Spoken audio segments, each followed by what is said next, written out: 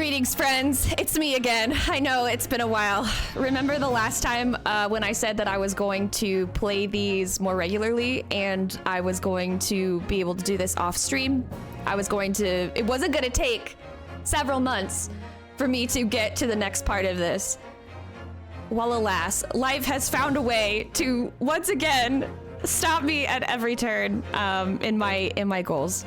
So I apologize for the long pause, but I'm back playing the Great Ace Attorney Chronicles, the second part of the Great Ace Attorney, so Great Ace Attorney 2.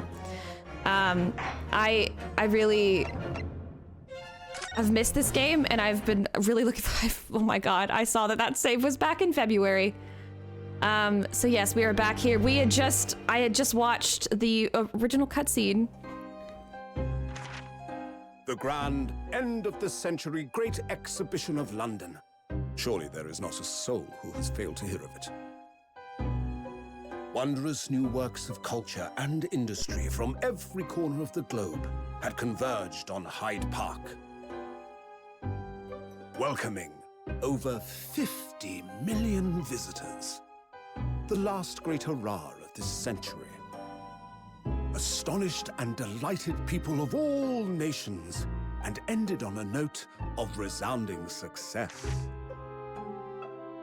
But as regards to the terrible catastrophe that occurred during the festivities, very few are aware my friend Mr. Herlock Sholmes had a hand in unraveling the matter.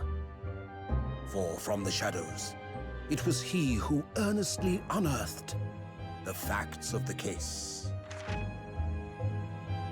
And like the centerpiece of the great exhibition, which rose high into the skies of Hyde Park, Sholmes's brilliant deductions, as clear and lofty as the Crystal Tower itself, brought the truth to light.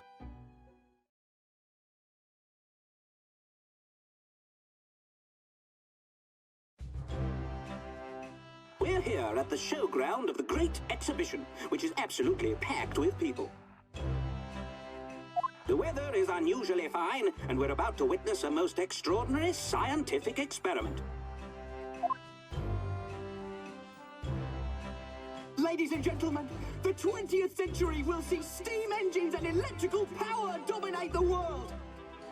Horse-drawn carts will give way to the motor car. Ships will sprout wings and take to the skies. And today, we showcase even more advanced technology, a glimpse into the future. A world first, a demonstration of my super high voltage instantaneous kinesis machine! A man will literally be disassembled by a pulse of high voltage electricity and beamed to another location.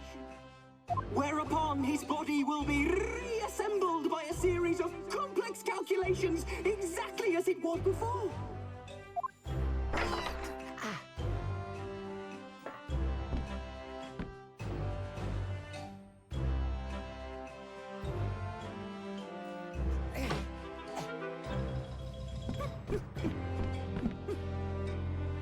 In but a few moments from now, this gentleman will, in the blink of an eye, complete an incredible journey through the air.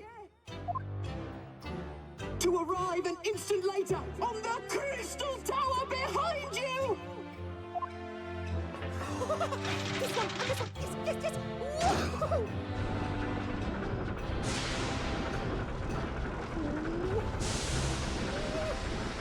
Yes!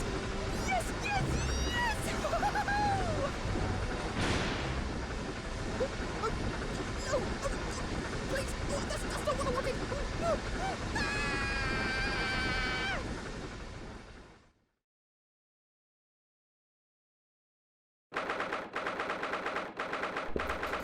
Alright, so I've given myself a little bit of a recap. I'm gonna turn off the auto function and I'm gonna get back into it now. Alright, Ryunosuke. I don't remember all the voices I gave everybody, so you're gonna have to bear with me.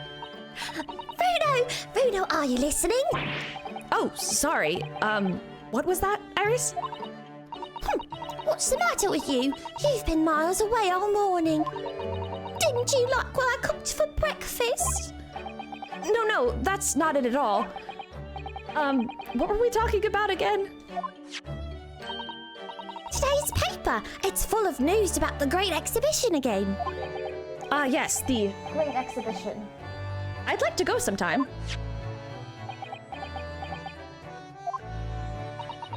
You're really not your usual self today. You seem very down. Don't you agree, Hurley? Oh, he's also very down. Did you say something, Iris? Oh gosh, you're even more down. He's just like me for real.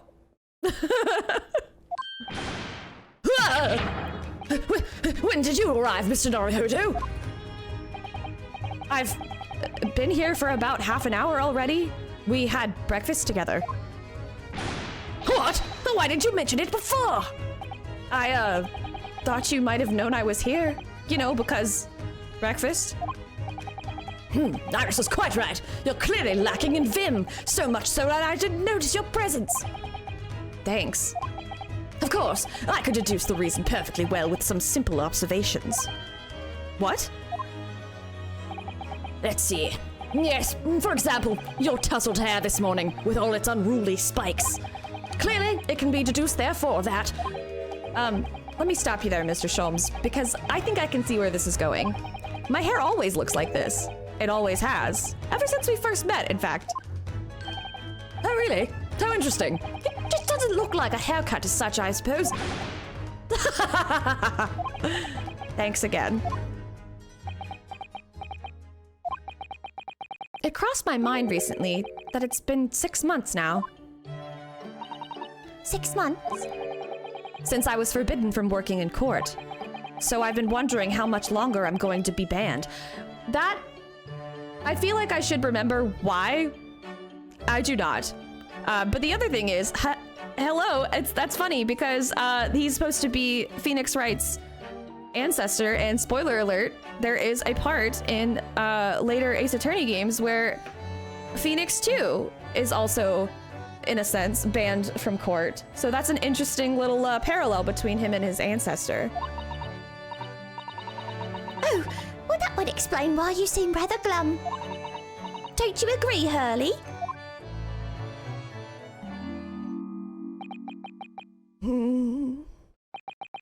Did you say something, Iris? Back to moping.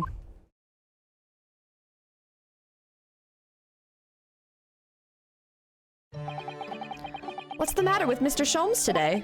He seems even more down in the dumps than me. I know, and the great exhibition has opened. You'd think he'd be excited. Oh, why don't we all go see it together? I want to, of course I do, but I can't. Not for the time being. Why not? Why not? Why not? Because I'm a great detective after all. So you're embroiled in some tricky case that you can't be distracted from, is that it? I don't remember hearing that you're working on a case, Hurley. I suppose I should try to find out what's going on. All right, we're in the game now. I would like to examine, please. Let's see, what can I look at? Everything? I do love a good fire in the colder months. Watching the flames flickering and dancing about is just so very relaxing. Cleaning out the chimney isn't so relaxing, though. Oh, that is a mood, girly. No, getting covered in soot isn't my idea of fun.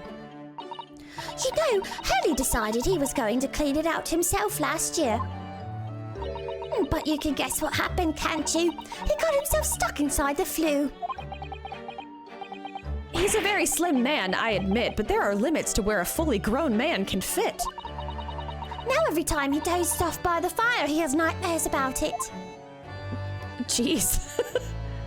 That is pretty nightmare-inducing, I would say. Ah yes, the huge metal chest with the lace cloth laid on it being used as a table for tea and coffee. It's very sturdy, that's for sure, and firmly locked shut. That chest contains my father's detailed records of Hurley's many cases. Yes, so I've been led to believe, though personally I've never actually seen inside. Is that a hint? I feel like that might be a hint. And that's the way it will stay. Those papers are a secret between Daddy and me. If you go opening it uninvited, you might find yourself being bitten. What, is there a beast inside there or something? No, she's actually a gremlin. You can't feed her after midnight or she'll come and get you. Ah, all these different pieces of evidence from cases that Mr. Sholmes has solved are very interesting. The trouble is, Hurley forgets things so quickly. He's just like me for real. He never remembers why these things are relevant. The other day, for example, he saw the orange pips that were there and decided to plant them in the garden. Pips? Yes, they've all sprouted now. We have 5 new little plants. Oh, well, I don't know what case they're from, but if Mr. Sholmes can get oranges to grow outside in England, he should change his profession.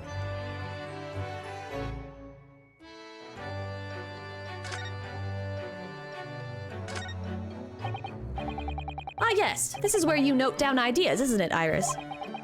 What's in the melting pot today? The blue carbuncle. Yes, it's from a case of theft that Hurley solved ages ago, of the theft of a precious stone. A carbuncle is another name for a garnet, you see, especially if it's cut with a rounded top. Oh, I did not know that. That's a fun little fact. I'm gonna have to bring that one to the Final Fantasy peeps because that is, I was not thinking of that carbuncle. Also, there's like different gems that are carbuncles in Final Fantasy, so that's very interesting. Oh, really? And this garnet was blue, was it? Yeah, garnets aren't usually blue. Garnets are red. Well, that's the thing. They're usually red. Okay, yeah. No blue garnets have ever been discovered. Oh. Are you sure it's a garnet then? So who knows what the stolen gemstone actually was? That's the real mystery of the case. A sapphire? A lapis lazuli, perhaps? I feel like there's a few blue stones in there that we could figure. A proper Sherlock Holmes conundrum, huh?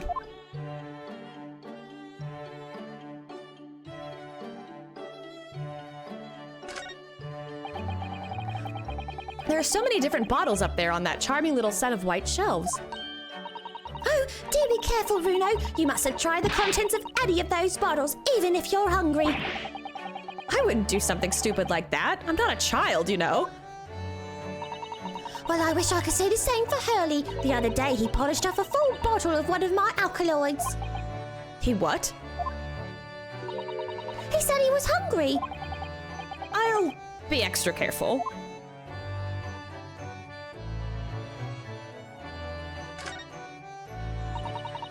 I can type with my eyes shut, you know. I wish I could do that. I can believe it. When a deadline's approaching, you sound like a Gatling gun. That reminds me of a dream I had the other day. It was such a funny one. It woke me, actually. I was typing for a whole hour in the pitch black, but I didn't make a single mistake. That's incredible. But then, when it got light, I found that there wasn't any paper in the machine. Oh, that's a bummer. Now I wonder if I'd actually been typing at all. I think you might have just fallen asleep on the job.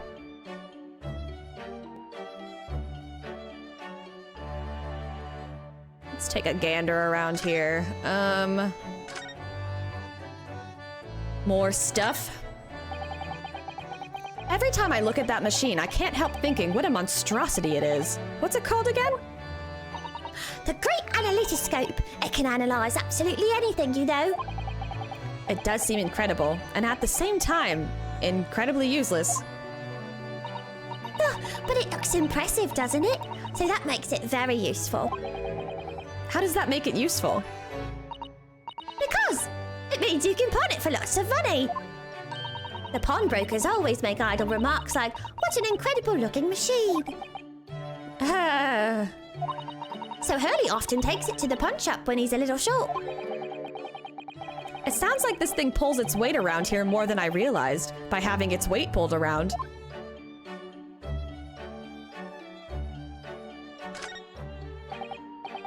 Yes, Mr. Sholmes's faithful musical companion. Wasn't this violin made by somebody famous? Yes, it's a Stradivarius. I'm afraid you'd have to save up for 100 years before you could afford one, Runo. If I were to save up for 100 years, I wouldn't choose to buy a violin, personally. Oh, what would you buy then? I really have no idea. I think I'll have to do it so I can find out. Yeah, like, I don't think I ever thought that through. Books, papers, scientific implements. These shelves are stuffed to the gunnels. Is that how you pronounce that? Is it gunnels? I'm not even entirely sure that was how you read that word, but I'm gonna move on. Miss Susanna wouldn't be able to help herself if she were here. She can't stand mess. Susie might not be able to stand mess, but she wouldn't dare touch those shelves. Oh, why not? Everything's in intricate balance. Hurley spends ages on it. If you were to touch even one thing, the whole lot would come tumbling down. Susie noticed it was a very delicate arrangement right from the outset. You make it sound like a meeting of great minds. But the truth is, Mr. Sholmes just needs to tidy up.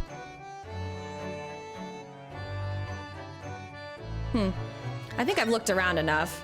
I should probably actually talk to him now. Let's converse.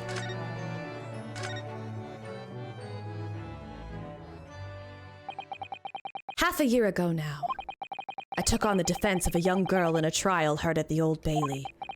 What at first seemed like a simple case of murder that took place at a London pawnbrokery turned out to be one part of a much more far-reaching plot that involved the British government. I believe this is the case that is from the first game. I digress.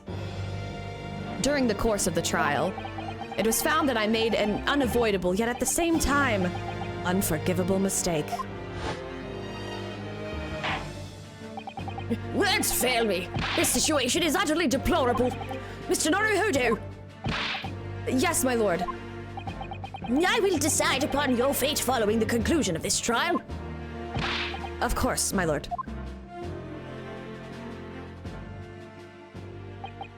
In the end, I had my right to represent people in court revoked. I was told I had to spend my time in research and study, so that's what I've been doing. You have, haven't you, Runo? Reading all those big fat tomes about British law up in your room, and the notes about Sholmes's old cases. Brewing Irish's special blends of tea, fetching my daily bread for me. You've become something of a manservant around here. Start on the silverware next, Master Naruhodo. Well, I'm thinking of going to ask the powers that be to reconsider. Specifically Lord Strongheart at the British Supreme Court on Whitehall. Sorry. Lord Strongheart? Ah, the delightful Lord Chief Justice. Not my favorite fellow. He's not mine either, but he's the man I have to talk to. He's the only one who can grant permission for me to start working in the courts again. I came to Britain to become the best lawyer I could, and I can't do that just sitting around here. The whole of London has been swept up in this great exhibition, hasn't it? The most advanced science, the most modern technology, the finest works of art and feats of engineering. For the next 6 months, our capital will be showcasing these things, and the world will be watching. Oh, do you know what I'd like to do? I'd like to look down on London from one of those lovely balloons. Look down on... Do you mean those things fly? Yes, of course. They fly high in the sky and don't even need wings to do it. All you need is hot air. But how? How does hot air have anything to do with flying? It makes no sense. I can't understand it at all. Dude's is like, my grasp of reality is fading. That's true. A lot of new scientific discoveries, most people can't understand them at first. But in 100 years' time, all these things will be just common knowledge. I suppose they might be. Mind you, some of the science being demonstrated seems very questionable. Something went wrong on the open experimentation stage yesterday, apparently. There was a huge explosion. Still, I wish I'd seen it, though. I'd love to see how bad some of these scam experiments really are. Says the innocent 10-year-old girl.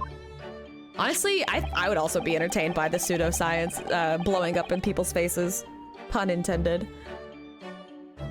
See here, every page of this paper carries some article or other about the Great Exhibition. But the brighter things shine, the darker the shadows that are cast behind them.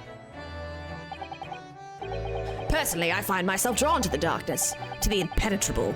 That is my proper atmosphere. Ooh, he's so dark and edgy.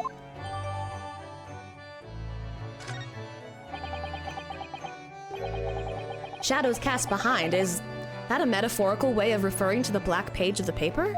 Back page of the paper. Wait a minute, ooh. We might have to take a look at that. Every article on the front page is news about the Great Exhibition. Public experiments to demonstrate brand new scientific ideas, cultural exhibits from around the globe. It's also positive and hopeful about the coming century. We must all go see it properly before too long.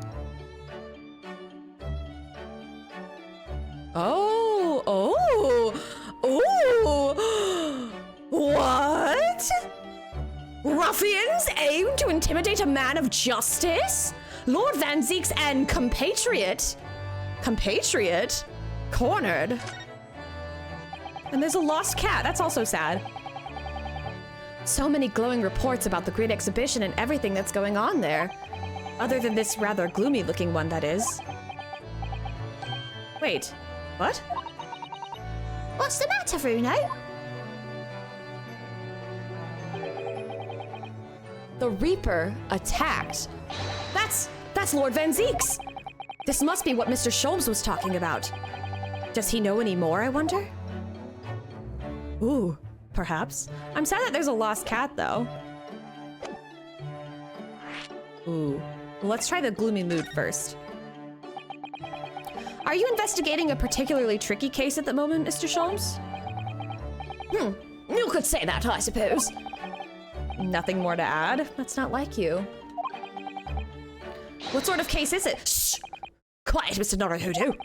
We must not discuss it here. You never know who might be listening. You're acting very strangely, Hurley. What do you mean, Iris? Well, usually, the more mysterious and complicated a case is, the better Hurley's mood. Is it really a case that's bothering you? Iris, please! You mustn't exercise your astute powers of observation and deduction on me without invitation. Remember what I always say. Put yourself in the shoes of the individual about whom you're making deductions. You say that, do you? You? Mr. Sholmes? Never mind. Once I've had my cup of tea, I must make my way at once to the crime scene. That was a deep sigh. That was supposed to be a sigh? That was definitely not a sigh that I just did. Listen, I'm trying my best here with these voices. Y'all are just gonna have to bear with me.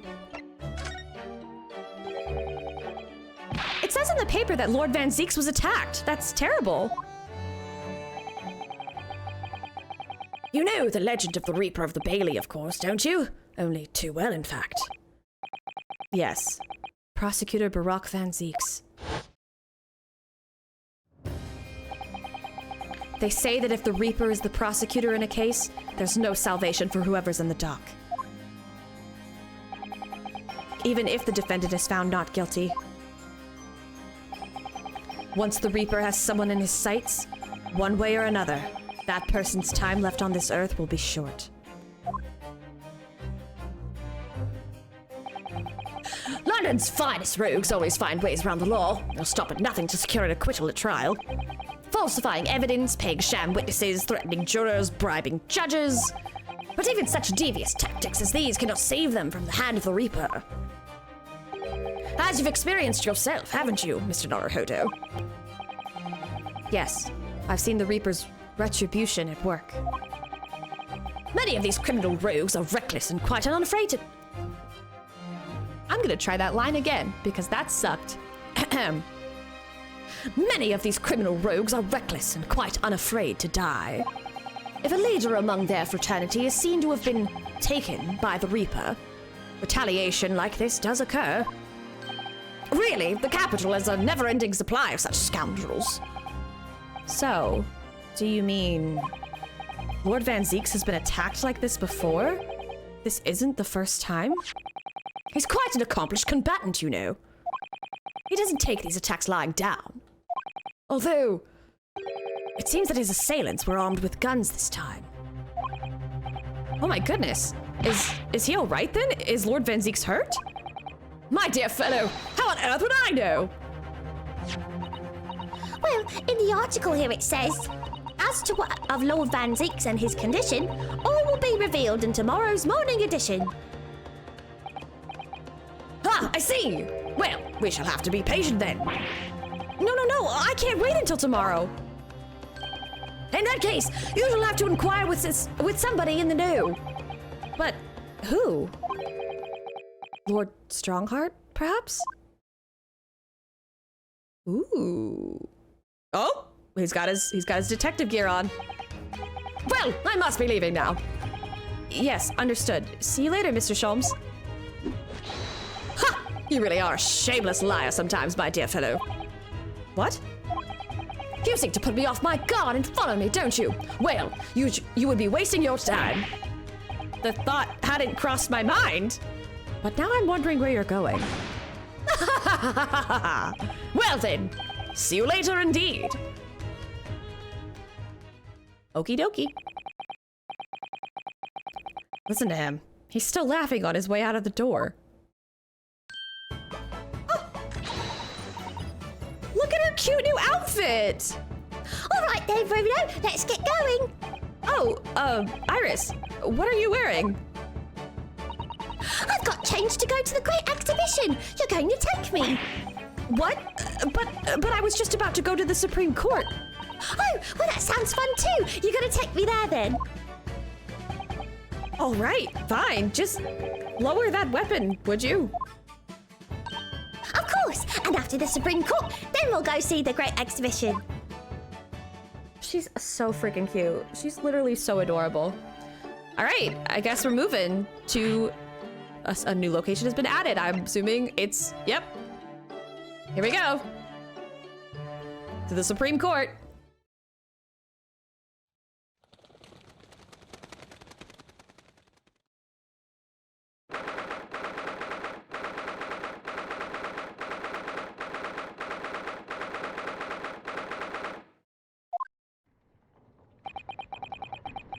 It's been about 6 months now since I was last here. I don't remember the gears moving in the original one. Was that added? But some things never change, like the sense of foreboding I always seem to feel in this place. Oh my god, she's so cute. Look at her. It doesn't seem to be bothering Iris at all, though. She's happily reading over there.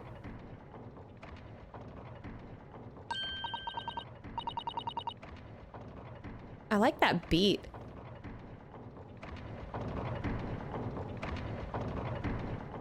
You know, it kind of sounds like, Cosmo Canyon, the Cosmo Canyon percussion.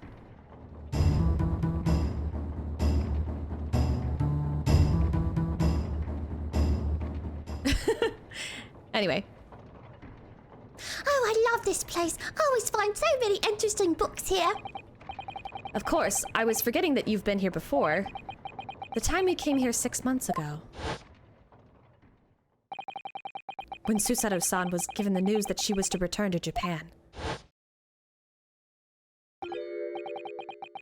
I understand you wish to speak with me. Oh, Lord Strongheart, I trust you've been keeping well.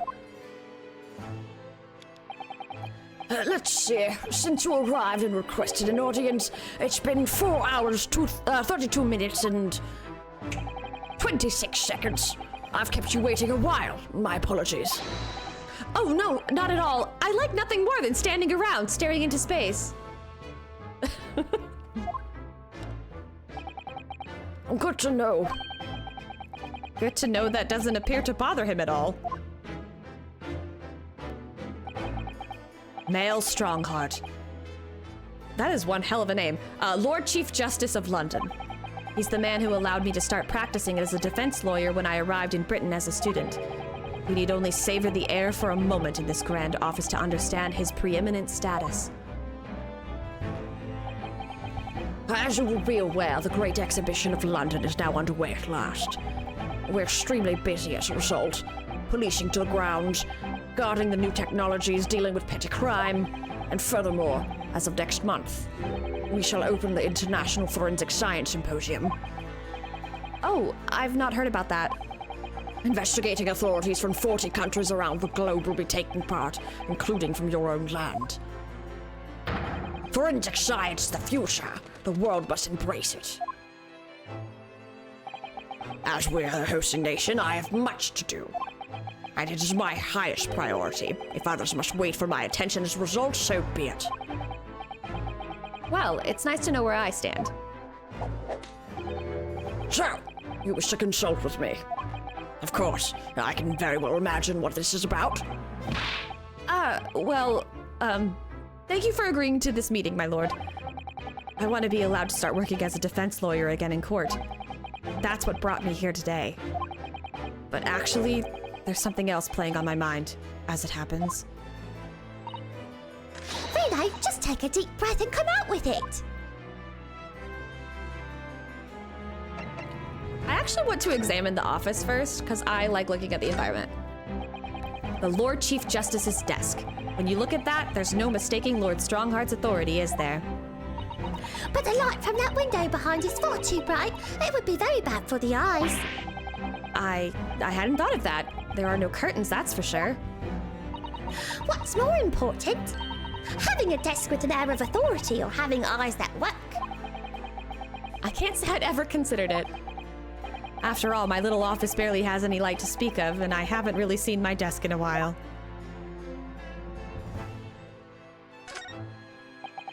The cogs of the giant clock are keeping time as usual with their steady rhythmical motion. It's really quite disturbing how little sound they make considering their massive size. Someone very brilliant must have designed it, and whoever maintains it must be very talented too. But I'm not entirely convinced it's even a clock. What? But what about the huge clock face that forms the window over there? Some people just make machines that move for the fun of it, because they enjoy watching them. Rather like how Hurley makes his rambling deductions just for the fun of it. Even if the outcome isn't quite right. Never mind all the trouble it gets others into along the way. You couldn't read all these books even if you were reincarnated 3 times over, as a bookworm. Oh, I know. So much reading material. I'm very envious. I've really been running out of things to read recently. That's because you read so fast. Perhaps little by little I could swap some of the books here with some of mine from home. I don't see why not. No one would know. Oh, that's not Iris, that's Ryunosuke. No one would notice, or at least I wouldn't, even if I was reincarnated 3 times over as a librarian. Oh, I've just had a great idea. What is it? We could hide inside these suits of armor and spy on the Fun Watchmaster to find out what he's really like. I don't have much interest in what Lord Strongheart is really like, though. Oh, please. It would be fun. You could be inside the left one and I'll go in the right. You really want to have a go in a suit of armor, don't you? Now you're making fun of me because I'm a child, aren't you? I wasn't making fun of you at all. I'd like to have a go, too. That's so cute. All right, fine. Oh, wait. Oh, there's more? No, there's not more. I mean, there's more room to kind of look at, but, like, there's nothing of interest. I feel like this is going to be relevant later, though. Because I don't think I had this ability in the first game. Anyway. Let us converse. I actually came here today to ask for your permission. Go on. 6 months ago, my right to work in court as a lawyer was revoked, and I was told to spend my time studying. Obviously, I'm very sorry for what happened, but the thing is, it made me understand what it really means to defend somebody under the rules of a foreign justice system. And I desperately want to have another go. Please, permit me to enter the courtroom again. Mr. Naruhodo. Yes? Ugh, here it comes. I'm sure you haven't forgotten your position here, have you? At best, you are a substitute for your compatriot. This was never your intended role. Well, that's true. The Japanese government actually sent my best friend on this study tour, not me. It should have been Kazuma. He was so determined to bring change to our own justice system at home. That was his calling. Oh my god, I love this song, and it makes me so sad every single time it comes up on my shuffle.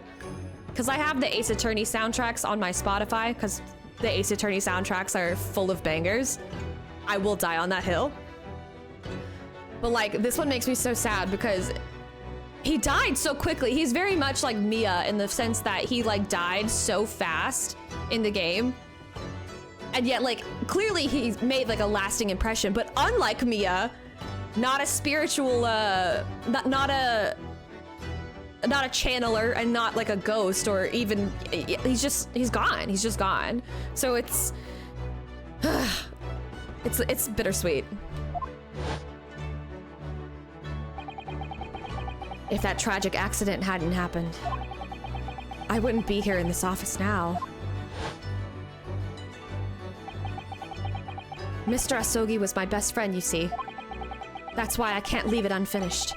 I have to fulfill his calling for him. His calling, you say? Has it never occurred to you that perhaps you know nothing of his true calling? Sorry? The mission with which that young law... Let me try that again. The mission with which that young law student was charged. What do you suppose it really was? What do you mean? Mission? He's not making any sense.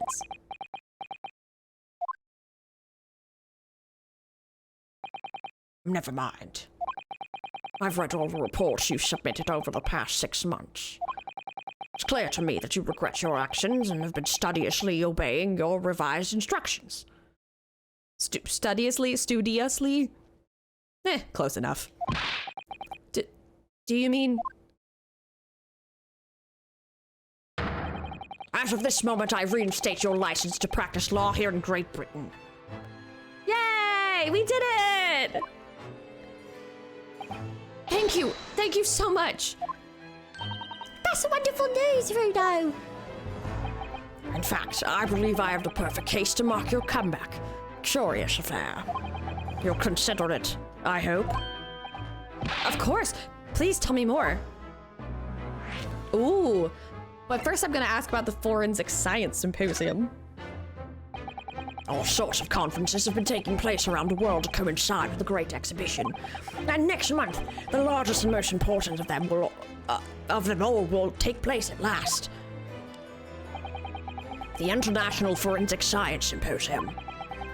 It does seem as though criminal investigation needs to embrace scientific methods, doesn't it? Exactly. Huh?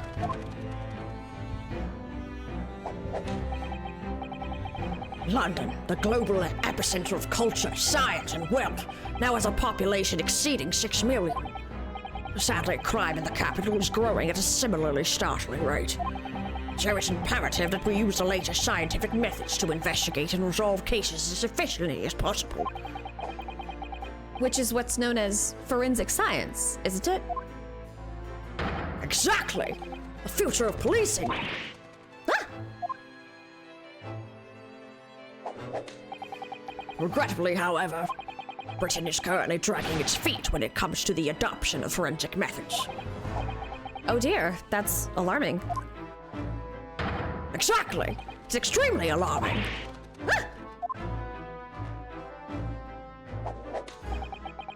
If I were Her Majesty's Attorney General, you can be sure the numbers of crimes committed and resolved in London would be very different to the current figures.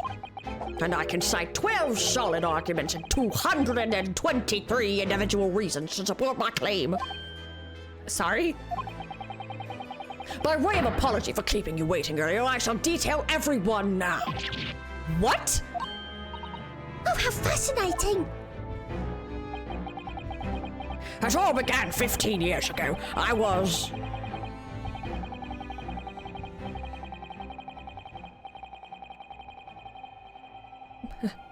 Doc, we're losing him. Clear! I'm kidding. Oh my god, he really did it.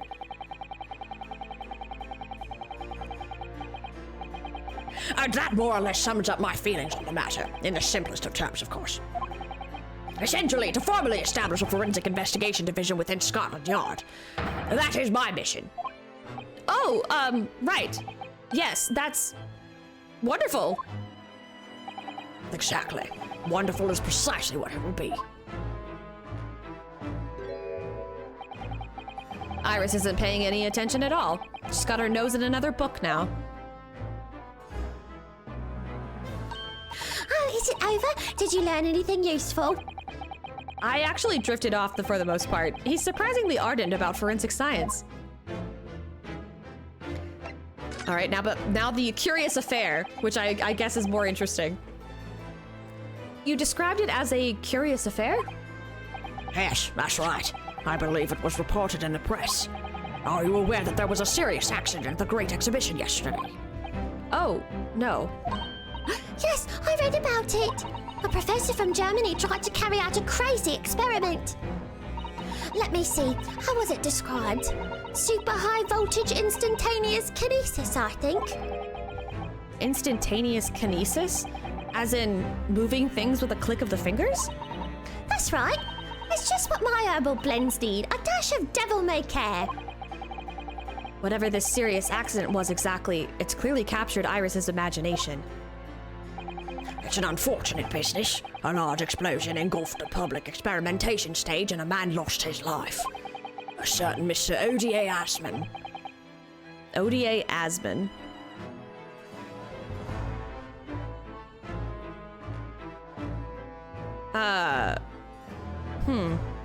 I'm trying to figure... I'm sorry to pause in the middle of a line, but I'm trying to figure out what the pun of this man's name is, because, of course, Ace Attorney names are always very punny, and or, you know, there's always some sort of double entendre. Oh, shit, I didn't mean to... Whatever. Okay, a large explosion? A man died? The man responsible for the experiment was Professor Albert Harenbrain. Okay, see, harebrain, that's clear. Harebrain is like, oh, he's got these harebrained ideas. So that one makes sense. But I think the other one was O.D.A. Asman, so I guess die as man? Because he is the man that died? I think that's probably it. He was detained immediately after the incident and is due to appear in court tomorrow. On the charge of murder. What? Murder? If you intend to take on his defense, you should hurry to meet with him at the prison. There is very little time left for you to carry out any kind of investigation. The Great Exhibition. A scientific experiment gone wrong, and murder? I feel out of my depth before I've even started. Still. We should go to the prison straight away then and try to meet with his German professor. Don't you think? Definitely. Ah, yes. One more thing about the case. There's a connection with our mutual acquaintance, the Reaper. Oh, with Lord Van Zieks? How?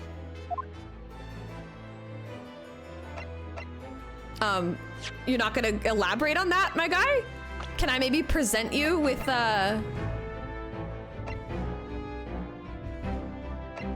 No, I don't even have his profile, so I can't even do that. Okay. Well. So, okay, yeah, O.D.A. Asman.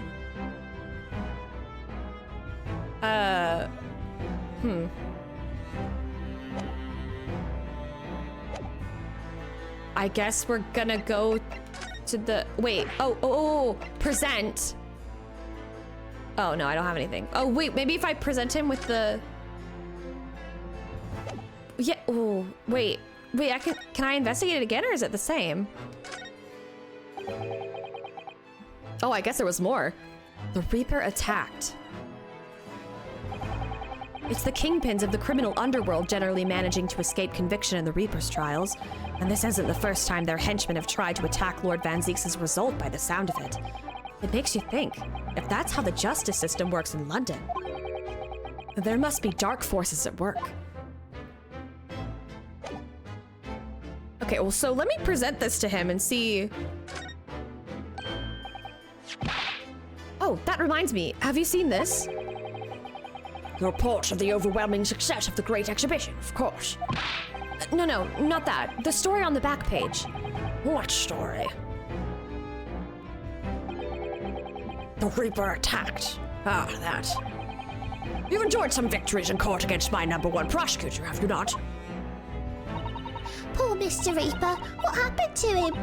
He wasn't killed, was he? Well, there's no need for concern. Lord Van Zieks would not be so easily dispatched, I assure you. Can you tell us what happened? I'd really love to know. Very well. If it'd interest you. It does, strangely. Van Zieks' condition. We must know. Fortunately, Lord Van Zieks emerged from the attack unscathed. Street ruffians are no match for that man. He's a very capable fighter. But that's incredible. They were armed with guns. Why was he attacked, though? Do we know? Do we? It's related to events that occurred a month ago. The leader of one of the capital's criminal organizations was indicted and prosecuted by Van Zieks. But the man was acquitted. I've no doubt large sums of money were involved behind the scenes. Large sums of money? A deplorable situation. Members of the jury were bribed, it seems. However, despite winning his freedom,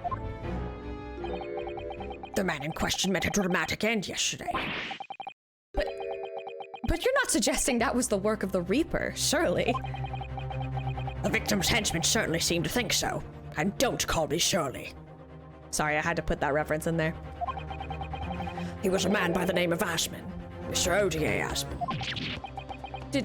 Did you say Asman? That's the man who died in a big explosion at the Great Exhibition.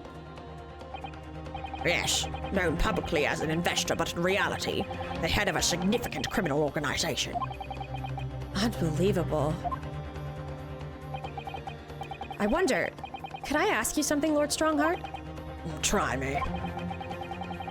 Why do you use Lord Van Zieks as a prosecutor? All the criminals who manage to get off in court then meet with mysterious ends outside the courtroom. And fearful of that fate, they seem to strike at Lord Van Zieks first.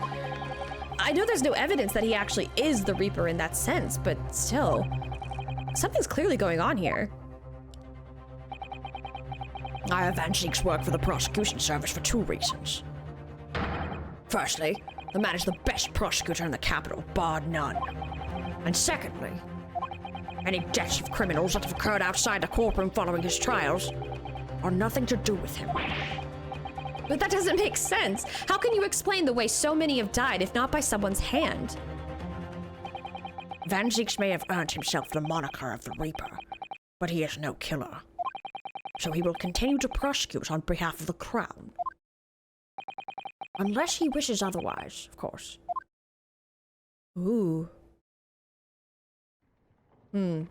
That seemed very pointed of a statement. Well, I must be leaving for my next engagement.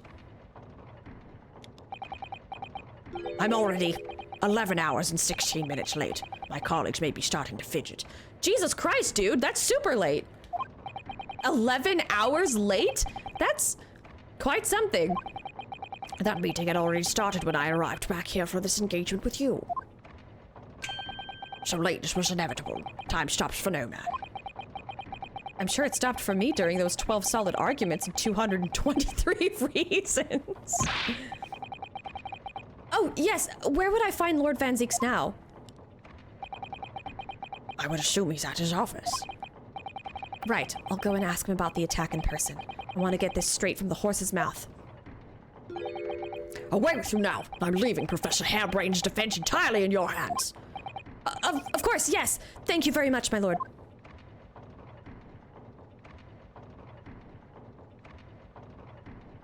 Goodness gracious, we have quite the, okay. We've got some places to go. I'm gonna go to the prison first.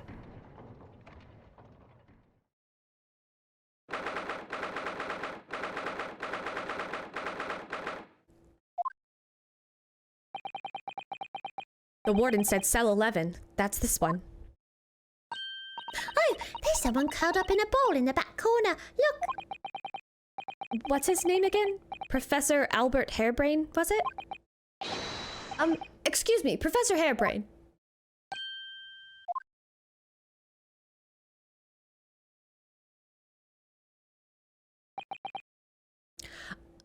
I gotta decide what voice to give this guy. We kind of heard his voice in the thing. And it was pretty British, but I almost want to give him...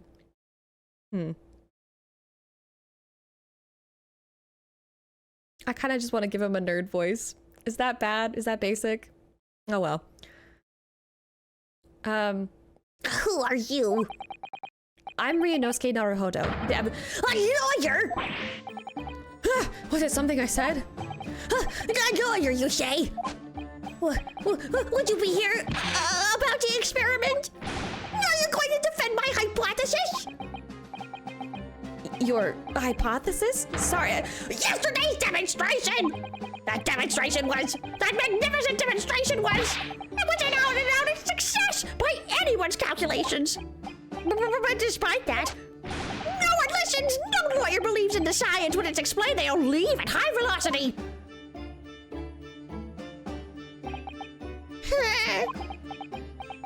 Sir, please.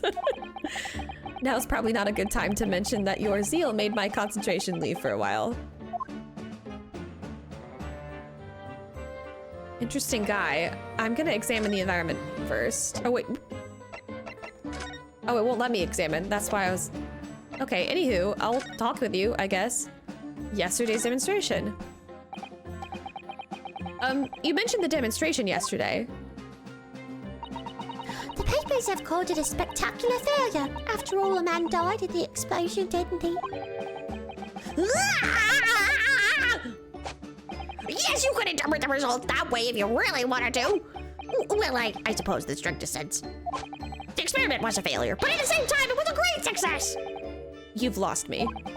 I saw with my own eyes, right there in front of me, Mr. Asmund spontaneously disassembled. Until then, everything was going exactly as my calculations had predicted. At that point, he should have been beamed up. Goodness gracious. I'm sorry. Let me try that again. At that point, he should have been beamed to the crystal tower by instantaneous kinesis. However, the machine... That is not the professor.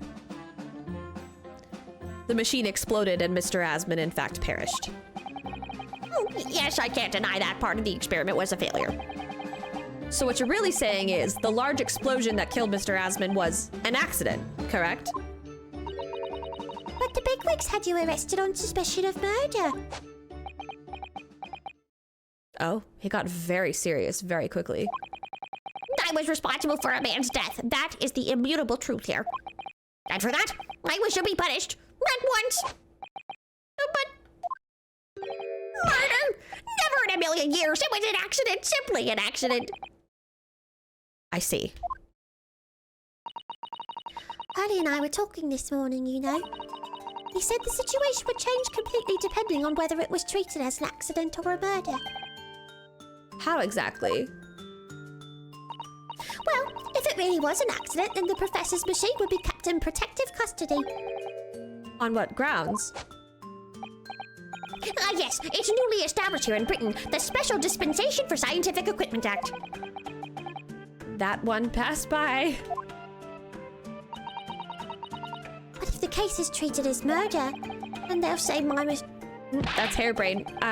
Gosh, everyone's switching dialogue so fast I can't keep up. Then they'll say my machine was the murder weapon and they'll be able to pour over it as much as they like. If they examine it in detail, they'll find out how it's made and then they'll be able to copy my idea. My precious hypothesis will be stolen. The machine must be protected from that at all costs. That's why it's imperative this whole incident is shown to have been an accident in tomorrow's trial. Ah, I see now.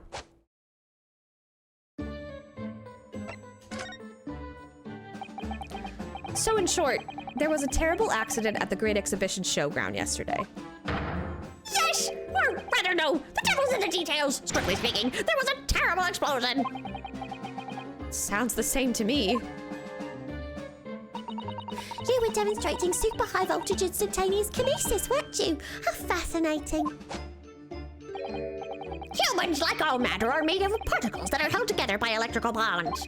So it must be possible using a sufficiently high voltage to break those bonds and beam the particles through space. That's it in a nutshell. That's my idea, you see. That's my amazing hypothesis. Gosh, that's unimaginably high-level science. Oh, but dare to imagine it! Dare to dream of such incredible technology! Just think, one moment I could be here in this cell, and the next I could be at the Great Exhibition again! Well, yes, that would be incredible. And the next, in the mere blink of an eye, I could be at a great Parisian theater, say! The possibilities are endless! The whole of our vast planet would be within reach! So no more hiding in wardrobes on rocky seas for 50 days.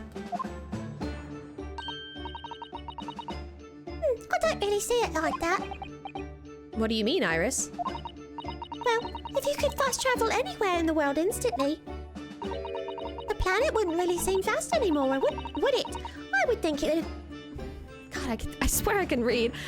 I think I would feel like it just shrunk. My word, that's exactly right! What are the implications? What does this mean? Oops, that's got Professor Bunnybrain really worried about the look of it. Clearly this is yet another case of just because you can doesn't mean you should, I suppose. The point is my calculations are flawless. The science works. Without a practical demonstration, it means nothing. And that's always the fly in the ointment. Because practical demonstrations cost a lot of money. Money that young scientists like you don't have. That's exactly it, yes. Harry's always complaining about it. He says the government should invest more in science. Well, anyway, I bumped into him at the right time. I met the well-known investor, Mr. Asman. The victim who died in yesterday's terrible accident, you mean?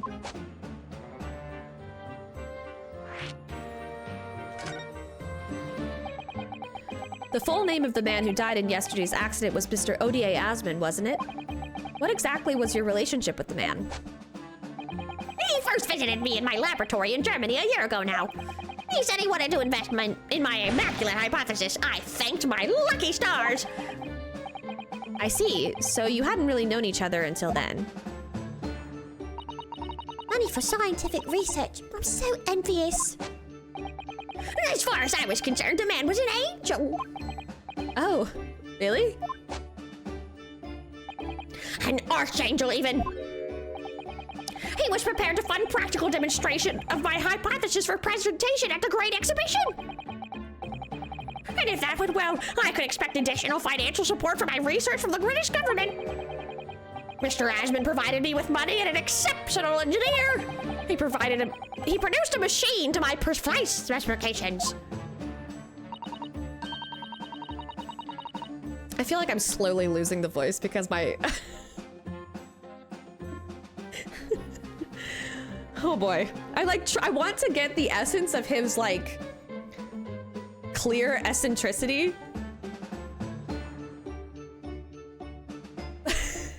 But I keep tripping over my words. But then your dreams were blown to dust in one enormous explosion. As you can see, I owed everything to Mr. Ashman. I would never have thought of taking the man's life. Well, he seems genuine enough. I don't think he's lying. think it's time we, Oh, I didn't mean to do that. Oops, speed through that, please. Boopity-dup. Thank goodness for the fast forward function. I'll be honest though, I do like his theme. I feel like the music is it's an interesting one. All right, let's see if I can present him with the article or something.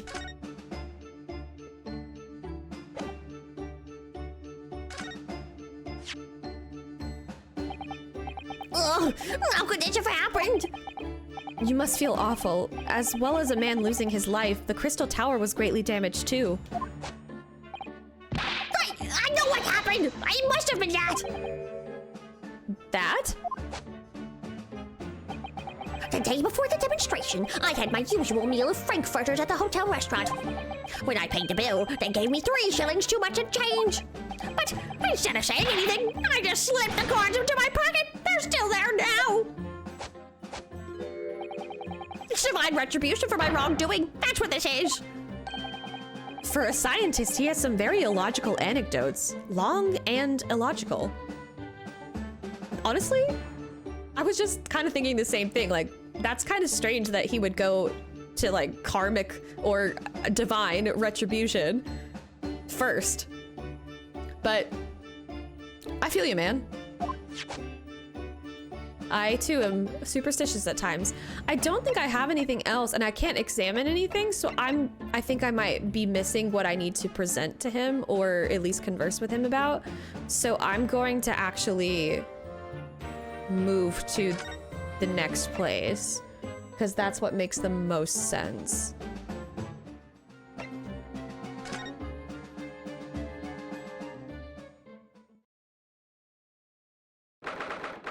Oh boy. This is a very, very, very fancy office. Oh, he's got his wine. Ooh, so this is the legendary Reaper's office. Yes, it appears so. Ugh, it sends a chill down your spine, doesn't it? What an amazingly deadly atmosphere. Oh, is that?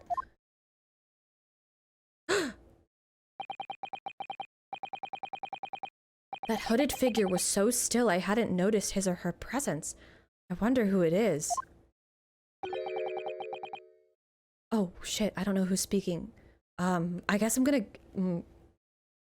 I'm guessing that it is Barack Van Zieks himself. What are you doing here? Ah!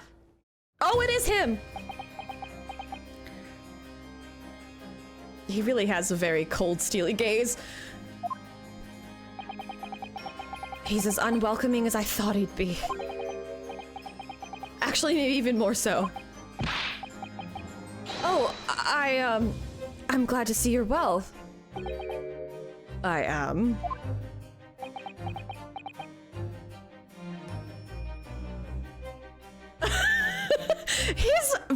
Wow, he looks taller here than he does in court, weirdly.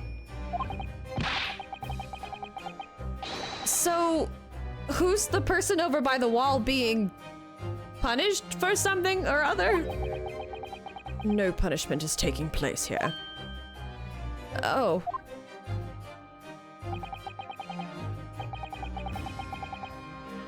That's my apprentice, and he's sitting there of his own free will.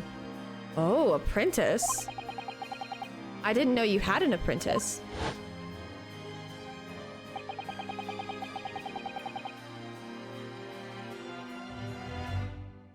It must be the same person who was pictured in the newspaper.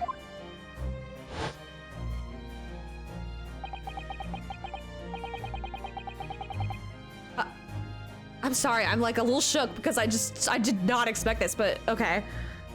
Who the hell is this? It can't be, it's not Sholmes, right? Sholmes has been kind of weird, but like, I feel like it's not Sholmes. I guess he's weird enough though. Okay, anyway. He's very able in combat, a requisite skill for anyone under my tutelage. Are you referring to the attack on the Reaper that was reported in the papers? The Reaper. I'd be interested to know the Reaper's true identity myself. Assuming that such a fabled fiend genuinely inhabits our great courtrooms. Okay, I'm gonna look around. I would like to look around, please. What's going on over here? Nothing particular of note. Oh, okay. I thought it was lighting up. Oh, I guess never mind. Lord Van Zeek's desks look... Let me try that again. Lord Van Zeek's desks... Lord Van Zeek's is... Oh my god! Lord Van Zeek's desk. Look! It's so stylish. And that's a marble chess set beside it. Chess. That's the Western version of our Japanese shogi game, isn't it? You know, I'm actually quite good at shogi problems. Oh, really? You'd probably like chess problems in that case. I'd love to challenge Lord Van Zeek sometime.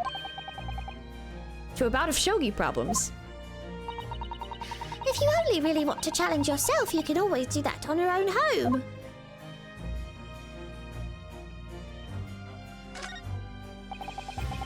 Look at that fine collection of hallowed chalices and bottles neatly lined up there. My hallowed bottles are filled with the essence of the finest grapes from the finest vineyards I visit. Listen. This man he's definitely got prosecutor syndrome in terms of like an Ace Attorney character, because it's doing that thing where like, I kind of want to like him in a way. Like this is what they do. They make you hate the prosecutor by them being like either very combative or like very much getting in your way, or seemingly like they're trying to thwart the process of justice. And they're trying to clearly incriminate somebody that is innocent because we believe our clients are innocent. So they're painted as villains because that's like the easiest thing to paint them as in a sense to go up against them. And sometimes they're even given like really just shitty qualities. I think, you know, there was an arrogance with Edgeworth. I think there's an arrogance with all of them, but there was definitely an arrogance with Edgeworth. With Francisca, she was just very violent. She literally would whip her opponents and her witnesses, and she would whip whoever displeased her. And I can go on, but those are like the main two that people know. And with Van Zeek's, he's portrayed as like, in a weird way, almost racist against Japanese people. I feel like his comments on the Nipponese, as he says, they're a little condescending at best, and then at worst, they're just like outright xenophobic and racist. So, but then they do this thing in Ace Attorney games that they take the prosecutor at some point and they humanize them. And I think showing not only that he has like his own interests and quirks, and that he's a guy that works in an office, he has like a sort of home base, if you want to call it, but then making it so that the protagonist that is supposed to be the player's avatar, so to speak, their little connection to this digital world that Capcom has created for us, to have that avatar already be in a state of, I care about this person.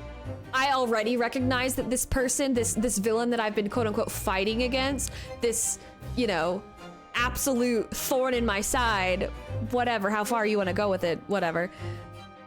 Having them already feel care and compassion towards that individual will then immediately link it to the player feeling compassion for that individual. So it's like, that's what they do though. They make you hate them, and then they make you feel a little bad for hating them. And then once you feel bad, you're primed and you're ready to maybe change your mind about them and then begin to love them. And I feel like this is that process, like really, like we're getting into the real churn where it transforms over into the, okay, I kind of like him. First game, definitely like, oh man, fuck this guy. But now, like I said, we see him, he's in an office, he has a life, his life was threatened. You would hope that the player would feel compassion for another human, like, oh God, I know what the fear of dying is, so, I mean, that's an extreme example, but I mean, truly, I know what the fear of dying is, so to know that this person has felt it, it humanizes them, and I don't want to hate another human. Obviously, I'm going best case scenario here, but there's exceptions to these rules, but I think that's the general thought with this game design. And they do this with prosecutors all the time, and long story short, I'm starting to like the guy, and I'm kind of mad at myself for doing so. Anyway, I will recede back into my voice acting type. I will just be giving voice to the text boxes. And I personally oversee these chalices being made by the finest crystal craftsmen in the world. And yet you throw them around in court like they were worthless. Yes, because this imbecile is so unimaginably and repeatedly wide of the remarks sometimes. Oh. Before you open your mouth next time, you should consider the poor artisans whose work you defile. So, it's my fault? Silly me, how could I ever have thought otherwise? Okay, that's pretty savage.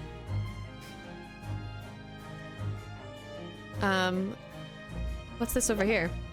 Oh, no. I wasn't done examining. I pressed the wrong button. I want to see... Oh, actually, I want to know what this is. That portrait really dominates the room, doesn't it?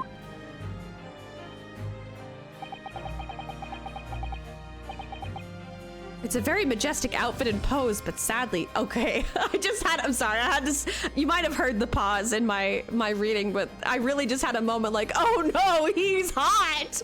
He's hot. Whoever painted it didn't do a very good job of capturing Lord Van Zeek's facial features. Oh, didn't? I think they did. Oh.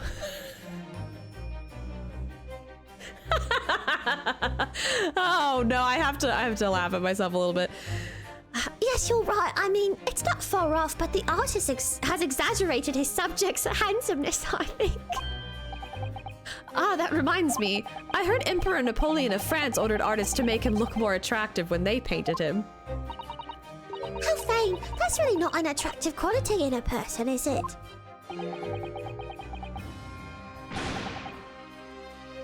Oh, that portrait does not depict me. Surely that's immediately obvious. It doesn't?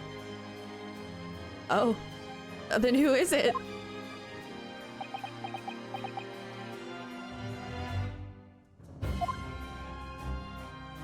Oh, why does he look so sad? Can I look at it again?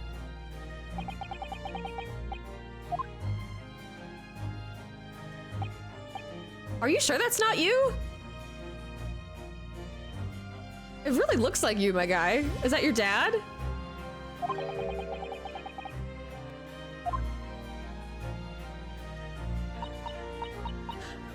Who would it be then?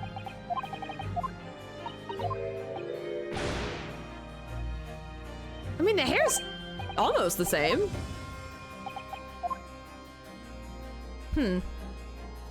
I'm sure that will totally not become significant later. Oh, look, it's a scale model of the Great Exhibition Showground. That's amazing. I wonder why it's here. Perhaps he made it to take his mind off the sadness, being too busy to attend in person? Oh, I'm sorry, that was Iris. Sorry, what is it? What's the button? History. Perhaps he made it to take his mind off the sadness of being too busy to attend in person. Or perhaps he's too embarrassed to queue up for a ticket. Surely it's obvious that I'm using it as an investigative aid. You Nipponese have no business painting others as overly reserved. Ugh, I really didn't think he'd overhear that.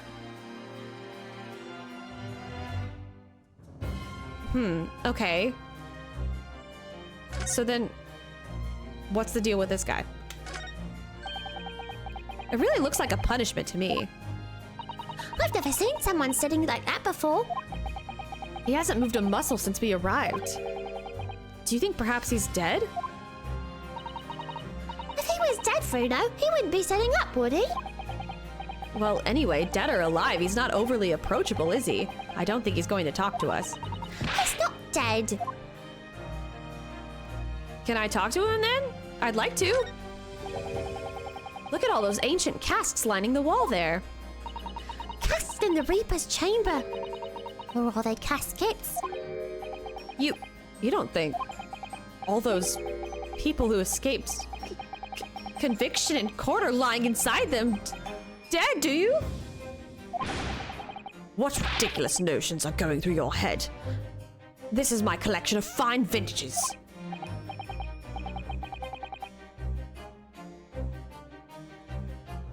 Oh yes, of course. Thank you for clearing that up. Bruno and I were just musing to ourselves. Don't mind us, Mr. Reaper. I wouldn't if you hadn't invited yourselves into my office to talk nonsense within my earshot. Why are there bats? Oh my god! Ah! They were bats! Yes, the Reaper's familiar, as I expect. But what about the mute man in the dark cloak? I thought he was the familiar. Just not the flying kind. He must be a dear friend of Mr. Reaper, then. I think the familiar idea is more likely. Scary, though, either way.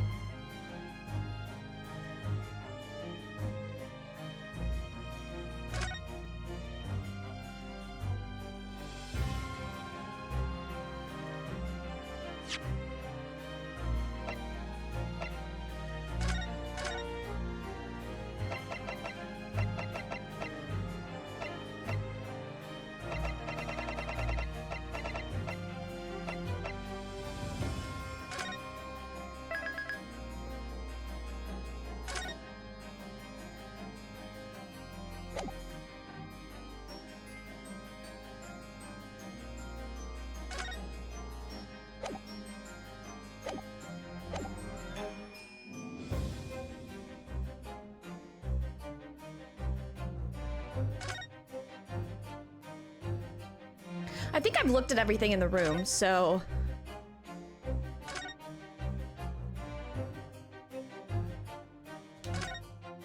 Oop, I didn't mean to do that.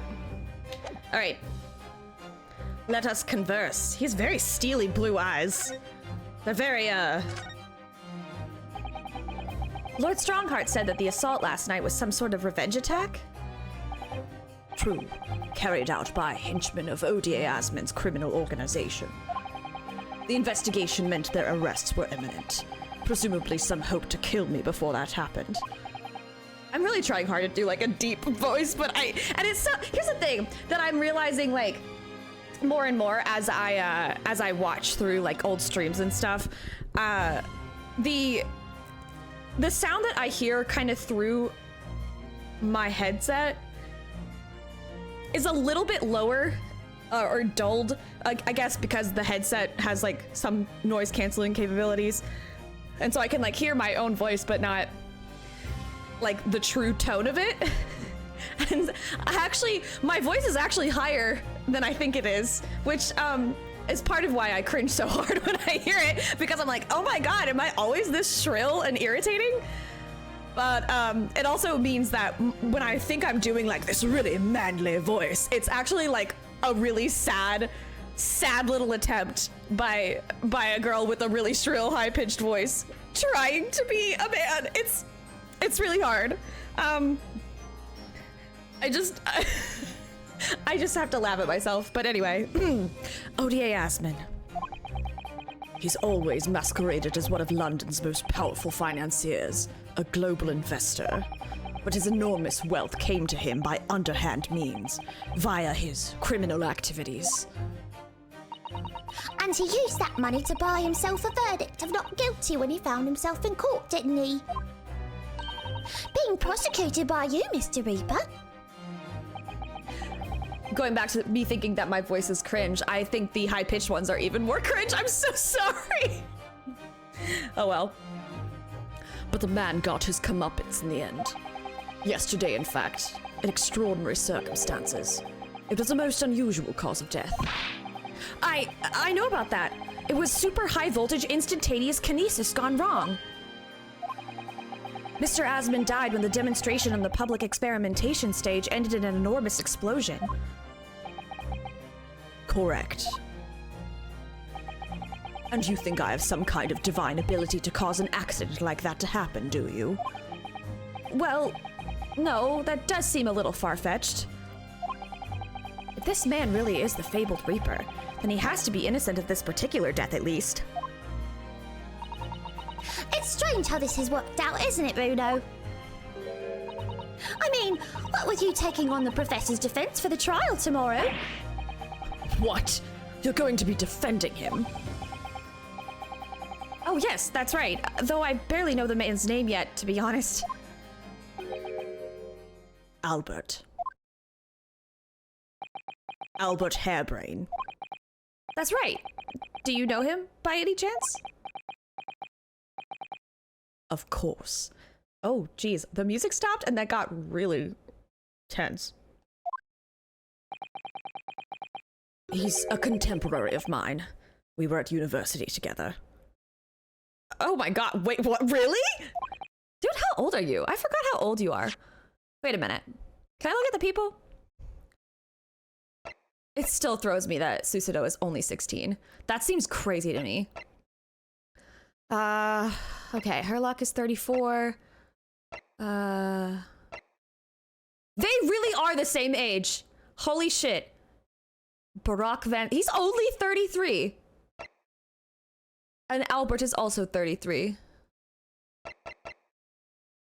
I wonder if Herlock was at university with them too, because very close in age.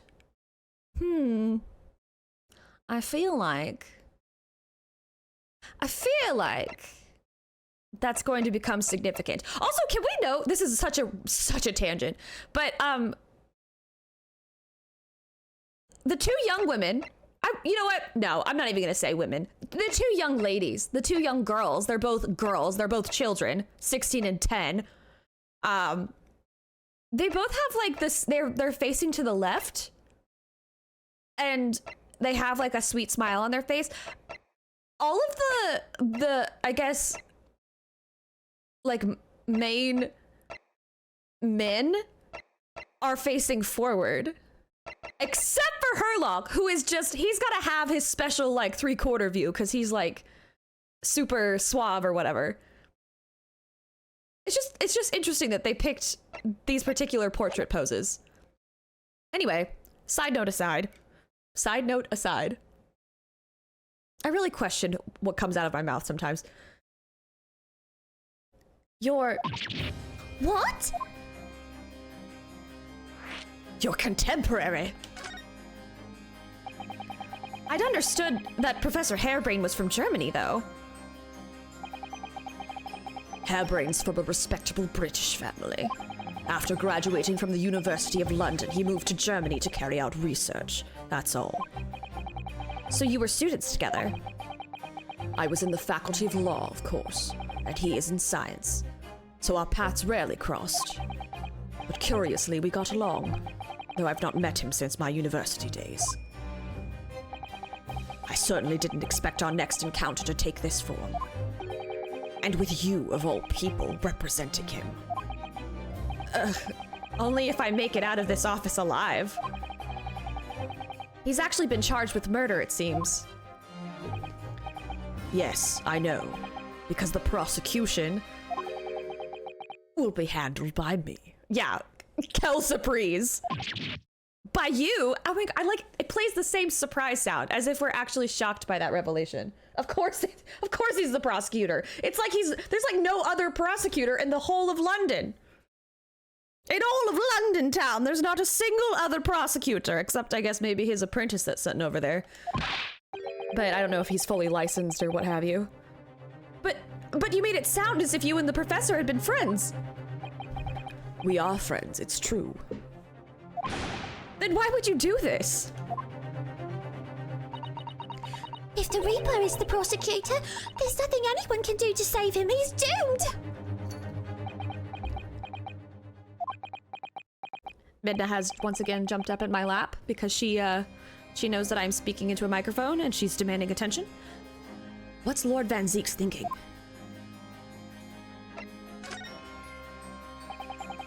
What do you mean by what you said before? If you'd like to know the Reaper's true identity, does that mean... I'm a crown prosecutor and a mortal like any other. I'm no demigod. But they've all died, haven't they? The people you've prosecuted, I mean. Whether or not the trial ended in a conviction or an acquittal. Those I prosecute are the vilest wretches of our society. People who, without question, deserve to be found guilty. The world is a better place without them. Dude, you just said that the homeboy that we're defending tomorrow and you're prosecuting tomorrow was your friend. So, like, you actually believe that your friend is the vilest type of person? A little intense, my man. But that's not true of Mr. Natsume, for example. He wasn't a vile wretch at all. Nor was Chibi. In fact, she's ever so hardworking now. Yeah, what about those people? What about those peeps, Van Zeeks? I can't deny that since I encountered you, things have taken a turn. But the point is this. If any of those vile wretches that escaped justice subsequently died in mysterious circumstances, it was at the hand of their own kind. It's not my work. Lord Strongheart said the same. He believes you're not involved in any way. But you were attacked by those ruffians because they believe it's true. Oh, it's getting quiet again, which means we're about to have a very intense moment that I am ruining with my narration. The fact is, since people started to call me the Reaper of the Bailey, the number of serious crimes in the capital has dropped substantially. Oh. It would appear that even the most hardened criminals can be made fearful for their lives. Do you mean to say...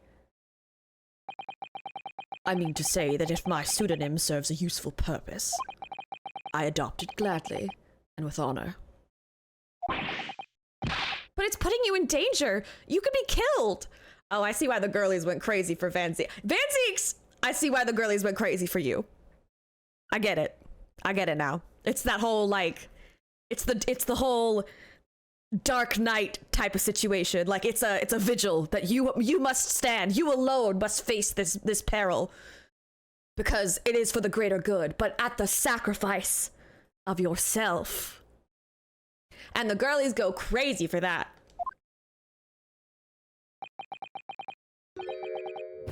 Oh, yeah, and then you gotta hit him with that fucking one-liner. If that is my fate, let God decide. Lord Van Zeeks.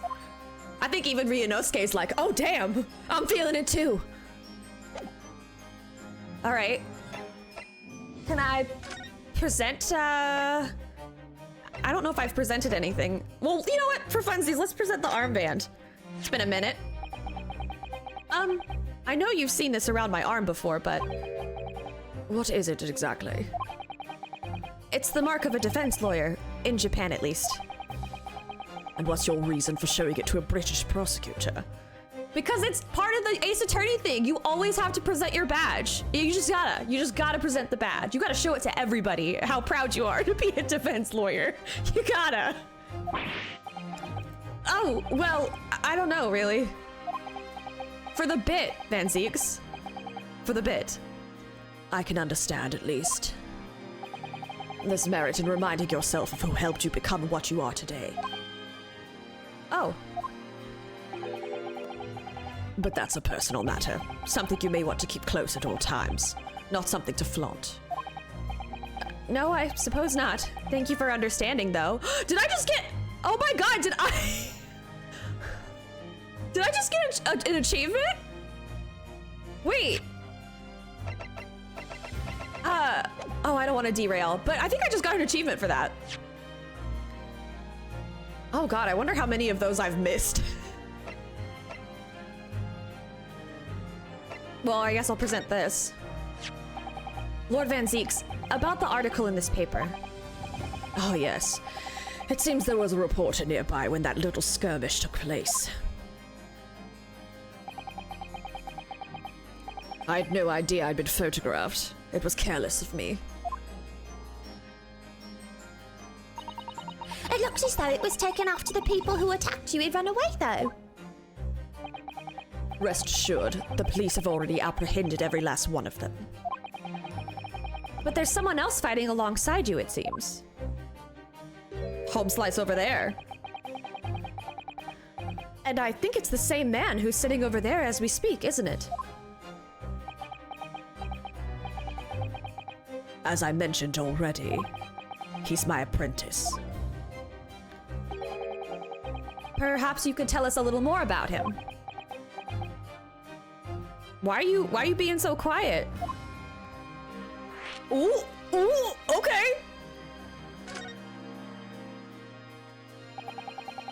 He's in my tutelage to become a prosecutor. So you could say he's my apprentice, I suppose. Ah, like you are to Hurley then, Bruno. I don't remember taking an apprenticeship with a great detective.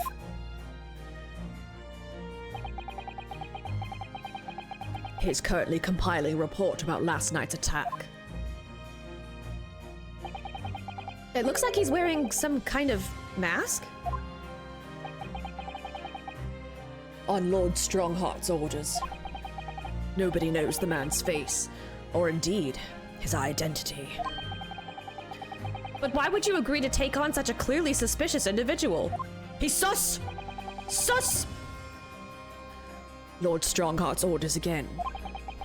He's not one for meaningless follies. There will be a good reason for his actions. Oh. So even Van Zieks doesn't know who he is. Maybe...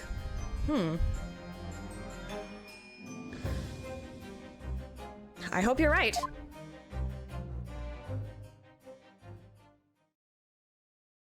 Oh. Oh. The one eye sticking out. The what? The woo. This is... Oh boy, this is going to be so fun to caption later when I am just making all of my noises. Apologies to anybody who actually uses the captions. I'm so sorry that I just make a lot of really weird noises and and not just like say words.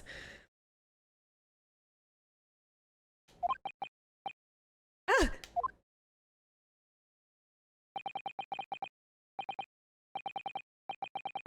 The task is complete. Good. In that case, you can collate all the briefs. This is like so extra. Like you're working for a lawyer. Like why all of this like get up and stuff? Also the like golden eye that's like peeking out from the shadow of the mask, like very haunting. I'm kind of getting Phantom of the Opera vibes here, which is interesting. Okay. Anyway. Nice to meet you.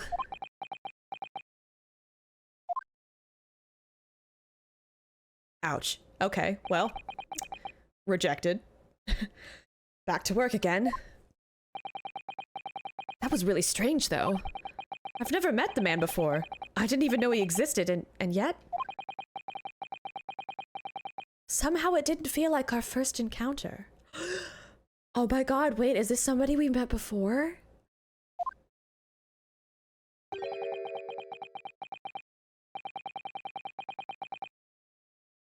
Don't bother trying to converse with him. He says nothing to anybody from outside this office. Lord Strongheart has strictly forbidden it. Why? That's so strange. But okay. I'm trying to figure out who this might be. Wait, I feel like... Is it actually... Is this like a bit that Herlock is doing? Because I mean, he's still... noises again, I'm so sorry. I feel like it might be Herlock in disguise. I mean, I feel like we've heard Herlock's... Sholmes. We've heard Sholmes's voice before. And we've obviously met him before. I wonder... I don't know why, but if I had to guess... Maybe it's a secret mission that Sholmes is on. And in order to keep it like extra secret, even Van Zieks doesn't know that Sholmes is there. Because he doesn't really like Sholmes anyway. But it would be kind of ironic. I feel like it would be pretty twisty to find out that that was actually Sholmes. I still don't really know why that would be him though. Okay. Let's continue. Oh, I see. Why are you so interested in my apprentice anyway? Dude, he's like a freaking he's a mystery. Everybody's interested in a mystery. Oh no, I mean, sorry, I didn't mean to. The way he stood there so casually, yet with that flawless posture. What does that mean?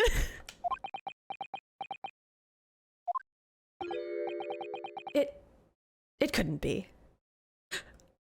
Sholmes?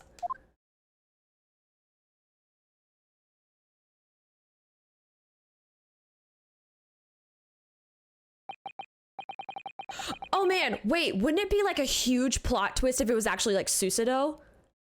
Like, I mean, wait, hold on, because in the beginning of this game, in the first case, she pretended to be a guy.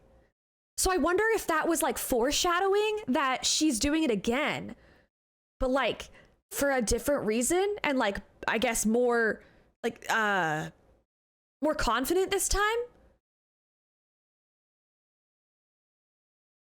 I don't really know what the line about posture means though. I'm not sure I understand, but anyway, I'm just speculating wildly. Ah, yes, there's something I've been meaning to ask you. Oh, what's that? That Nipponese man, is he faring well? Natsume? Sorry? The one arrested twice in succession 6 months ago. With the stoop and the mustache and the jitters. Ah, Mr. Natsume, you mean? I'm not sure he'd be very pleased to find out you identified him from that list, Runo. I mean, to be fair, who else do we know that's been arrested twice? He's fine, thank you. In fact, I received a letter from him by international post only the other day. I see. Well, I think we can end our discussion there, don't you? There's little time left before goodness gracious, sorry, I'm so sorry. Let me try that again. There's little time left before tomorrow's trial. I advise you to spend it investigating the case. Yes, thank you for the advice, and for the conversation. I can't believe he's asking after Soseki-san. After a Nipponese. I'm not sure whether to feel happy about that or worried. I never imagined that Mr. Reaper would be friends with a mad scientist, did you? Maybe. I mean, well, Sholmes isn't the scientist, Iris is, kind of, but... Maybe it's not so far-fetched. That's a turn up for the books. A mad scientist? Ah, you mean Professor Hairbrain. Yes, it might be worth quizzing the professor about his relationship with Lord Van Zieks, I think. Aha. So I think that's our cue to head back over. Damn, he really is just sitting there.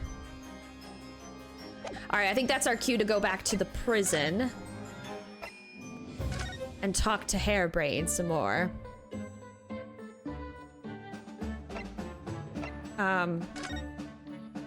The Reaper's varsity years. I understand Lord Van Zieks is a friend of yours from your university days. Yes, that's right. He was studying law whilst I was studying science. What was he like back then? A good question. Unassuming, gentlemanly, an all-around nice fellow, really. Sorry, I think you misheard me. I'm talking about the cold-hearted, merciless prosecutor Barack Van Zieks. What was he like when he was at university? Talk about a leading question, Runo. As I said, an unassuming and extremely pleasant gentleman. After all, he is the little darling of the Van Zieks family, with all its great aristocratic origins. I didn't realize he had quite such noble blood. Little darling? Yeah, little darling is one hell of a way to describe the man. It was a bit of a shock when I came back to Britain and learned what he'd become. The Reaper of the Bailey, no less. Yes, that's right. I did hear, though, that there was a very big event in his life that completely changed him after graduation. Really? What sort of event?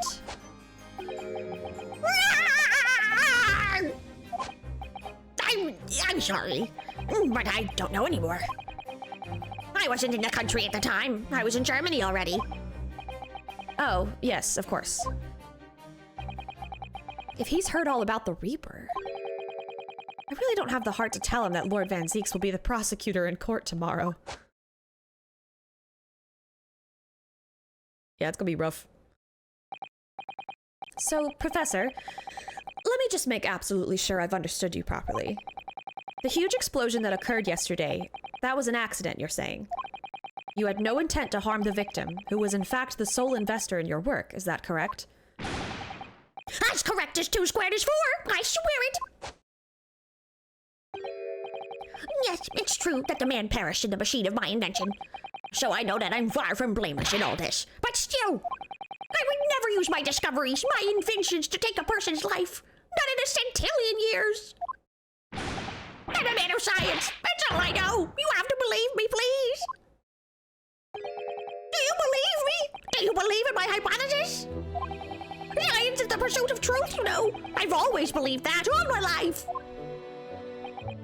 This man is desperate. I'm afraid I don't know much about science or your theories, but I do believe you, and I will fight to prove your innocence with all my might. I'm a man of the law. It's all I know. You have to believe me, please. When I went to live in Germany after I graduated, I learned something very important. Nationality, class, lineage, none of that matters. As long as you try your hardest, you can achieve anything. Thank you for that, Professor. And thank you in advance for defending me tomorrow in court. All right, Ludo. It's time. Time to visit the Great Exhibition. Sorry? Well, that's where the incident happened, isn't it? Yes, I suppose that's true. Time to investigate at last. All right, well, let's go. A new location has been added. Then off we go.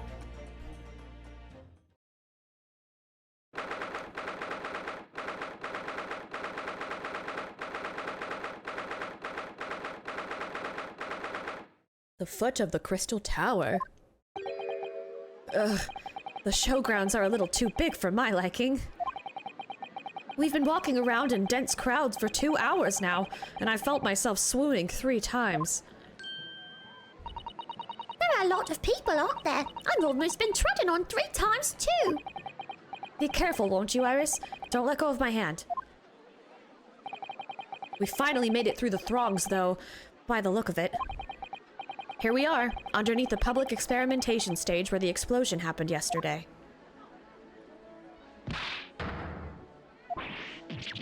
Oh dear. What's that? I can hear voices from up on the stage. It sounds like an argument.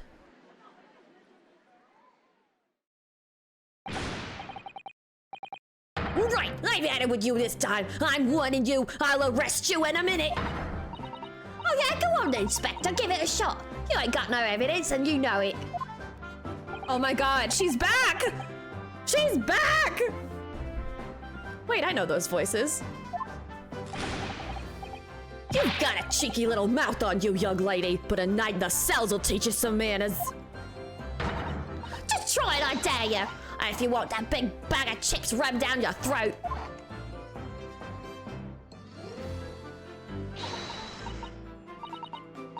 Yoo-hoo! Grexy, what are you doing up there?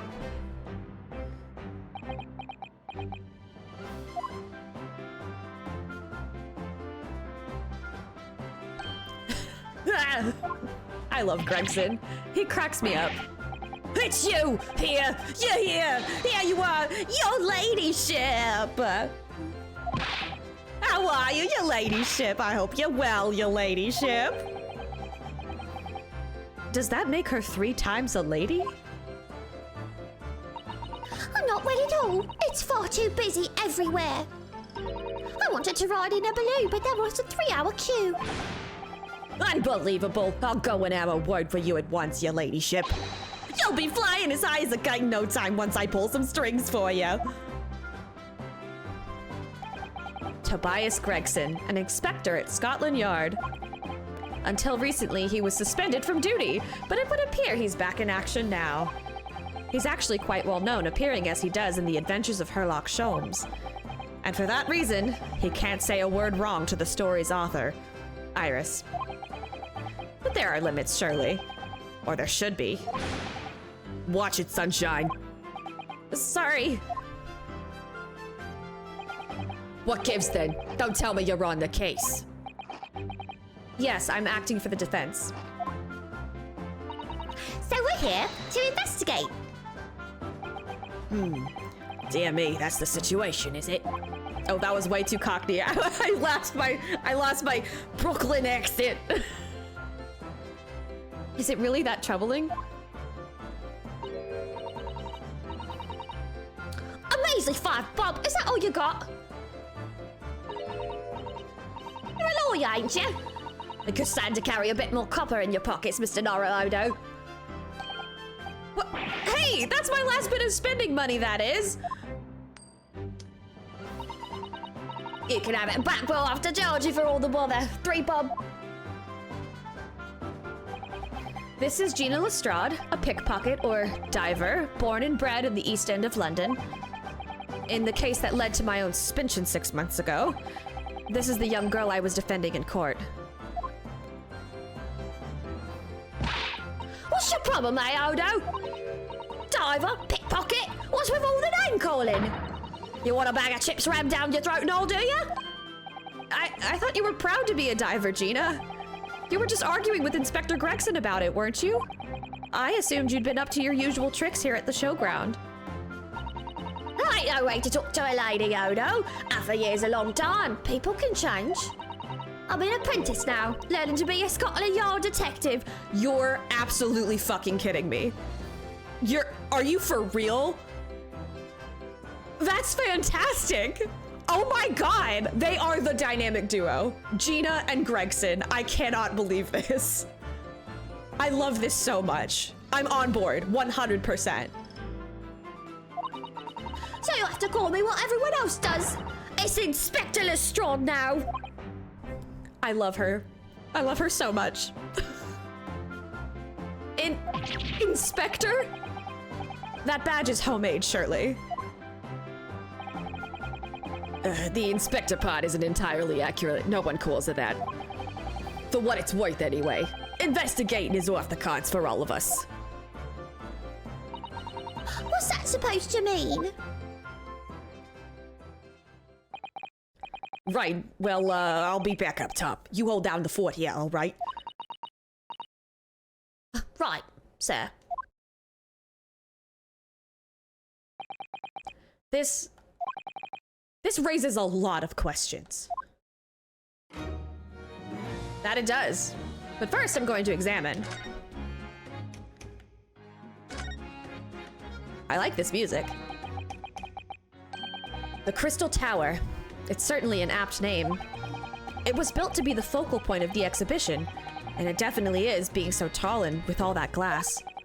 I can't imagine a building like this ever being erected in Japan. There are lots of exhibits inside the tower as well, apparently. Of course, there's an observation deck, but there's also an art gallery, a zoo, and a museum. But I heard you have to queue for 3 hours just to get through the doors. Well, at the moment, the shattered glass from the failed experiment may well be the biggest draw. And thanks to that accident, the whole tower is shut. Suddenly, it's not the Crystal Tower anymore, but the Crystal Glass Shower. Apparently, everyone's taking to the skies now to look down on the disaster area from above instead. But there's a 3-hour queue to go open a balloon now. Londoners must be very patient people. Well, let's look at these stairs. These stairs obviously lead to the stage above. We should go up there and investigate the exact spot where the experiment was being conducted. Oh wait, no, I wasn't ready to do that! I was still looking around! Shit! Oh well.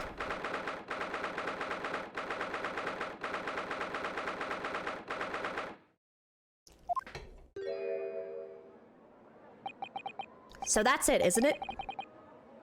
The machine that blew up. Oh, it must have been a magnificent explosion, and I've seen my fair share. You've seen things like this before, you mean? Of course, Hurley's always doing experiments that end in a bang. In fact, in his own words, explosions are the very essence of chemistry. Ah, that might explain the smell of burning that frequently comes wafting up the stairs. One time, he made something that exploded with such force it took the roof off the building. I wish you'd been there to see it, Runo. It's hard to get too excited about that, given that I now live in the roof. Well, anyway, that's enough about that. It's time to investigate. But I wanted to go back down and look at... Oh, look! Inspector Gregson's over there. He seems to be deep in thought about something, whilst eyeing the machine carefully. Really? He just looks confused to me.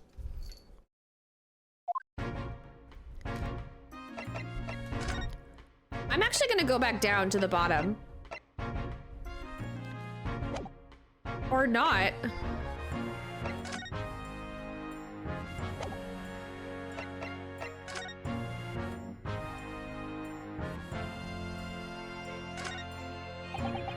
There are all sorts of strange buildings here in the Great Exhibition Grounds, aren't there? I seem to remember something similar being exhibited in Japan one time. Oh, in your country, Runo? I do wish I could go and see it. I'd present the particularly steely samurai with the present of one of Hurley's stories I'd written especially. I'd see if I couldn't get Hurley into a jam against some Baritsu master ninjas. You might not find as many of those sorts of people around as you think. Oh, well that's dull. Oh, but I do know a prosecutor with a, Shonmage top knot I could introduce you to. A Chonmage? Really? Do you think I could have my picture taken with him? Do you? Assuming he's recovered from the trim Cosma gave him a year ago, yes.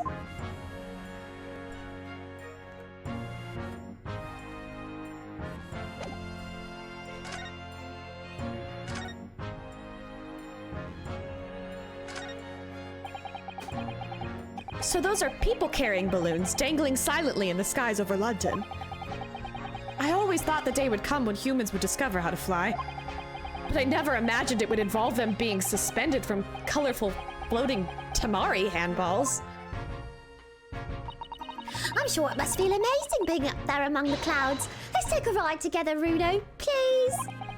If I'm being perfectly honest, I would like to try it. But without a cast iron guarantee that the thing won't plummet to the ground, I'm too scared. Oh well, in that case, I should tell you what Hurley said.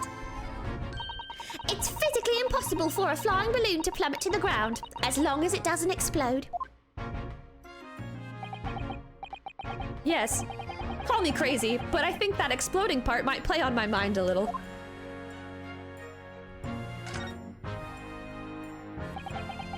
It ripped itself apart magnificently, didn't it? Magnificently and mercilessly. So someone stands in the middle of the machine to be disassembled and then beamed through the air? Yes, beamed. Not blasted. That's the point. Yes, that part's crucial, really. Is something like that even possible, though, Iris? Oh, Runo, I'm just a child. How shall I know? A child when it suits you, you mean? From what I can tell, I think if you were to pull this lever here... Stop! Don't touch that! That was practically instantaneous kinesis the way you flew over just now, Gregsy. Please, your ladyship. I didn't mean to startle you, but I can't let you touch anything up here. So sorry, you can have some of my latest special blend to make up for it.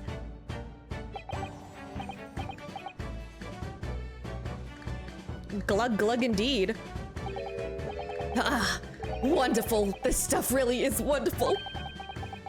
It's just like old times, this is.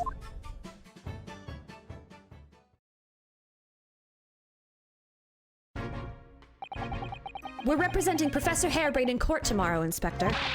So we should be allowed to examine that scene.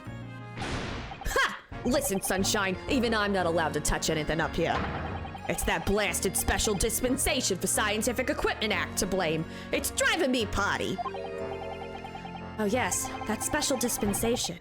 The professor mentioned it too. More red tape's all we need. I don't know what the government thinks it's playing at sometimes. Dude.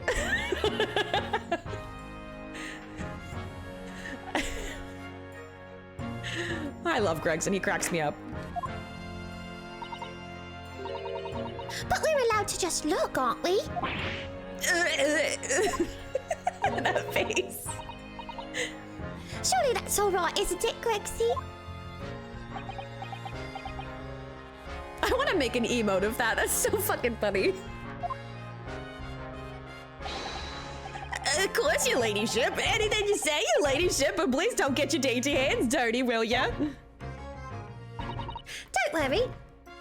We wouldn't dream of touching anything, would we, Runo? She really knows how to get what she wants. Anyway. Considering how badly damaged everything is, Professor Harebrained was lucky to escape unscathed, I'd say. We should have a good look around the machine while we can, I think. Touch anything, and I'll make sure I kill you before I get strung up myself, you hear? I won't touch a thing, I promise. So please, spare a thought for your digestion. Anyway, do you really think this machine could actually disassemble people like the professor claims? He asks, looking totally incredulous. Give it a rest, Sunshine. If we were allowed to examine all this bleeding scrap metal, maybe we could answer that question. But we can't, can we? Because of the annoying rules, you mean? Exactly! The annoying, obstructive flaming rules! Oh, look at the base of the machine there. Oh yes, there's a tool of some kind poking through the wire mesh. It's a screwdriver, I think.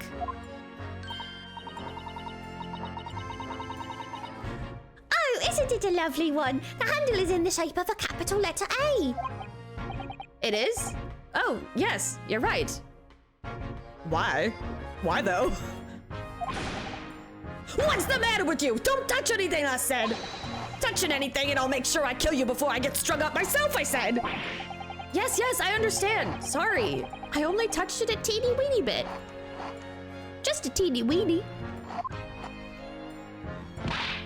But Grexy, I'm very curious about this screwdriver. Really very, very curious.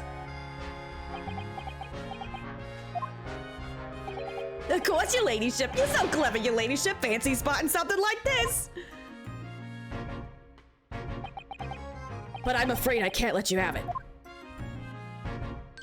But Bruno found it first. I assure you, I'll investigate it thoroughly.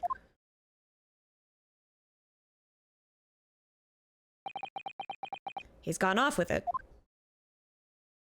That was very mean, I'm afraid. Inspector Gregson is going to make a very clumsy and embarrassing mistake in next month's installment now. Poor Gregsy.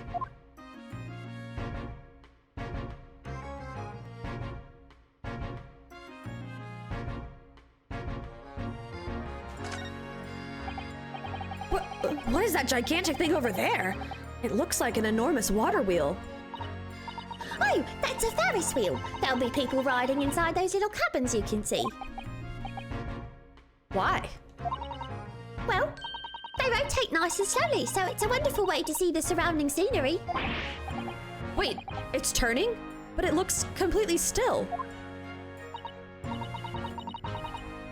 Yes, that's because it's turning so slowly. One complete revolution takes about half an hour. Oh, I feel like that's gonna be significant. If you were mad enough to go in one, it would be more fun to whiz around fast, don't you think? I feel as though you might have just invented a new sort of ride there, Bruno.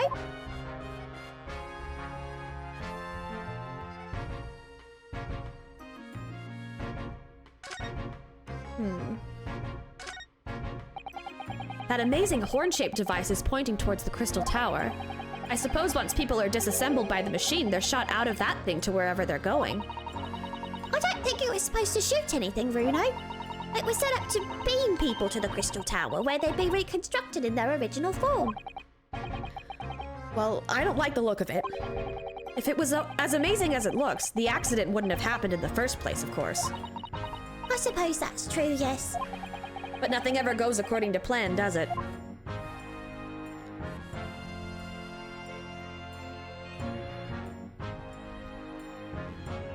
I'm scared I'm missing something.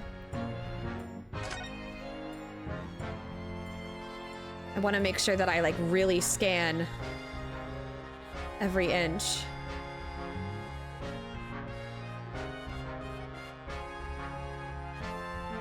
I'm kind of surprised that I can't examine these boxes over here.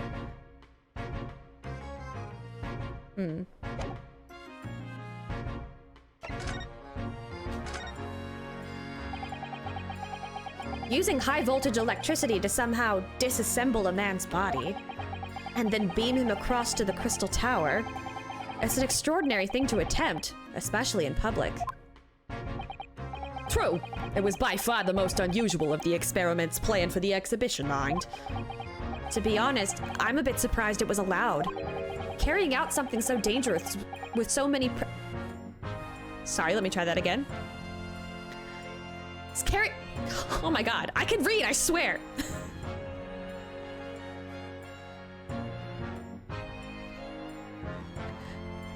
Carrying out something so dangerous with so many spectators present, I mean. The government's doing everything it can to promote new science and technology at the moment. They're more worried about being ahead of the game than the odd spot of public safety infringements. If they can be the first to develop some new technology, it makes Britain more... Woo, I was losing my accent. If they can be the first to develop some new technology, it makes Britain more powerful in the future, you see. Yeah, see? Yes, I suppose that's true, in a way. So the powers that be are placing a heavy emphasis on scientists' rights at the moment. What sort of rights? They're making it so any theories that the brains have remain their legal property, as it were. Right through developing it into a practical idea and even going into production. Which is the infuriating reason us coppers Oh my god, I'm losing it.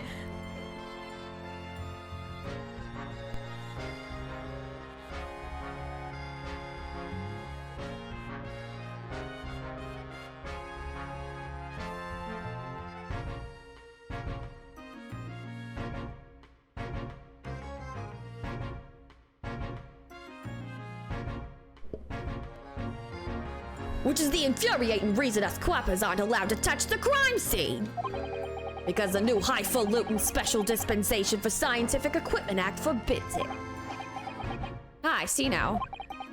The only people with permission to investigate here are from some brand new department at the yard. The Forensic Investigation Team, it's called. We've been relegated to keeping guard. The Forensic Investigation Team. Any old fool can see what this heap of... Oh my god, Any old fool can see that this heap of scrap metal was a sham to begin with. But just because it says scientific equipment on the paperwork, we can't do a flaming thing with it. Poor Gregsy. He's very het up, isn't he? Oh, shit, I hit the wrong button. Remind me again what this new legal act that means we're not allowed to touch this.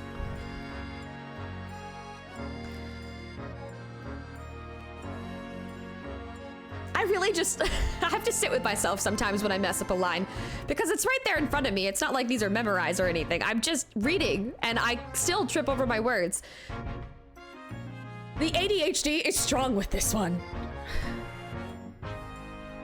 Remind me again, what's this new legal act that means we're not allowed to touch the scene here? Are you having at me, sunshine? It's a Special Dispensation for Scientific Equipment Act. Yes, I think Hurley mentioned that recently. With a real twinkle in his eyes, I remember. I'm sure he did, your ladyship. I'm sure he did. Passed especially for this great exhibition it was. All scientists have to do is present their ideas or inventions to some suits in the civil service.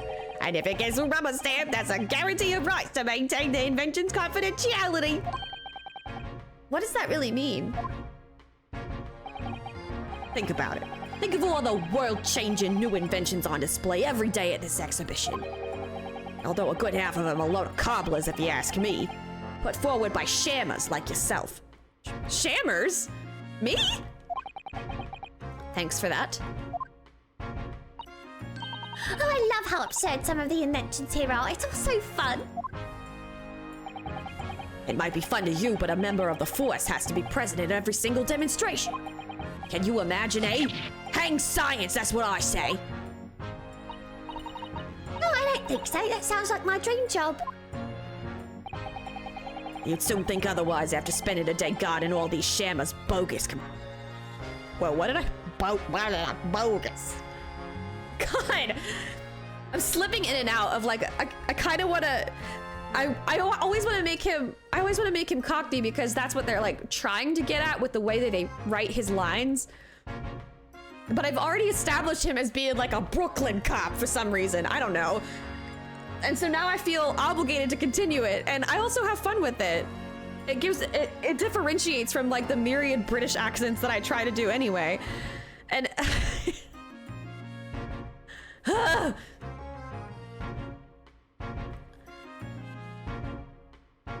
wish I could, I just wish I could do better. You'd soon think otherwise after spending a day guarding all these shammers bogus contraptions. But if they're all bogus, how can anyone hope to demonstrate them? There'd be no point. Yeah, well, there is a point, sadly. Sorry? Thanks to another of our government's bright ideas. If any theory or invention is deemed to show potential, the government hands out a research grant. The scientists get funding? Exactly, and that's what they're all after. All these shammers coming from far and wide to clog up Hyde Park. And who has to keep them all safe, eh? Who has to smile politely and welcome them? Us coppers, that's who. So you can see why I say it now, can't you? Hang science! Hang it! See, that was like probably more cockney. Whatever, I'm trying my best. Oh, maybe I can see your point. keep hitting the wrong button. Apparently, Professor Hairbrain lives and works in Germany now, conducting his research. That's right. Came back to Britain especially for the Grand Exhibition. I keep calling it Grand Exhibition instead of Great Exhibition. That's right. Came back to Britain especially for the Great Exhibition, as I understand it. Probably after one of the government's research grants. Actually, we learned something else while the professor... Oh my god. I feel like I need to walk away because clearly I can't fucking read. Okay, I can do this. I can read. Let's try again. Actually, we learned something else about the professor from earlier today. About his time in further education. It turns out he was at university with someone we both know. Lord Van Zieks. What's that? That's news to me.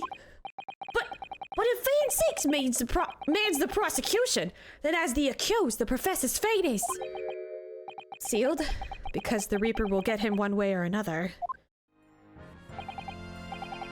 Blimey, that man's beyond me. I don't know what goes on in his head of his. Talking of Van Zieks, this morning's paper ran the story of him being attacked. Read that? Oh yes, but Mr. Reaper is completely fine. Nothing to worry about. Yes, right. Glad to hear it. Still, the Reaper, huh? How long's that business gonna keep up, I wonder? I swear to God, if I hit the wrong button one more time, I'm gonna... I want to like slap my hand. Like, slap that hand. Press the right button next time.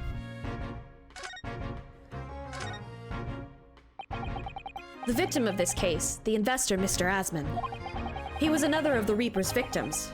Or so I heard.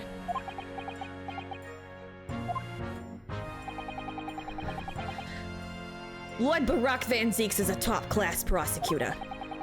But even he can't always push the right verdict through. Sometimes, justice can't win.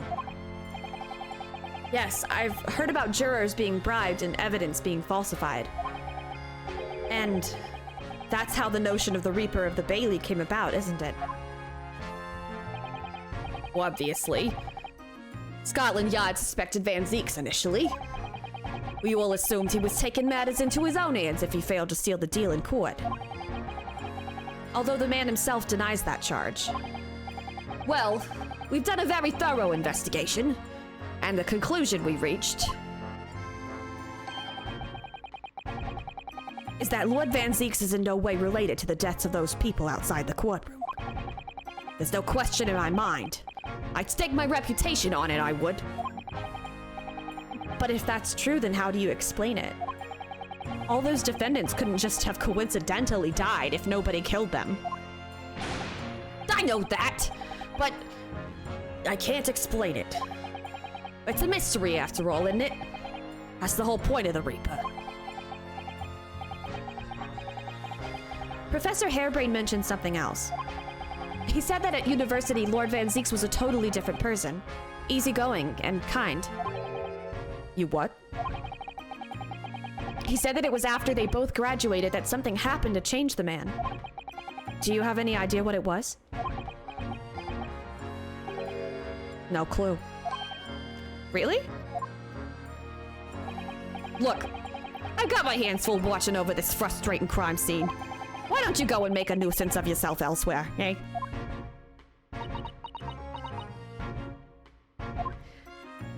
Seems like somebody knows but won't tell. It's not a can't tell, it's a won't tell. Alright, well, I don't think I can really see anything else, so I'm gonna... you know what? While I'm here, I'm gonna go ahead and present the newspaper. Oh, whoops. Present. Inspector, have you read this paper?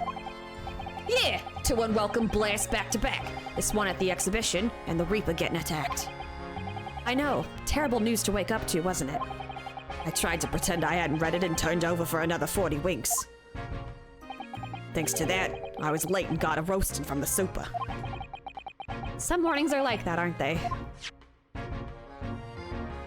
That didn't really help me.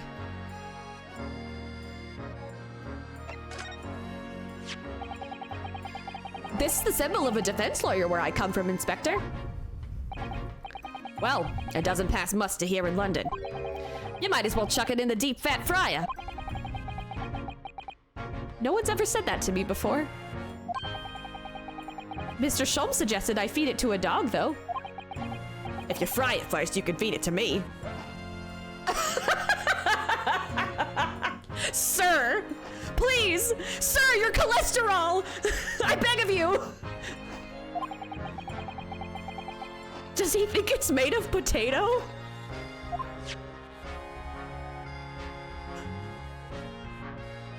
This is the kind of conversation you can hope to get in Ace Attorney games, everybody. By the way, just quality humor. Does he think it's made of potato? Truly, a question for the ages. Anyway, I'm gonna go back to where I was standing, where I wanted to stay.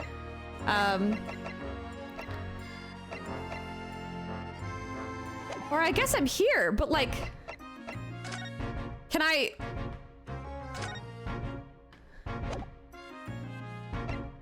I wanted to fully examine everything with Gina, too. Skip? That was a very chaotic conversation to skip.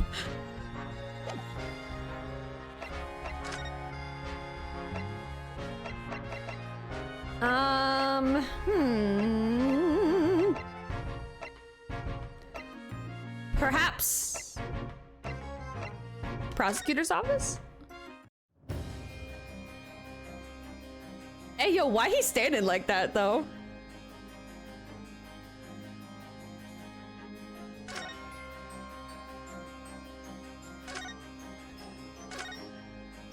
He's gone.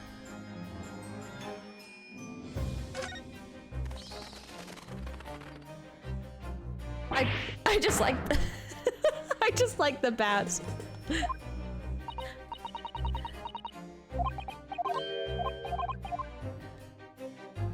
But like, okay, hold on. Can we why are you standing like that though? Lord Van Zeeks.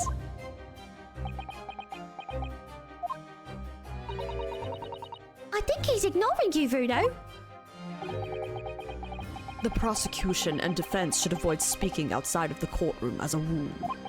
So if anyone is being rude here, it's most certainly the man in black there standing before us. Oh, I see. Well, thank you for setting the record straight. Did you see that? He spoke to me, Rudo.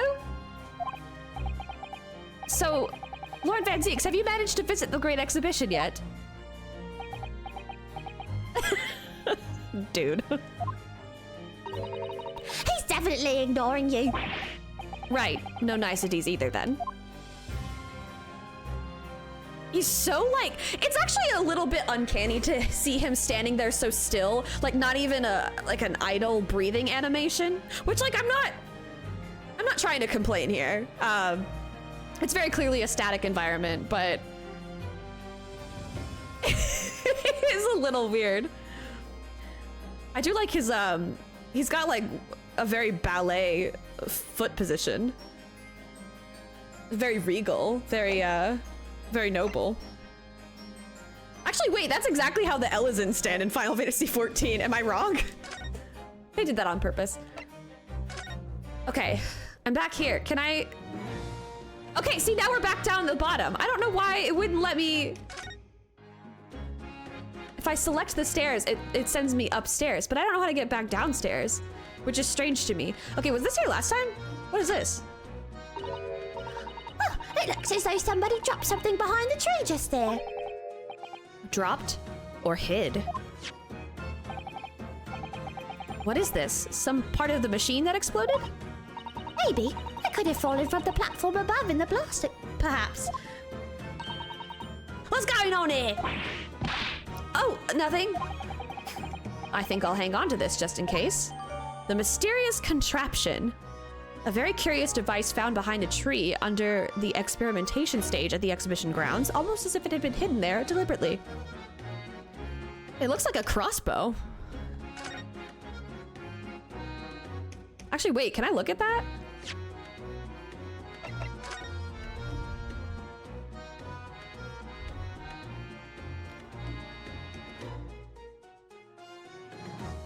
There's a lever on it. Oh, I hit the wrong button again. Can't find anything. Oh, no, yes you did. This thing. Ah, there's some sort of lever here. It is a crossbow. What is this? It looks like a cross between a bow and a gun. I think it's probably used for the same thing too. Crossbow. A weapon found hidden behind a tree under the experimentation stage at the exhibition grounds. It turns out that it's a folding crossbow. Fancy. It looks like you wind this around. Oh my gosh. It looks like you wind this around in order to draw the bowstring back and create tension. You must be able to fire arrows with a huge amount of force using this device then. In fact, I would imagine it's far more accurate and powerful than a Japanese longbow. Ugh, I really had no idea what I was picking up when I spotted this at the exhibition grounds.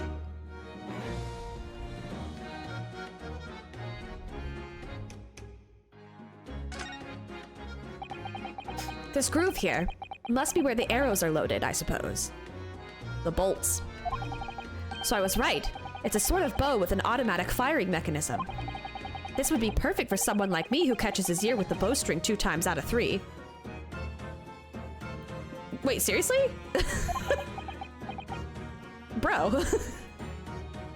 Not supposed to hold it that close to you, right? In fact, if I had one of these, maybe I could have beaten Kazuma in Kyoto archery training.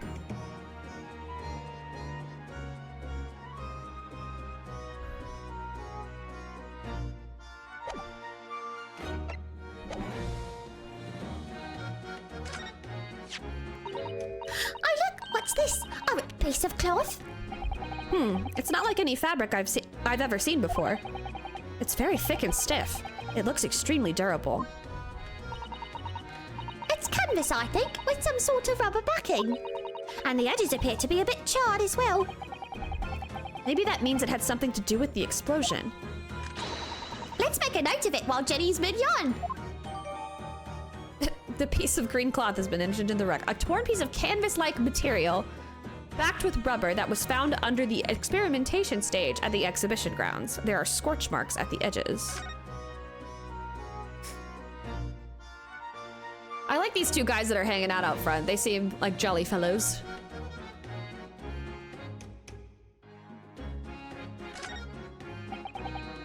For some reason, the ground is damaged in this spot. Look. Almost as if there was a fire here or something. Yes, if you look closely, there's some scattered ash and burnt embers too. Well, I suppose there was a big explosion just above here. People probably wouldn't bat an eyelid at a small fire like this. Wait, hold on. People probably wouldn't bat an eyelid at a small fire like this would have been. What?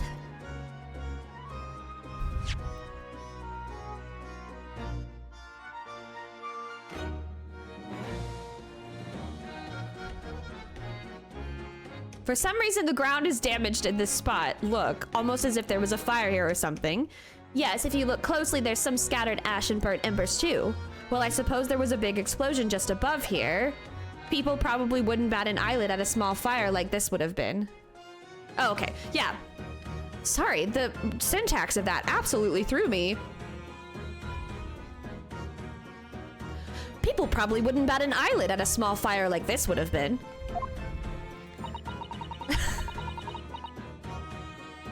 I'm not sure we English are quite that laid back, Bruno.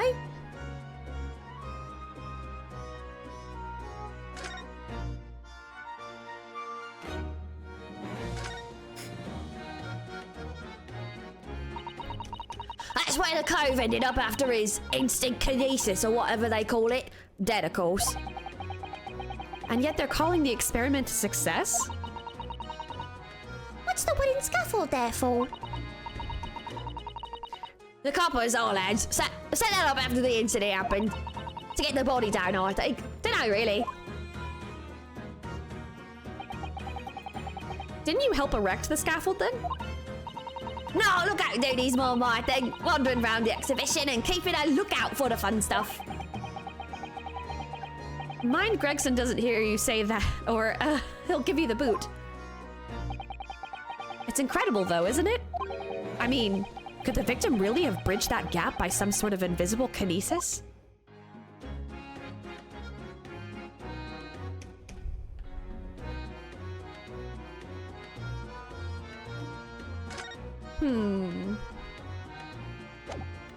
Why don't we talk to Gina a little bit?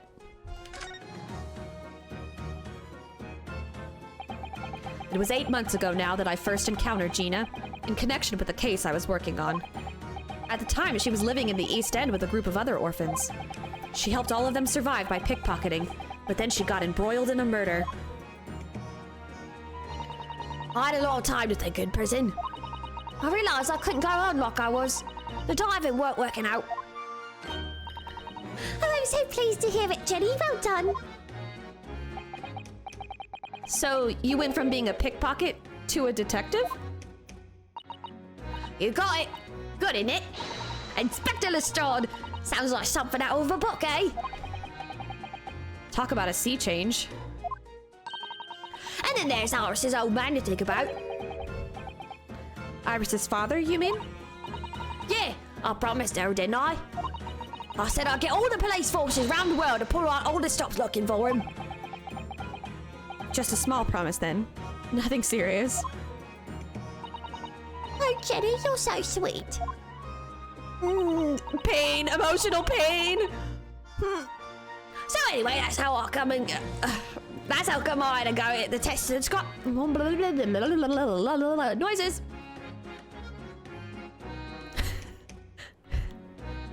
I work so hard to do the accent sometimes that I don't register or almost even see what I'm reading when I'm reading it, and that's why I struggle so many times. It's not even just the fact that my brain is moving faster than my mouth, or my mouth is moving faster than my brain, or there's just that disconnect of mouth to brain or whatever.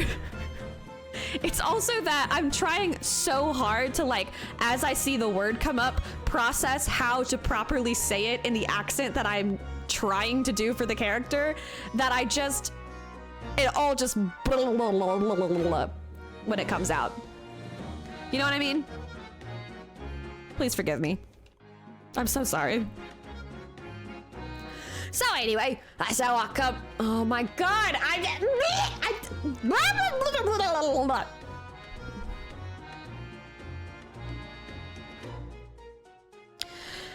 This is gonna be so fun to edit. Oh my god.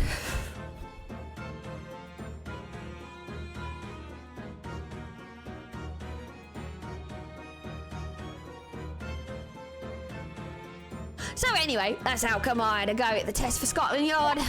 Only trouble is, I don't read so well, do I? Just a small problem. Nothing serious. And that's when Hurley approached Gregsy and asked for help.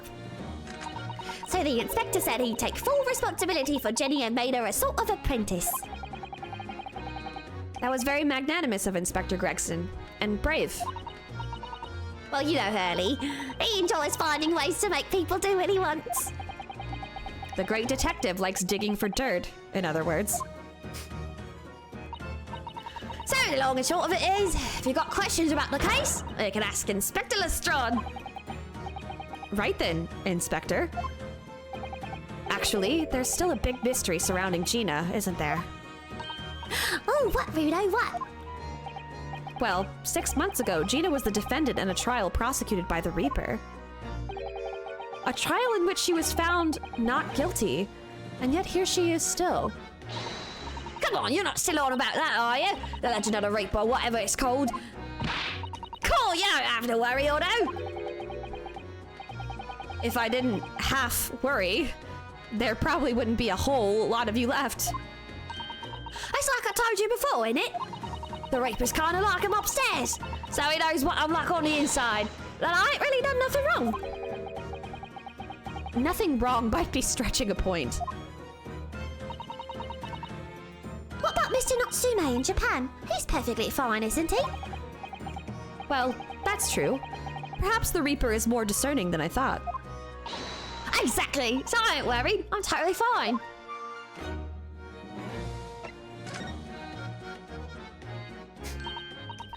Cool, it was out of this world, it was. The brainy bloke pulled a bunch of levers on his machine and suddenly it started billowing smoke. Then it just went pop. I ain't seen a better experiment here yet. Sorry? You mean you saw it, Jenny, with your own eyes? Yeah, of course. Boss is in charge here, ain't he? Keeping everything running smooth, I mean. The boss being Inspector Gregson, I suppose. That's going to take some getting used to. So all I have to say is that I'm on duty and I can do whatever I want to. Get this! I was up in one of them flying balloons when it happened. Watched it from above. No, you're so lucky, Jenny.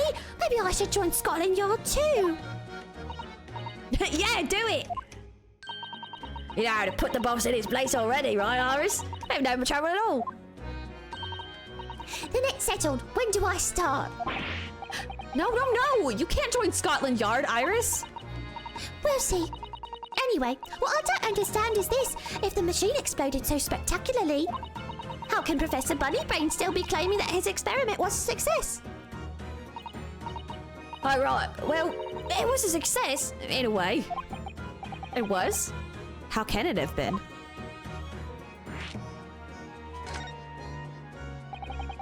Surely after the whole machine blew up, no one would call the experiment a success. It's like I said, it did sort of work. I mean, yeah, there was a load of smoke and that whopping great bang. But where do you think they found the victim's body, eh? In the Crystal Tower over there. What? In the tower? You can see for yourself, can't you? Up there above the scaffold. Oh, where all the glass is broken, you mean? Yeah, the cage what the victim got in to start with.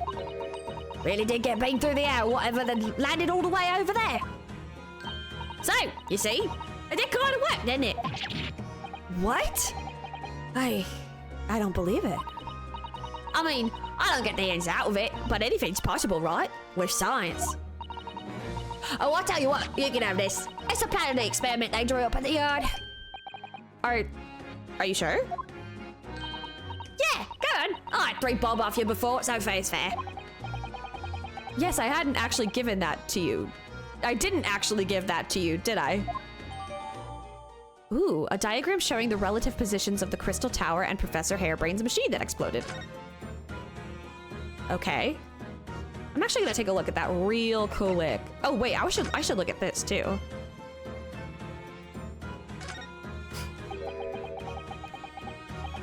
It looks like layers of thick canvas with a thick rubber lining of sorts. I've never seen anything like it before. Oh, it's a hot air balloon, isn't it? There must have been a hot air balloon that exploded. But applying Mr. Sholmes' methods, you might deduce it was part of a raincoat worn by someone who really, really didn't want to get wet. And the charring must have occurred when the person was struck by lightning. Or maybe not. Nah, I think it's the remains of a hot air balloon. All right, so here's the sketch. Got our magnifying glass here.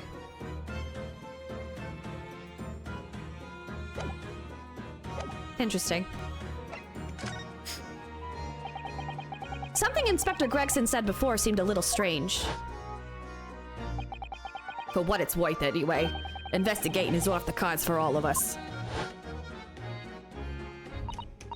Yes, naughty old Grexy ran off after that without explaining himself. Oh, right, that. The boss said no one's allowed to investigate that weird machine what blew up yesterday. Well, that's not fair. We're representing the defendant. In that case, could you at least tell us what you've learned from your investigations? Nah, you're not getting it. We ain't allowed to investigate either. Why? What did the boss call them again? The forensic investigation team, I think. Anyway, apart from them lot, no one's allowed to lay a finger on the scene.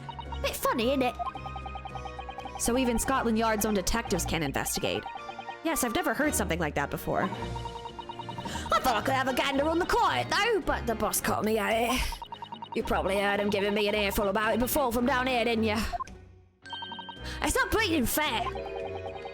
I think you were giving him as much of an earful back as I remember. Yeah, well, sometimes I think it's all them chips what make him so stubborn. You say something to him, I'll do. Go, see if you can get through to him. He's up on the platform above us, is he? Where the machine that exploded is? We can try, can't we, Runo? Grexy will listen to us. We'll give it a go. But then we already talked to him, so now we're here again? I guess I was supposed to talk to Gina first, but then I accidentally investigated the stairs and the game said, just kidding, we're moving the plot forward now. Runo, listen. What? What is it? I've been thinking. Hurley might know something, mightn't he? About what? About Mr. Reaper. About what happened to Lord Van Zeeks, you mean? Because it sounds like something very significant occurred after he graduated from university. And as I noted before, Sholmes is also a very similar in age to Van Zeeks and Harebrain, which means there could be a chance that Sholmes also attended university with them. Something that completely changed his life. Maybe, but I have no idea where to find Mr. Sholmes at the moment. He's in the middle of some big case, isn't he? Perhaps he was apprenticing at the prosecutor's office. Mayhap. Here,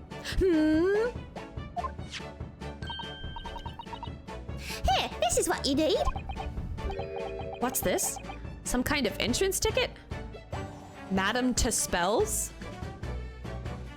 Madam Tuspells? Better practice saying that so I don't accidentally say Madam Pustells, because that's an entirely different business, I think. Madam Tuspells. Is this supposed to mean something to me? You don't know it? It's the most popular attraction in London at the moment. It's very close to Baker Street, actually. We could go now if you like. No, we don't have time for visiting attractions today, Iris. We have a big trial tomorrow. But that's where Hurley is. What? At this popular London attraction? Yes. How is it that you know where he is? Hurley told me, but he told me to keep it a secret from you, Runo. Madam Tuspells. I don't see how it could be related to the case we're investigating here, but then... stranger things have happened, and when they happen, Mr. Sholmes is usually at the heart of them.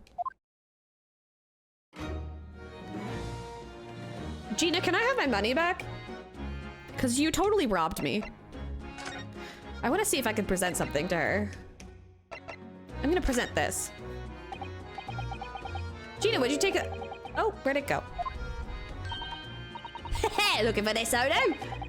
When did she do that? What have you got anything else to show me, eh? What do you reckon? Give that back first, please. She's like, I'm gonna show you the evidence now. I do actually want to show her the crossbow. Nope. Same thing. Okay.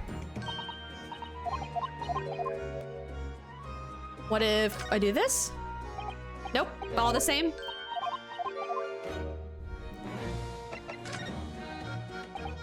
I just want to make sure I'm not missing anything. Tried and true. Oh, this armband is proof, in Japan at least, that I'm a defense lawyer. And this badge is proof that I'm a detective. So you're all gonna have to start calling me Inspector Lestrade. In that case, you'll have to start calling me, well, anything but Otto. I could call you Defendant Nora Odo, if you like, but it don't really trip off the tongue. No, it doesn't have a great ring to it, does it? she tried though, and I appreciate her for that. All right, anyway, let's move on. A new location, Madam to Spells. Did that say waxwork before I... Wait, is this supposed to be, Museum of Waxworks? Oh my god, wait, is it supposed to be a parody of Madame Tussauds or something? What is that old... Oh, I'm Googling it right now. Hold on. I feel like... Madame Tussauds Wax Museum. There's one in London. I mean, there's a few across America as well, but there actually is one in London. That's so funny. Clever. Okay, clever reference. Oh. Oh. Oh. Okay. What is this place? Look at all these terrifying scenes. But why are all the people so still? Guillotines? Ruthless murderers? I know what I'll be dreaming about tonight. They're all wax models. They're amazingly realistic, aren't they? What do you think, Bruno? Shocked? Wax models? Ah! I read about dead bodies in wax once in a magazine about strange phenomena. Depending on how corpses are kept after death, parts of them can turn to wax, apparently. That is true. That is actually true. It's called adipocere. Stop talking about creepy things like that, Bruno. You're scaring me. Anyway, adipocere doesn't form readily, you know. It's only very Ah! What now? I've just remembered something else I read in another magazine about strange phenomena. There was an old lady, maybe a witch, who used to pour molten wax over corpses and put them on display. None of the exhibits in here are real. They're all entirely man-made replicas. They can't be! Do you really expect me to believe that? Just look at them! Oh! There's no way anybody could make models of people that are this realistic. You're fucking joking me right now. Look at... I'm screaming. I'm absolutely screaming. And they're all such gruesome scenes. Wait. What is it? This man is so unserious. This man is absolutely so unserious about everything, and I love him for it. Oh. No. I must be seeing things. Oh boy, this is gonna be fun. Oh, I'm very excited about this.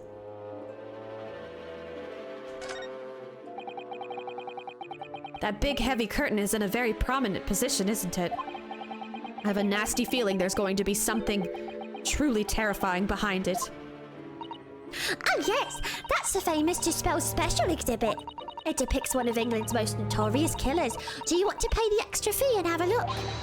Pay more money to be even more terrified? Oh, let me think about that for a moment. It was only a suggestion. Yeah, there's a creepy hand sticking out of it, but I'm gonna go all the way over here first. Is this some infamous murderer? Yes, called Jane the Ripper. All her victims were young women. I knew it. You can tell by the way she's holding that knife. Sure sign of a murderer. Well, yes. Ah! What's the matter, Frudo? I've worked it out. I know what she's doing. She's trying to fill that bathtub with blood so she can have a soak in her victim's gore. Not according to the information about the exhibit on the little board here. It doesn't mention anything about the bathtub. Really? Sorry, I don't think it's significant. I still think it has to be there for a reason.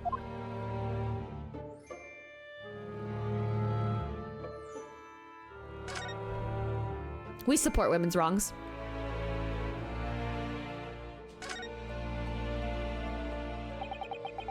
These models are so well made, I can't tell what's a waxwork and what's a real human.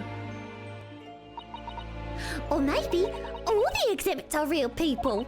And when it's closing time and all the visitors have gone home, they suddenly stop moving about. Ugh. Just thinking about it makes me wish it was closing time already and I was on my way home.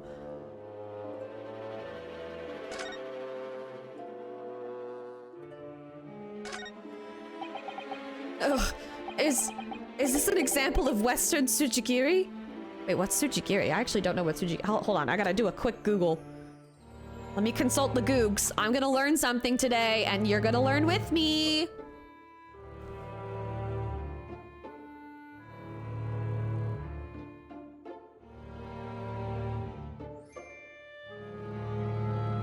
Tsujigiri, literally, quote, crossroads killing, is a Japanese term for a practice when a samurai, after receiving a new katana or developing a new fighting style or weapon, tests effectiveness by attacking a human opponent, usually a random defenseless passerby, in many cases during nighttime.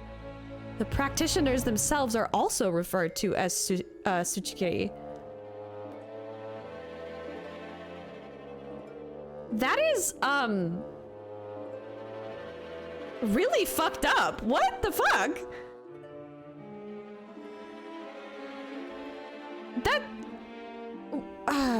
That's just very... Why would you just randomly kill something? Like, why would you do that?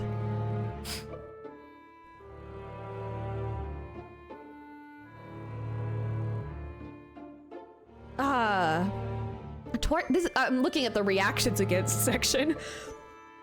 Towards the end of the Edo period, martial artist Motoyoshi Kanaya, a disciple of Hikosuke Totsuka, not to confuse with his grandson, also named Motoyoshi Kanaya, heard a band of criminals were practicing Tsujigiri in Akabanabashi Bridge in Shiba. One night he arrived earlier and hid, and when the band showed up, he came out and killed them all. So I guess it was mostly frowned upon.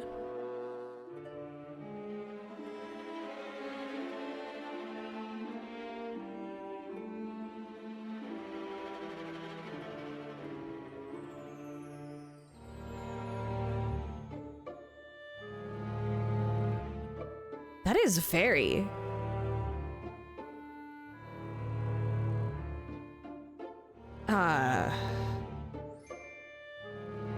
In the medieval era, the term referred to traditional duels between samurai, but in the Sengoku period, widespread lawlessness caused it to degrade into indiscriminate murder permitted by the unchecked power of the samurai.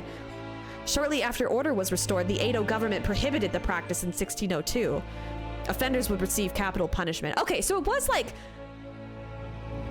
It started off as just like a, okay, we gotta put you to your opponent. Like, you actually, like, try it on somebody who's also of fighting capabilities, I guess.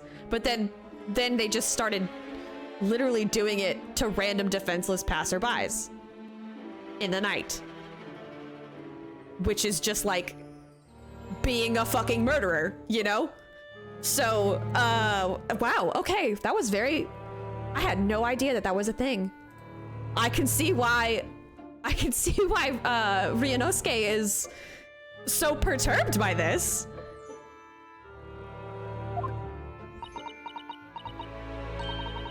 I don't know what that is. Well, I just learned what that is, Iris, so you got time to learn too. You know, when an unscrupulous samurai randomly attacks a passerby to test his sword? Okay, I literally could have waited to learn this, but it's much more fun to learn when I'm ready to learn. You know what? I'm glad I looked it up. I don't care. I'm glad I took the time. I still don't know. No. See, I'm glad I looked it up too, because I have the context. Now I have the context and I have the historical reactions and the historical precedent for things. So I'm glad I looked it up. It's nice to do a little Google. You know, what's a little Google in between gaming sessions? Know what I mean?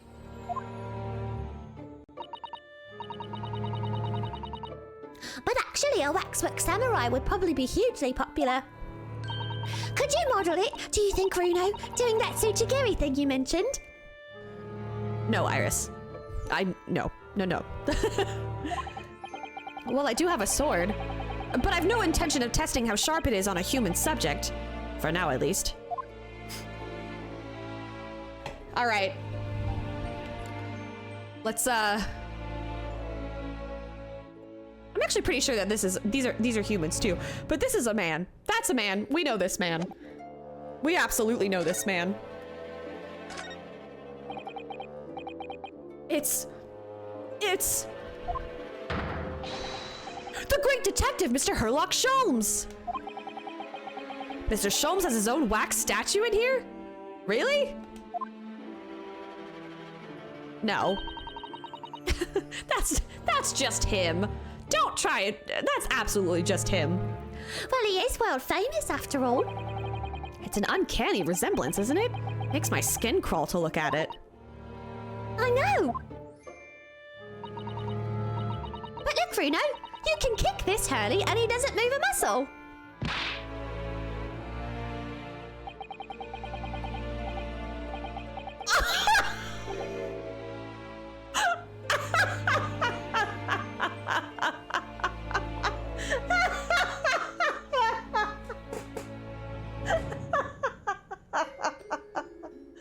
Oh my god, she's so real for that. She kicked him. I was really fooled for a solid second, but then I saw him move in the back. That was really good. That was really, really good. You can't go around kicking the exhibits, Iris. Wait. Wow. It just moved, I'm sure. And not just a little bit either. Kick him again. Do it again, please. Kick him again. It blinked. Really? Did it? And look closely. There are beads of sweat on the face of this waxwork model.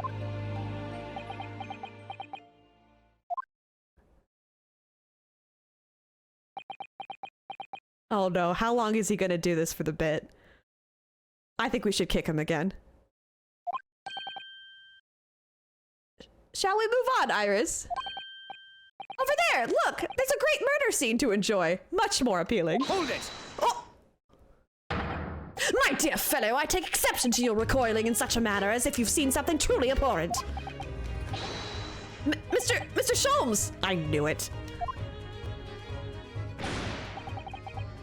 Iris, what possessed you? I strictly forbade you from divulging my temporary waxwork secret to Mr. Naruhodo. Temporary waxwork? What do you mean? And that kick! Could you not have exercised a little more restraint? You winded me. But Runo has something he needs to ask you. Ah, the question. And I thought you'd probably be getting bored too. So here we are. Well, I can't deny that your timing was impeccable. A mere 2 minutes more being stationary like that. And my great brain, upon which all my success has been built, would have turned to wax. Thank goodness we arrived in time.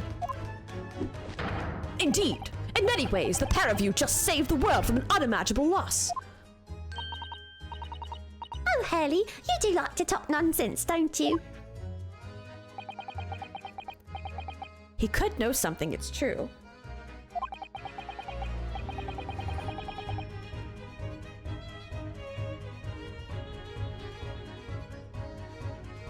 About Lord Van Zeeks and what happened in the past to change him. Now that you're here, let's take our time. How can I be of assistance? For you're in luck, I'm suddenly quite taken with the idea of conversing. Oh, well, actually, I'm in quite a hurry. And if my eyes don't deceive me, I believe something is afoot within the walls of this very museum. A most fascinating case, if I'm not mistaken. Really? Moreover, I have a strong suspicion that it is related to the matter about which you've come to me now. But how could it be? We shall speak again presently, my dear fellow. But for now, I must return to my work. What, back to being a temporary waxwork exhibit? I guess so.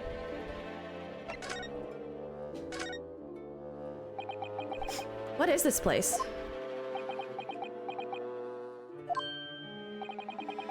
Madame Tuspels came to London from France 3 years ago, I understand. Since she opened this little waxwork museum last year, it's enjoyed great popularity in London. There are museums like this in Japan, too, but these displays are something else. Oh wait, that was Ryunosuke, my bad. Hold on, wait.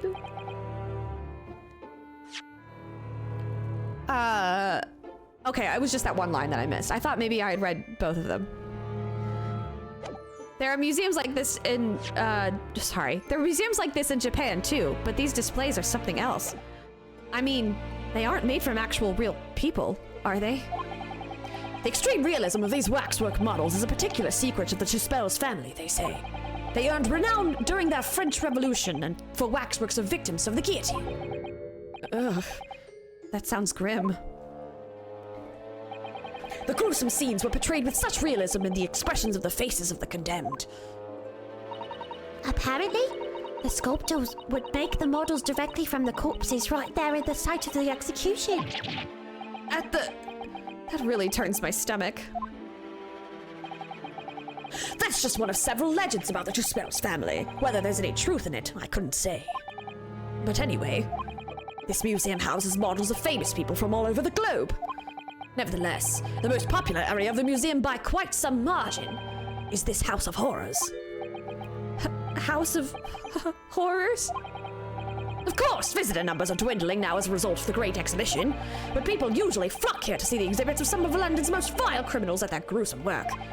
Naturally, most of the miscreants portrayed here were sent to the gallows. So they're even stiffer now than the models of them. Have you heard of poor taste? My dear fellow, the public live for poor taste. They yearn to be shocked. So, the hideous exhibits in here are... They're all portrayals of real events that actually took place. Is it just me, or did the temperature in here just seem to drop? Anyway, I advise you not to think too deeply about what you see here. Oh, he's back to being a waxwork, is he? What do you mean by a temporary waxwork, Mr. Sholmes? Exactly what you see. I'm part of the exhibits here, catching these criminals in the act. Catching them?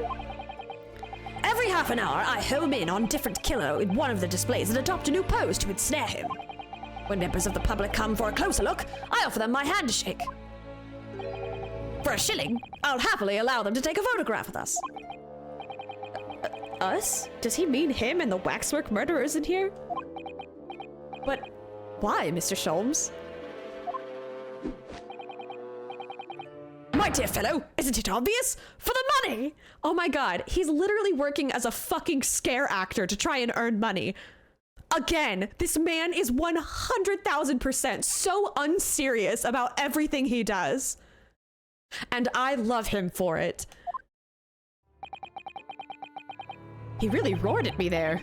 Very fitting for the House of Horrors. As it stands, I may struggle to pay this month's rent, and I have the ravenous iris to consider. Oh, Hurley, I'm so hungry. If push comes to shove, I shall have to ask you to do your bit, Mr. Naruhodo. What's he threatening to rope me into now? So, with that in mind, how about a photograph?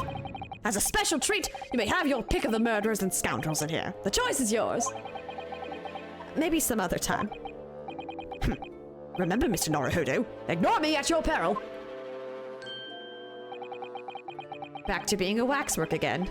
Is it just me, or did his final remark there sound a lot like a curse?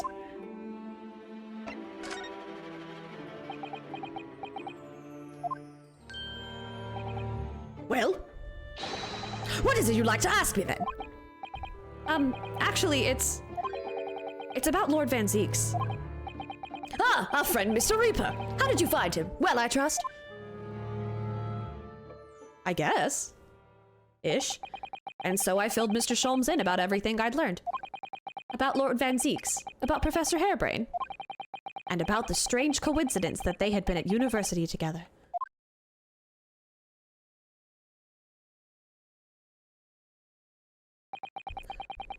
So I'm wondering what it was that happened to make Lord Van Zieks such a different person. I was sure that you'd know, Hurley. You said there was something going on here in this exhibit hall before, that something was afoot, and that you believed it was related to what I wanted to ask you about. Mr. Sholmes? He suddenly clammed up.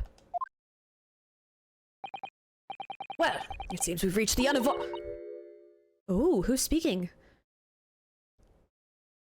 Greetings. I don't know what voice to give them. Oh, but this might be a new person. Ooh! Oh, hello.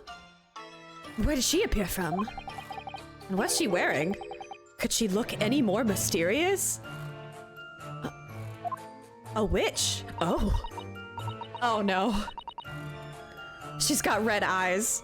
Oh god, I'm a sucker for red eyes in anime. Oh my god. The bi panic is striking. Oh god, what voice should I give her? Wait, if this is her, should I give her a French accent? Because she's from the French family or whatever? I hope you are appreciating my museum.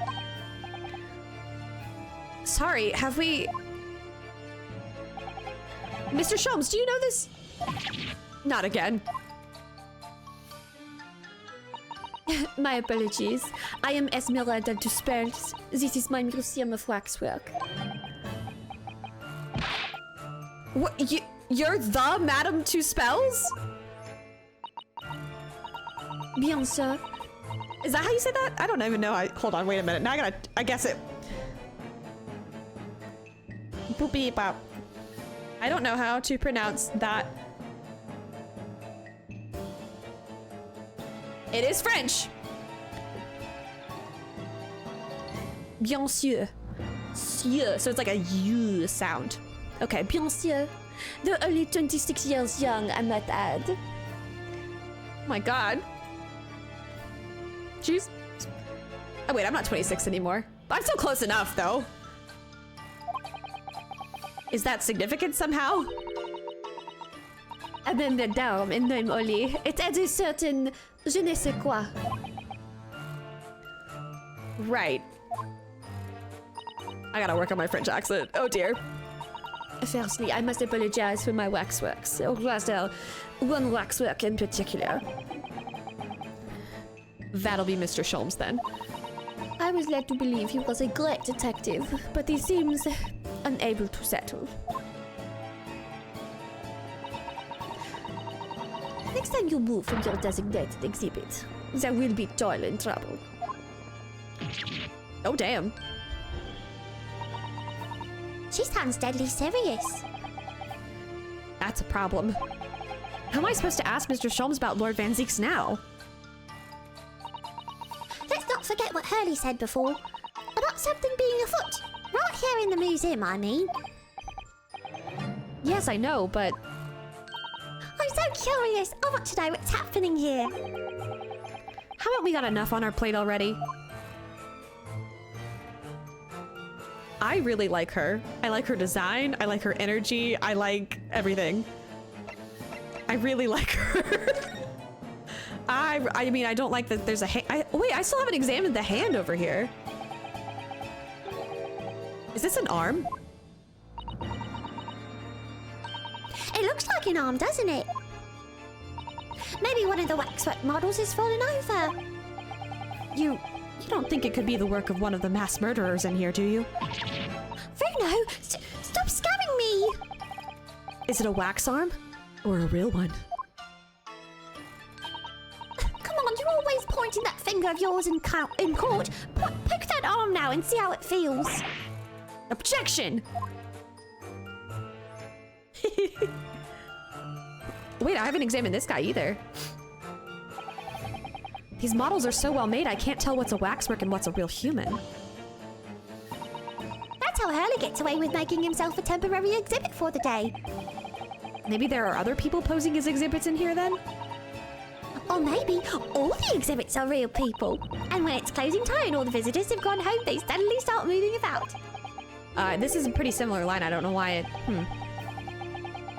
This is mostly the same as that other line I read, but I guess it was technically different because it added the bit about Sholmes, non-copyright Holmes, is posing. So maybe...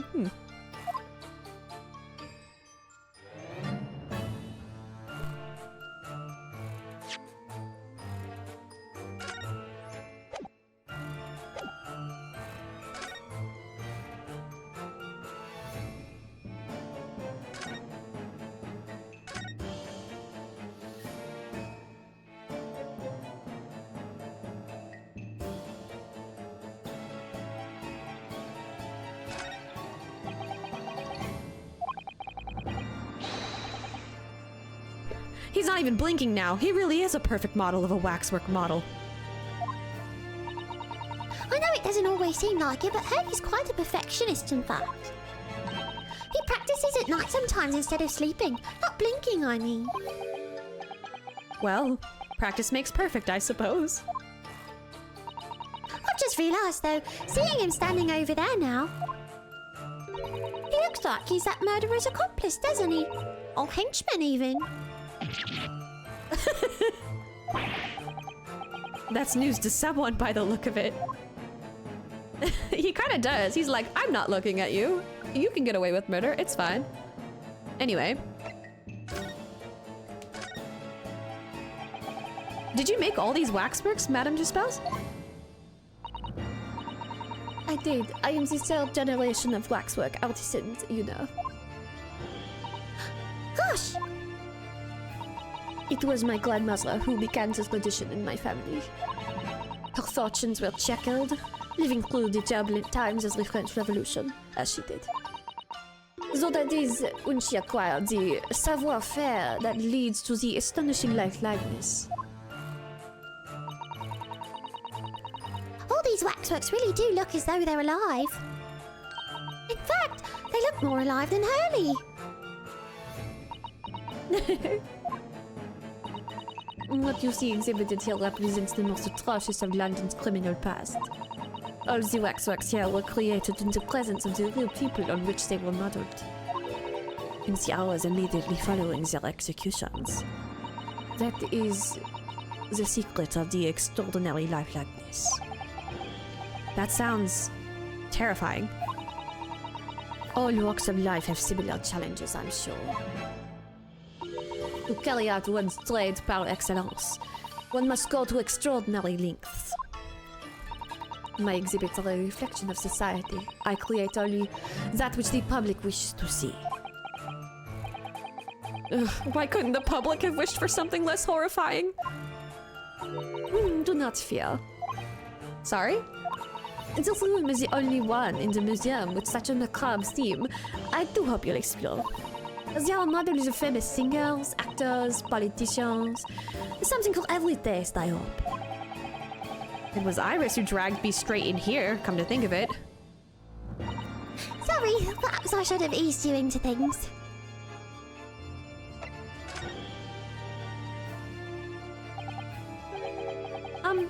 What's the situation with that? My temporary waxwork model. He approached me some days ago, you see, with a business proposal. Oh, what sort of proposal? My dear madame, what these sparse exhibits need is the addition of a world-famous great detective. Oh, words to that effect. Naturally, I am well aware that Mr. Sholmes is widely known in London as a talented detective. It's great detective, actually. He's very specific about it. Yes, the crème de la crème. So I was keen to come to some arrangement with him, of course. But sadly, we were unable to agree terms. Let me guess. Someone wanted to charge an exorbitant price for his services. For a mere £500, I will dive into your cauldron of wax this very moment. Or words to that effect. Mr. Sholmes might have overdone it slightly with the sales pitch. Regrettably, the museum has a shortage of funds at the moment due to unforeseen circumstances. So we came to the current arrangement instead. Surely he doesn't really need to do what he's doing, though, does he? I would think not, but he was very insistent. I have a 50-shilling problem that must be resolved by the morning. Or words to that effect. It's the pawnbroker, that's what it is. He must have something to redeem. Is the consulting detective work not going so well?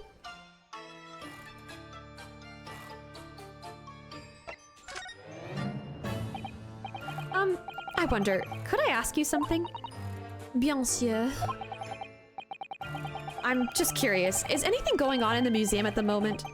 Some kind of incident, perhaps?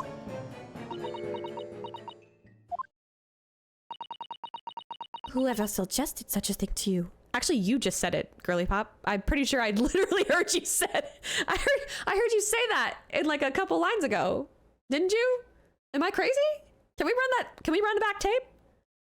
I believe something is afoot within the walls of this very museum. The most fascinating case, if I'm not mistaken. Oh, well, it was your temporary waxwork over there who mentioned it to me a little. Oh, he's disappeared. Oh. Is this a new person? A wax model is a work of art, not some tawdry object for trade. Oh, it was him. There you are. Leaving the exhibit again when you should be working? Do you wish to be melted down? My dear Madame Two-Spells, save your reprimands. There are more pressing concerns. The wax can wait. It's our ideas about your current problem we must throw into the melting pot instead. Presently, I would advise you not to involve the police. Why ever not? She's turned as white as a sheet. Because you have at your disposal a great detective whose services you may employ for a mere 50 shillings. No, please be aware that I prefer... No, I insist upon payment in advance. Oh my god, he's a scammer. He's a scammer. Very well. Let us see if the great detective is able to live up to his name, shall we? Before I engage my analytical processes, I must ask you to clarify something. What, pray, is behind the curtain? What is the Two-Spells? Oh, sorry. That is the Two-Spells special exhibit. There is an extra charge to see it. Ah, the special exhibit in the House of Horrors. It must depict a special killer then, I presume. Would you be so kind as to draw back the curtain, I wonder? Absolutely no. There is nothing amiss behind there. Nothing amiss, madame. What about the arm protruding ominously from under the curtain? I strongly encourage you to allow me to see what lies beyond, before the situation worsens. Yes, very well. I will draw back the curtains, but only a soupçon. Soupçon. I don't know what that word is. I'm gonna look it up. We're gonna look it up and we're gonna learn together. Do-da-do-da-da. Soupcon. Soupçon, which means soupçon. But can you translate that for me? Oh, it's suspicion. It's basically the fancy French way of saying sus. Hi, this is Editor Bree from the future, coming in hot with a quick editor's note. Soupçon actually means a speck of something. It's a pun. It's a pun in French, which is why I didn't get it at the time, and I was admittedly pretty tired when I was recording this footage. But it's a pun because soupçon is a speck of something, a very small amount of something, which makes more sense in the context. But it can also translate to suspicion. And it's funny because the curtain in question here is suspicious and Madame Tuspels is also suspicious. So anyway, that's why I didn't get it. Thank you. Back to the actual gameplay. Oh, yes, soupçon.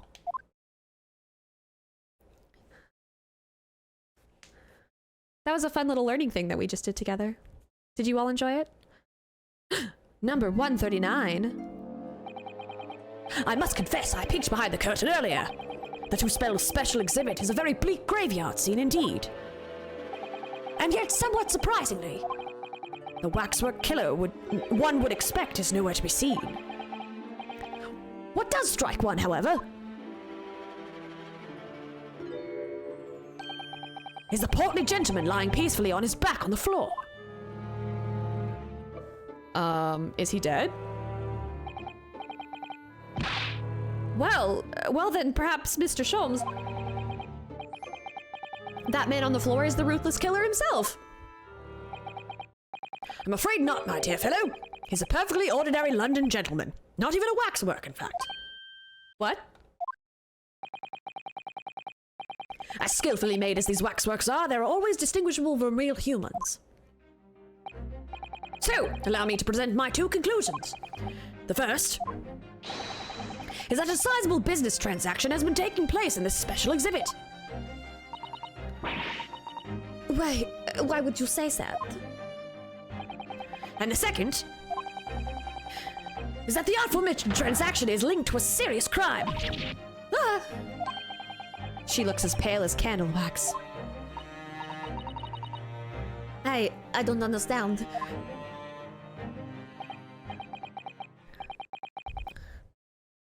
So, Madame Tuspels, as you've agreed to my fee, you shall now have the pleasure of seeing this famously great detective and temporary exhibit at work.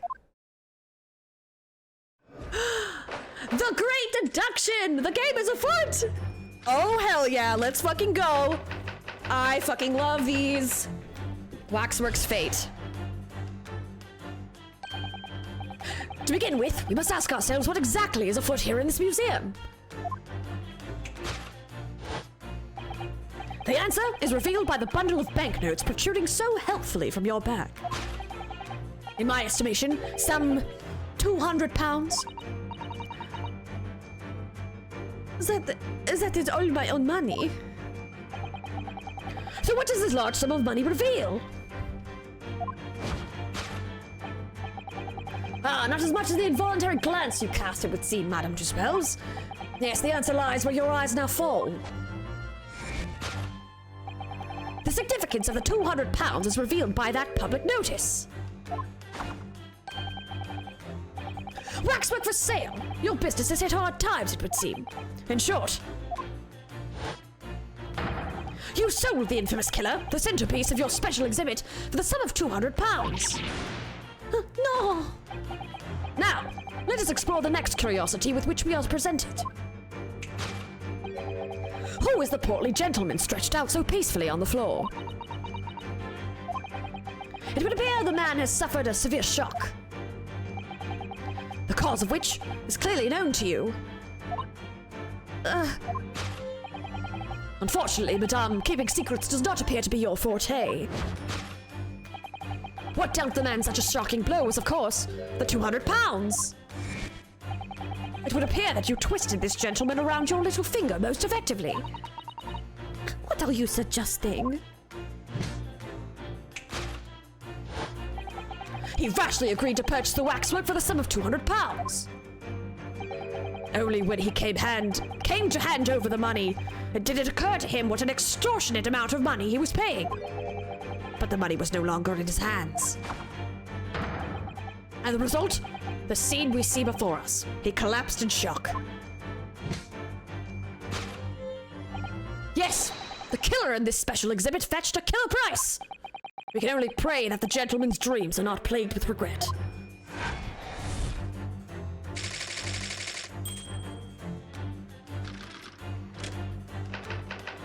Oh, we've got 2 parts. The question that arises then is what has become of the waxwork that changed hands? Let us consider the problem for a moment. You cannot possibly.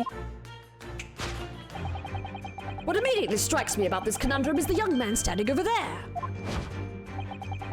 Who is this fellow? To find the answer, we need only observe his neckerchief.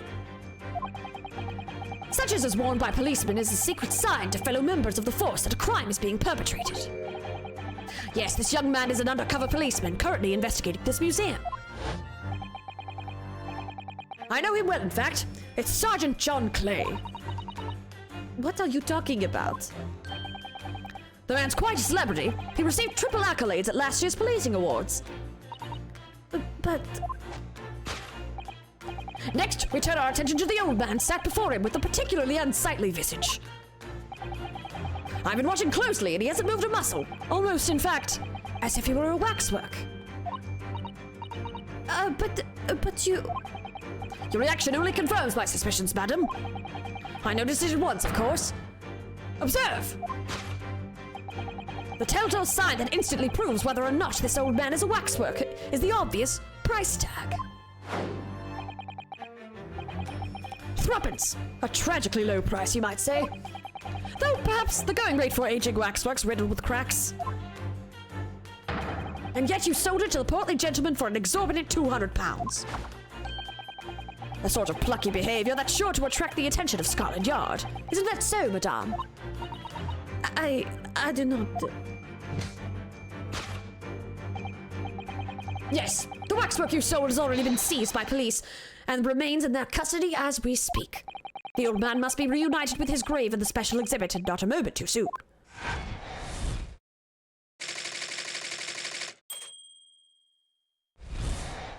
Oh, buddy. I think you made a lot of mistakes in that. Thus concludes Sherlock Holmes' great deduction of this horrifying puzzle. I think you're a little off.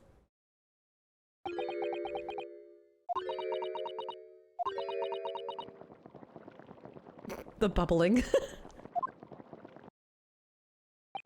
I see I've stunned you all into silence.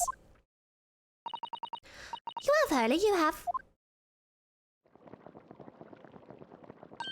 And you've obviously upset this young lady in the process. Her cauldron looks awfully hot. If I could just bring up one point, Mr. Sholmes. Ah! The notorious Naruhodo 1 point. I'm all ears, my dear fellow. According to your deduction, then, the special exhibit featured this old policeman. So, that would mean that he's the particularly ruthless murderer, wouldn't it?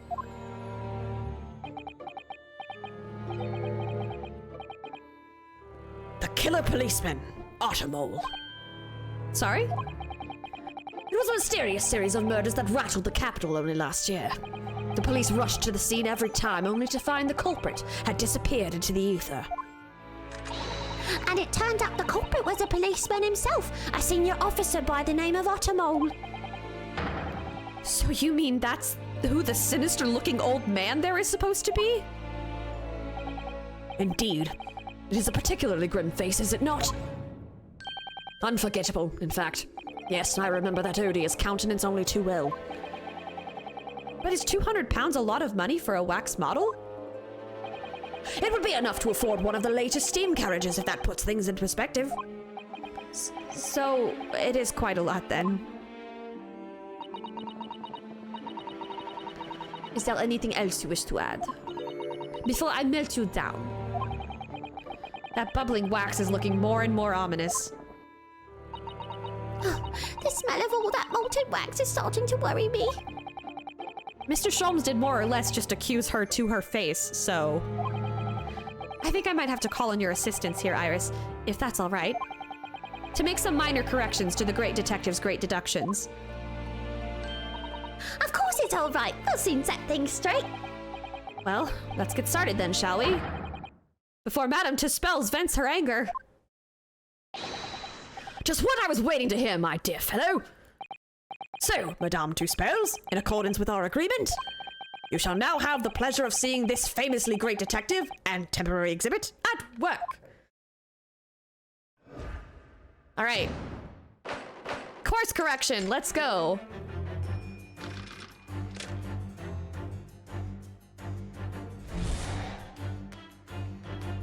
So we go through the thing again.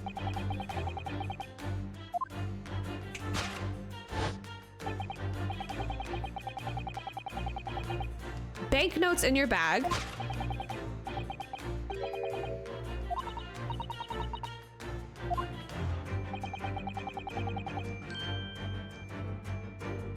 What does it reveal? Nothing yet. Oop, whoops, I did not mean to start,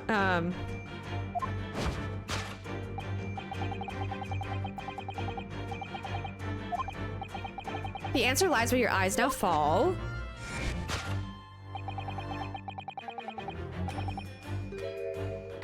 There it is. I don't think she's looking at, she definitely looked in this direction, it's true. Oh, Maddie's playing Stardew Valley. Have fun! But I'm not sure she'd sell- Oh, but I'm not sure she'd sell any of her waxworks even for £200. Oh? She must pour her heart and soul into making them, don't you think? Over and above the wax. If it were me, I wouldn't sell them for anything. For that much money, I would, but it sounds like that makes me a bad person. Well, anyway, I wonder if the £200 could have some other significance. Let's follow that furtive glance again and see if there's anything else that could explain it. I'm thinking the fucking dead man over there? That's my guess.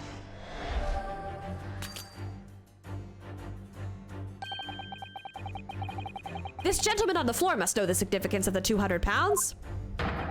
All we need to do is wake him, and we'll have our answer, with no need to deduce anything. Shocking of that nature will hasten the end of the world, Mr. Naruhodo. That was wrong? Are you fucking kidding me? The end of the world? And there is a distinct possibility that the man has no knowledge of the money anyway. So, do you cause the destruction of our planet, or continue with the deduction process? The choice is yours.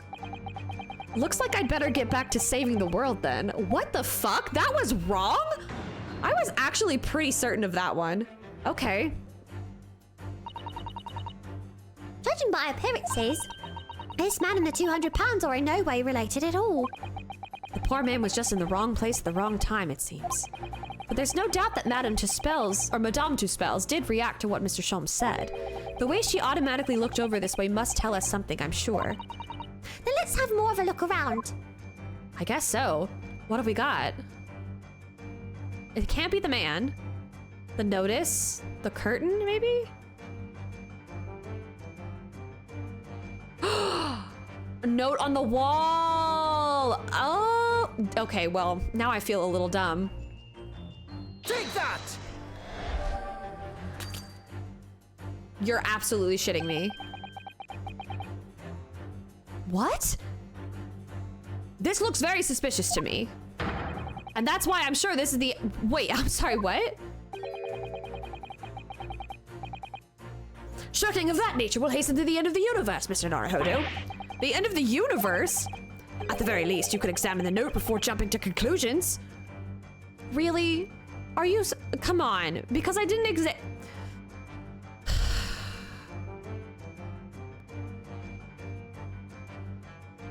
To be fair, though, it's a very suspicious note. And one that was literally not revealed to me before this actual moment. So... forgive me for assuming that that might be the answer. You're the universe that much, my dear fellow. Well, if it's for the survival of the universe, I suppose I could. All right, Sholmes. I'll play your little fucking game.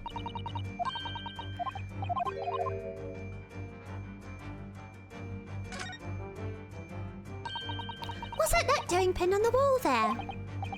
Oh yes, let's see. Dear Madame Tuspels, we've taken the prisoner from this room. The price for his safe return is £200. Have the money ready by noon on the 23rd of October. What? This is... It's just like the sort of thing that's left behind when someone is kidnapped. Yes, it's a ransom note. Exactly.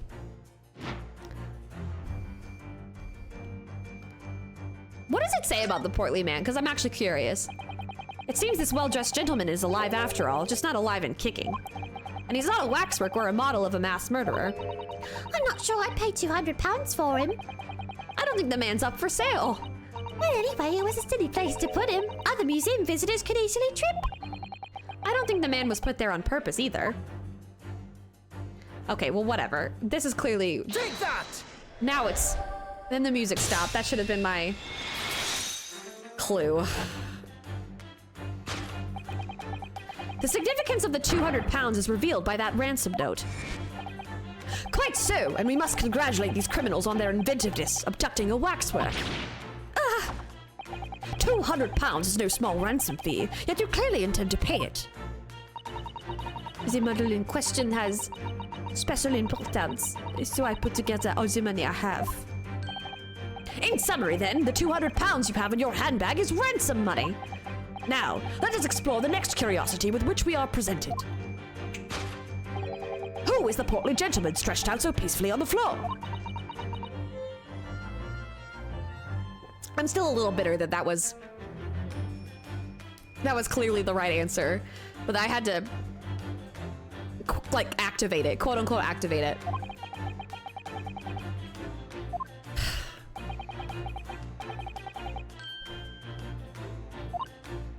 She's looking at something else.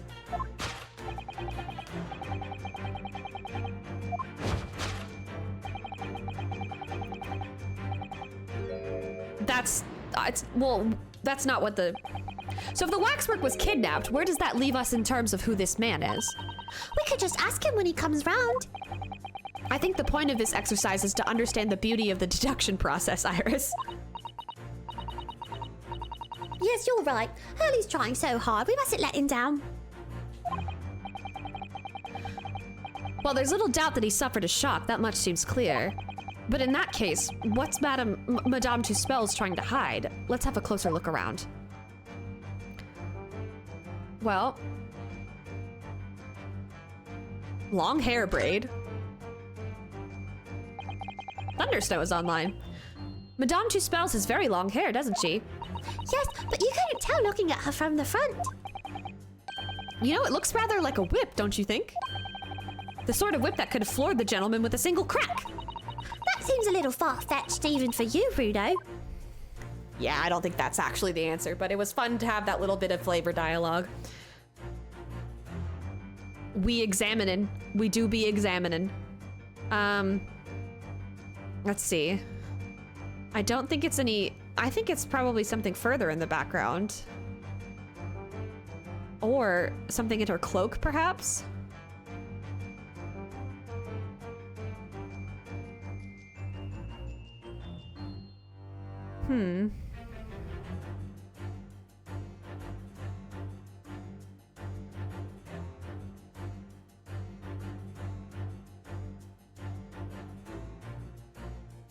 Is it something about her?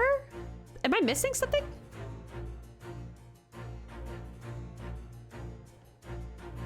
Hand of Madame?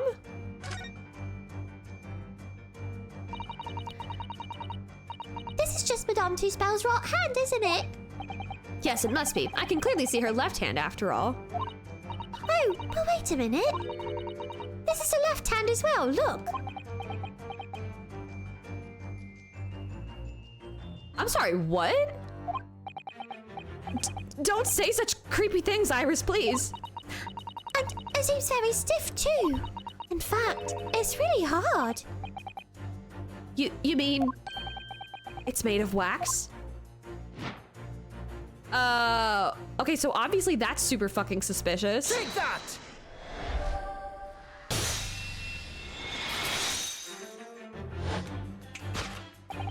What dealt the man such a shocking blow was, of course, the waxwork hand. Indeed, with a solid waxwork limb, one could deliver a very substantial blow.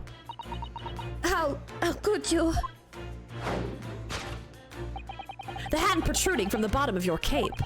It ought to be a right hand, but a closer inspection reveals that, in fact, it's a left hand. And somewhat masculine as well. In other words, it does not belong to you, madame. It is the hand of a waxwork model. Yeah!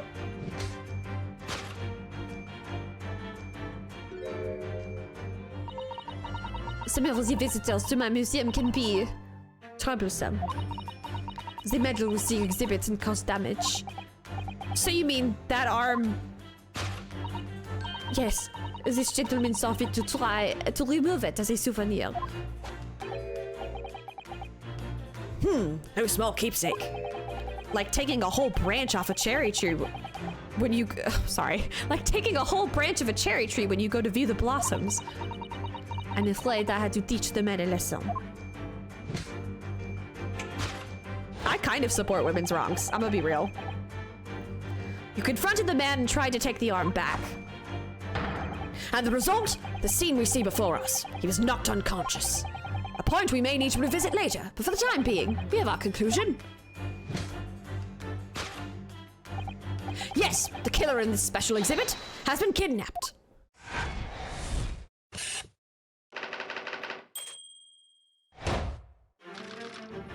All right, now on to part 2.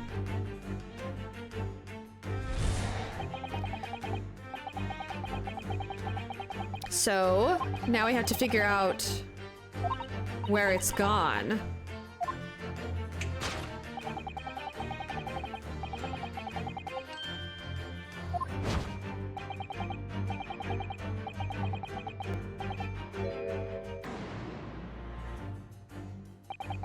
According to Mr. Sholmes, the yellow neckerchief is a sign to other policemen that some crime is underway. A way of communicating with his colleagues without revealing his identity, yes. It's a secret that's closely guarded by Scotland Yard. That Mr. Sholmes didn't hesitate to give away. Well, uncovering secrets is in any true detective's nature, of course. Right. Anyway, judging from Madame Tuspel's reaction to Mr. Sholmes' deduction, I think perhaps we might not have identified the man quite correctly.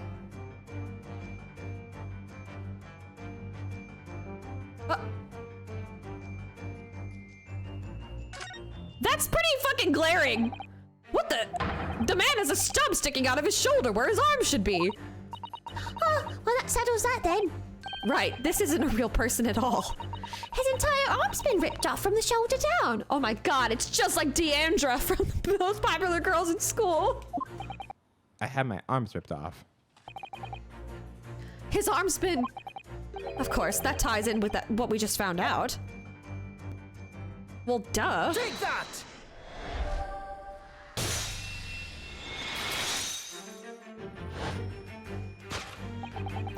Who is this fellow? To find the answer, we need only observe. His shoulder stub. No such boneless human walks this earth, of that I can assure you. In other words, the man standing here, the young Sergeant John Clay, is in fact, defying all odds, a waxwork model. I seem to remember it was you who concluded he was a real person in the first place, Mr. Sholmes. Shut the fuck up, Ryunosuke. He has been quite a celebrity in London, being the winner of no less than 3 policing awards last year.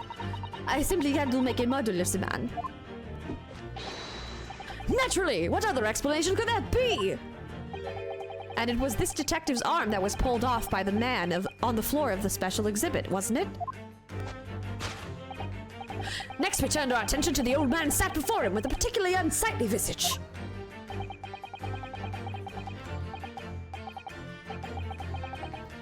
This one's actually real, though.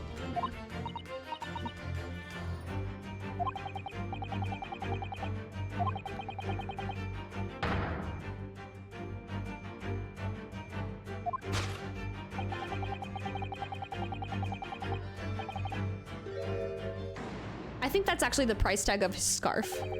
A killer policeman called Ottermole, was it? Was he well known? It was all over the papers last year. I can't say I know what he looks like. It's a very low price, though. Threepence isn't much money. Only enough for a few measly hours of gas in Mr. Garadeb's delightful lodgings, in fact. So this is the special killer taken from the special exhibit, is it? The waxwork that somebody stole from the museum and tried to ransom for 200 pounds. Is this crusty old killer policeman Ottermole? Really? Perhaps we should have a good look around again and see if another idea crops up.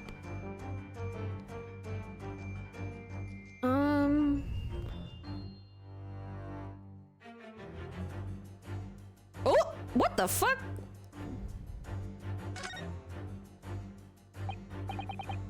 Look at this!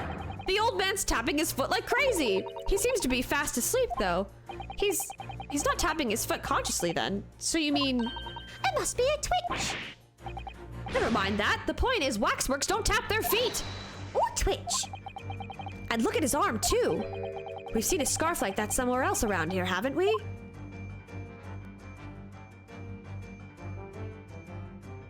Well, this one proves that he's human.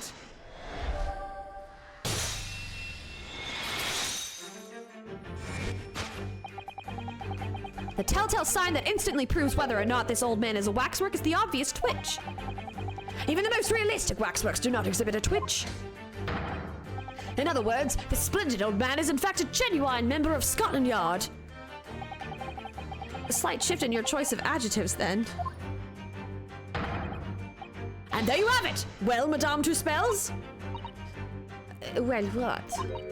It was me who contacted the police and demanded that someone come in the first place. He is clearly fatigued. He's sound asleep. But then, what's this tag about showing a price of 3 pence? No doubt the price tag of the muffler which the old Bobby purchased recently at the local market. And I presume you've observed the scarf tied around his arm. Does that not strike you, Mr. Naruhodo? Yes, the secret sign used by detectives to show that some criminal activity is currently underway. Of course, because as you know, there has been just such criminal activity happening here. As you deduced from the very beginning, Detective. So it would seem that we finally arrive at the truth.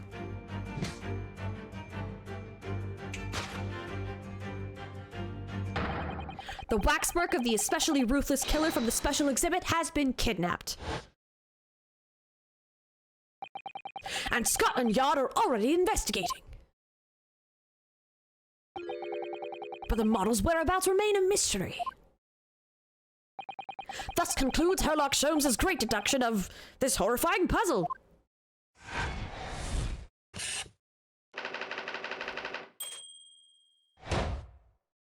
I like how it says still a mystery, solved.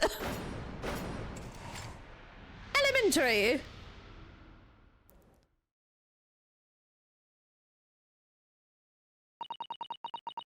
All sorts of people visit my museum here. Men and women, young and old. Sometimes they drop in for just a short time on their way back from the pub. I welcome them all. But if anyone tries to damage my exhibits, I do not take it lightly. Anyway.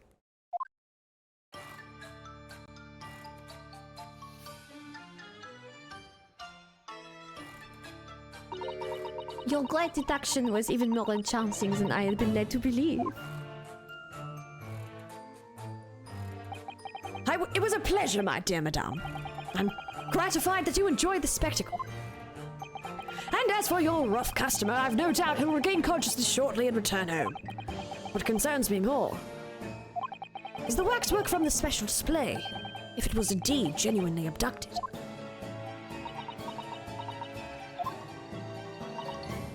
Yes, tragically it was. Then I would ask you to recount to us the events surrounding the stolen waxwork, in as much detail as possible, if you please. Very well. But after I have told you what I know, I must insist that you return to your work.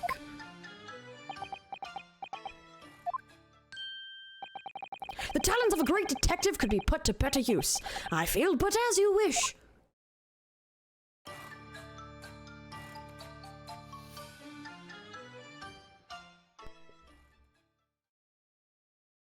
Okay, so where were we? Tell us more about the stolen waxwork, please. It was some days ago now when I came in here one morning. I immediately noticed that the waxwork was missing from the special exhibit here. It is your most prominent display, so that's why the curtains were closed. And I found the ransom note in its place. The culprit must have broken in during the night and taken it then. So this waxwork was the one that... So this waxwork that was stolen, it was a model of some horrible criminal, I suppose?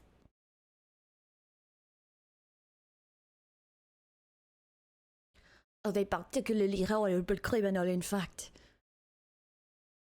The killer who left a more profound scar on society than any other would. I would say, the professor. Not a name I've heard of. Goodness, I so apologize for the my French accent. It's very... It does not have that je ne sais quoi, if you catch my drift. I'm doing my best, but I'm fighting for my life over here. So, Mr. Naruhodo, it seems the circle is complete. Sorry? The professor case happened around the time I was born, didn't it? Indeed it did, Iris. 10 years ago, a series of murders that rocked the capital. 10 years ago? Yes, at exactly the time that Barack Van Zieks graduated from university, in fact.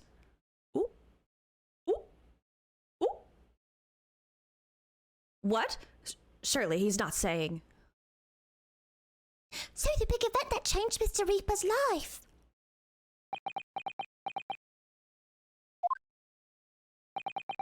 As you've surmised, it was the professor case. Who was this professor then? The professor. It was a series of gruesome murders that had all of London gripped in terror a decade ago. After 5 victims were killed, the man was arrested and put to death. And now he's immortalized here in wax for all Londoners to admire and enjoy. Though, of course, he happens to be absent at present on account of the abduction. But I don't understand. How is all this related to Lord Van Zieks? Sorry, just checking something. Okay, cool, we're good. You must first understand, my dear fellow, why is it that the professor earned such infamy? It was due to the victims he chose, some of Whitehall's finest. What do you mean, Hurley? Those murdered by the professor were some of the highest members of the British aristocracy. Members of the nobility, even royalty, had sent shockwaves through the country's administration. Members of the... wait, of course. What Professor Harebrained said. Lord Van Zieks is from a family with noble blood. Oh gosh! It was the 5th victim that led to the professor's arrest. The last of the killer's prey was a young noble by the name of... Clint Van Zieks. Bum, bum, bum. Is that Daddy Van Zieks? I think that might be Daddy Van Zieks. No. I don't believe it. Van Zieks? Sholmes is very serious. I'm sure you can piece together the rest for yourself. In the wake of his older brother's murder, Just kidding. Older brother. the young Barack pursued a career as a prosecutor, and eventually became the Reaper we know today. Oh. I had no idea Lord Van Zieks had such a tragic past. Well, I'm afraid that's all I can say on the matter, for the time being at least. After all, I've work to do. As a waxwork exhibit.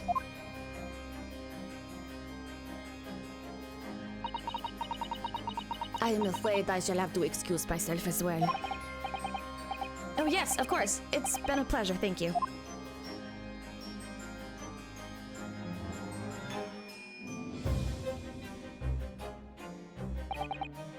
Well, none of the predicted scenarios I've been analyzing involved you coming to visit me here. Oh? Oh! It's been too long. It really has. I'm delighted to see you, Barack. It's been 10 years. Here we are, meeting in a prison of all places. I can't forgive myself for what happened to Mr. Asman. I just can't. I still can't believe it could happen. Tomorrow, the court will decide. Yes. I have a young Easter man acting for my defense. He seems reliable enough, though. It was an accident, a terrible accident. He assures me he can prove it. I must warn you. Oh, I know. I've heard it already. You're going to be a prosecuting, aren't you? Yes. Since I returned to England, I've heard lots of stories. Barack, are you really? What? Never mind. I know that you have my best interests at heart.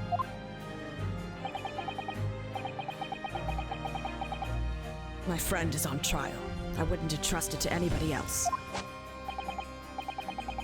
Oh my god, wait, that's really sweet. This is really like a softer side to him that I feel like we really just have not gotten the chance to see. It's actually really sweet that they're like legitimately bros. Of course, I fully understand. Thank you, Barack. Until tomorrow, then. I'll see you in court. Ooh, it's getting exciting. To be continued. So we're headed into the trial. I will absolutely save my progress, thank you.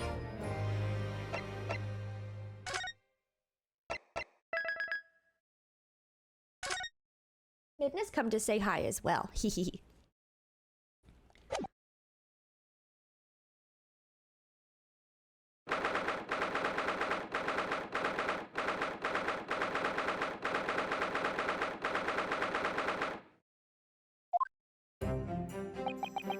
I can't believe it's been 6 months since I was last allowed to work in a court.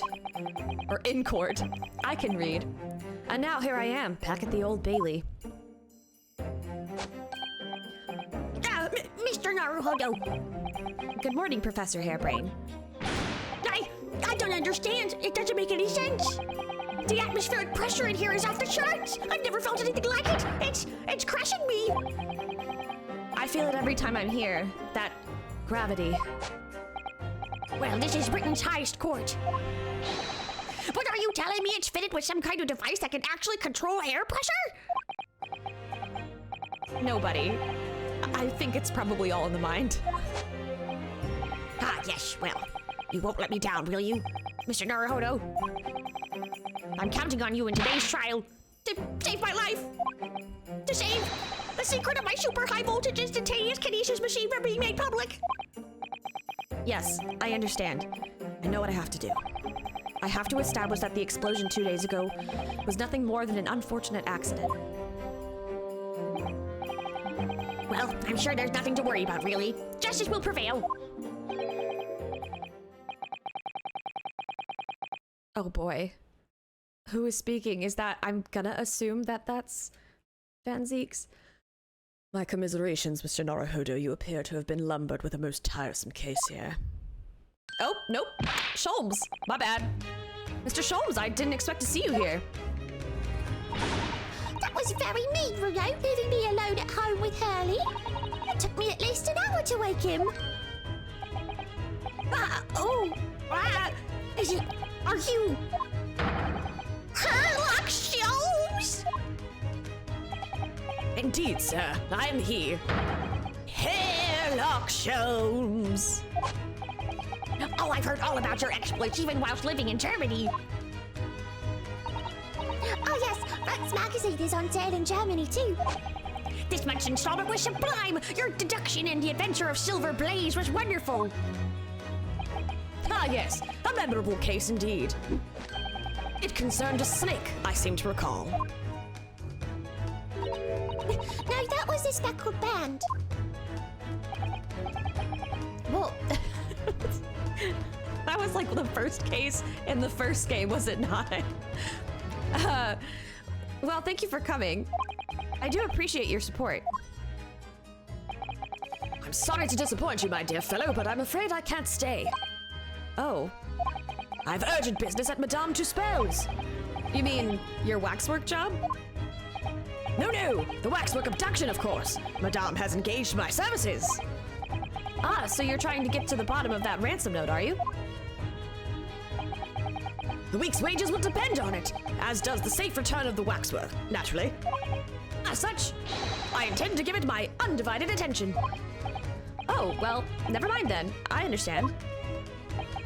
Of course, with my skills of observation and reasoning, resolving the matter will be as easy as proverbial pie. I shall return forthwith. For until I solve the case, I shall have no money to afford a pie of any description. Oh, then you must absolutely give it your full attention, Hurley. Quite, Iris, quite. But life is riddled with irony, you know. Whenever I give something my full attention, I have a quite insatiable desire for a pie. One of the universe's intractable mysteries, you might say. Oh, yes, quite. Definitely. Absolutely. I totally understand. Is someone a little starstruck? I wish you the very best of luck, Professor Hairbrain. Oh, why, thank you. Before I depart, Mr. Naruhodo, a word in your ear, if you please. What's this about? As you've remarkably little grounding in science, I feel I ought to inform you. As compelling as this super high voltage instantaneous kinesis hypothesis may be, a practical implementation such as was attempted by the professor at the Great Exhibition is quite impossible. But the professor said the demonstration was a success. Yes, it would appear that he fervently believes it was. I've read Professor Bunnybrain's paper about it too, Runo, and I have to say, I'm sure it can't be done. It can barely be done theoretically, let alone practically. So he's completely barking up the wrong tree? Teleportation doesn't work in this universe, I suppose. But how can an experiment that had no possibility of succeeding, in fact, succeed? That's contradictory. And it's that contradiction that will be at the heart of the trial, I've no doubt. What's that supposed to mean? Now, I must hurry along. I wish you the best of luck, my dear fellow. See you later, Hurley.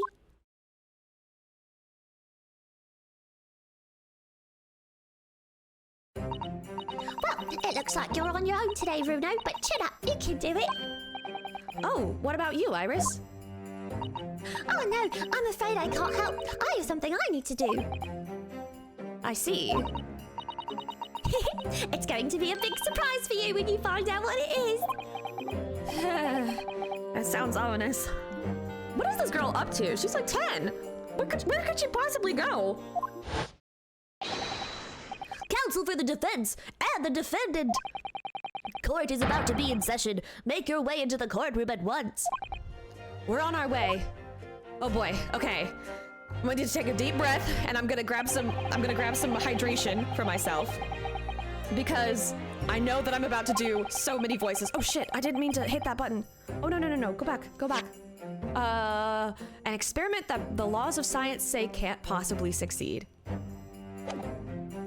And a scientist who's convinced that it did. That's the riddle you have to unlock here, Ryunosuke. That's the key to this case. Okay, I'm gonna take a big ol' sip.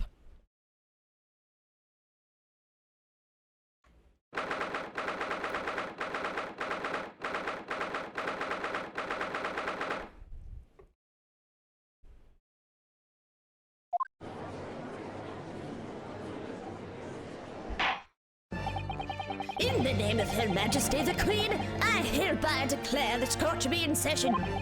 We are sitting today for the public trial of Professor Albert Hairbrain. I now call upon the councils for the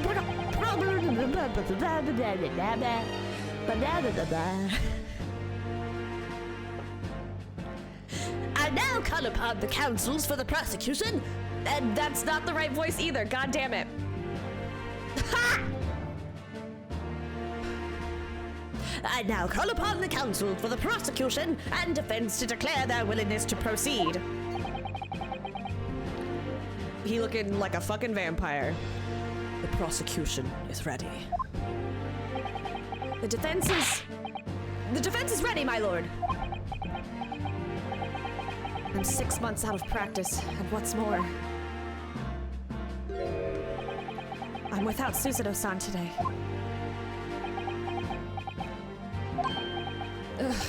Is it just my imagination, or does the air in here feel even more oppressive than usual? So, I must say I recollect the victim of this case all too well, Mr. O.D.A. Asman. Mr. Asman was well known as a financier, though that was merely a front for his diverse criminal activities. It was only a month ago that the man appeared in court prosecution. Oh my god, why am I having such... Whenever I try to do like a bouncy voice, sometimes it's hard for me to read the words because I'm like focused so hard on doing the inflection, and that's...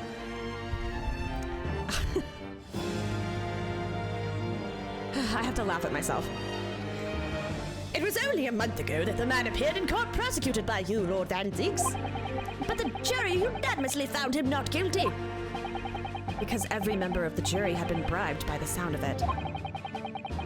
These powerful London criminals are prepared to go to extreme lengths to keep their freedom. But 2 days ago, on 21st of October, Mr. Asman met his end. The work of the Reaper, was it?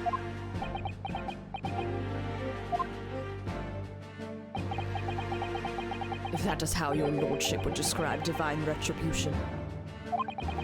But the fact remains that Mr. Asman's death was a direct result of the actions of the accused, Professor Hairbrain. Very well, then. Now, ladies and gentlemen of the jury, you have been selected at random to represent the will of the people. Are the 6 of you ready to fulfill your societal duty? Oh god. This, oh, I haven't seen this man before.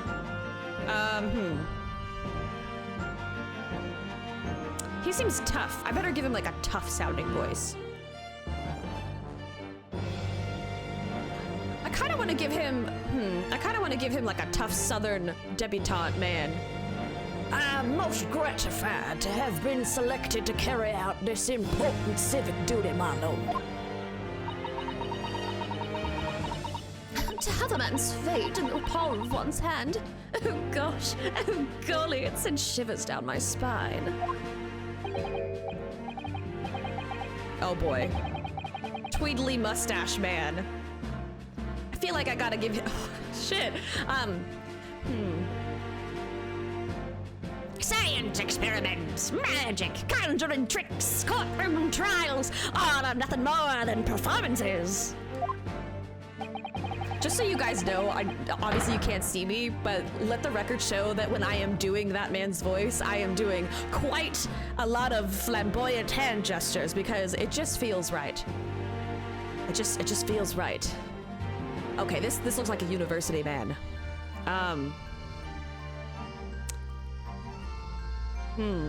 God, it's really hard to come up with voices on the fly. And I don't want to just do like different brands of British because that seems too easy, and also, okay, oh man, I'm at a loss. I'll just do generic man voice, I guess. Any spurious scholar that defiles the reputation of science deserves to hang. Is that a child? Is that like an actual child, or is that... What is happening? The typewriter sounds are really selling it. We have to listen to what's said on both sides of the fence and then settle on one. That's it, isn't it? Oh, thank God. Whew, that guy's voice is super easy. He's asleep. Oh, Lord. Oh, God. Why are all these jurors, like... okay. I don't know. I don't even know. Now, was it like this in my day? Was it like this at all? That's the police killer Otter Mole lookalike again. Oh, okay, yeah, I thought he kind of looked familiar. And he's as exhausted as ever, it seems. Now, as I'm sure you're all aware, the incident we are here to judge today tragically took place at the Great Exhibition shortly after its opening. Though the death toll could have been far worse, with the exception of the victim, no one was killed. Nevertheless, the dream of the science being exhibited rapidly turned into a nightmare for the spectators. A tragic turn of events, and as such, the eyes of all London, no, the whole world will be on this trial. It is our duty to reach a swift and just conclusion, I feel. So, your opening statement, please, Lord Van Zinks. At the heart of this incident is technology never before demonstrated anywhere in the world. One of science's latest developments, I take it. The government is keen to capitalize on the Great Exhibition to improve Britain's technological advantage. The technology being demonstrated by the accused was described as super high voltage instantaneous kinesis. Good Lord! It's designed to disassemble human subjects using extremely high voltage electricity and beam them instantly to another location where they are subsequently reassembled. Is such a thing even within the realms of possibility? Well, I don't believe it, that's for sure. Oh wait, no, I gave him debutante voice. Well, I don't believe it, that's for sure. Disassembling people with electricity. My goodness, how shocking. Ha! The whole idea is absurd. The hypothesis would never stand up to scrutiny. Sir, I believe you are a fellow of the Royal Society, are you not? An expert in your field. I am, and my word on the matter can be considered final. Instantaneous kinesis is poppycock. So this expert and Mr. Sholmes are in agreement. It's impossible. What is the prosecution's view on the matter? The prosecution would assert that the accused instantaneous kinesis demonstration was a success. What? Nah. I think he's too smart for that. This has got to be some sort of bait and switch situation. He wants me to prove this wrong. He wants me to prove this fact wrong. Or this statement wrong. And that the fact was that it was a failure because it was inevitably going to be a failure. So that way, when he points out another contradiction in my argument, I cannot deny the veracity because I literally proved that the experiment was a failure. So he's trying to like, kind of goad me into this.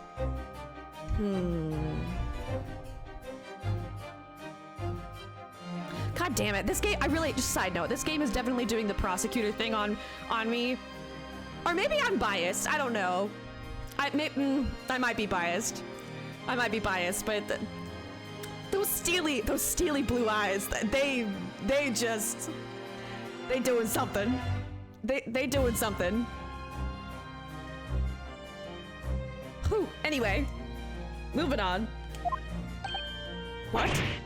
What rot? Order! Order! The professor's hypothesis is currently under investigation by the British government. If it is deemed to have merit, a substantial research grant would be made available. The accused made use of the invention built on his new hypothesis to take Mr. Asmund's life, in order to be the sole benefactor of the grant. But... This disastrous demonstration was no accident. It was carefully designed from the outset to end the life of the victim.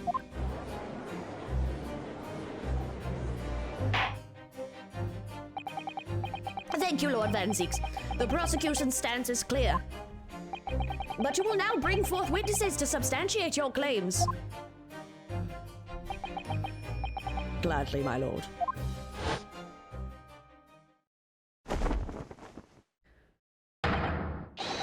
Bailiff, show the first witnesses to the stand. I feel like they've gotten more animated in this game, which I like. I appreciate. Witnesses, state your names and occupations for the court. Yes, I. Tobias Gregson, Detective Inspector at Scotland Yard's Homicide Division. I was on duty at the demonstration on the day in question in charge of the following investigation.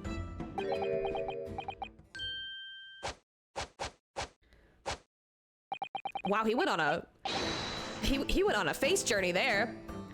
Albert Harebrain, scientist. You were born in England but have been carrying out research in Germany in recent years, correct? Yes, that's right. After graduating from university here in Britain, I went to work in Germany and made an amazing discovery. Which is what brought me back. I had to demonstrate my incredible hypothesis at the Great Exhibition. What you demonstrated was incredible, all right. An incredible explosion. But the science was a success. The instantaneous kinesis worked. Everyone saw it. They must have done. Yes, it was a terrible accident, but the demonstration of my hypothesis was a success. Well, that much is undeniable, as shown in this photograph taken by the forensic investigation team. This was taken in the... Oh, goodness. Let me try that again. This was taken inside the Crystal Tower, I take it. The centerpiece of the exhibition, no less. That's right, my lord. Seems the victim rammed straight into it. So I guess he was catapulted or cannonballed or something, not teleported.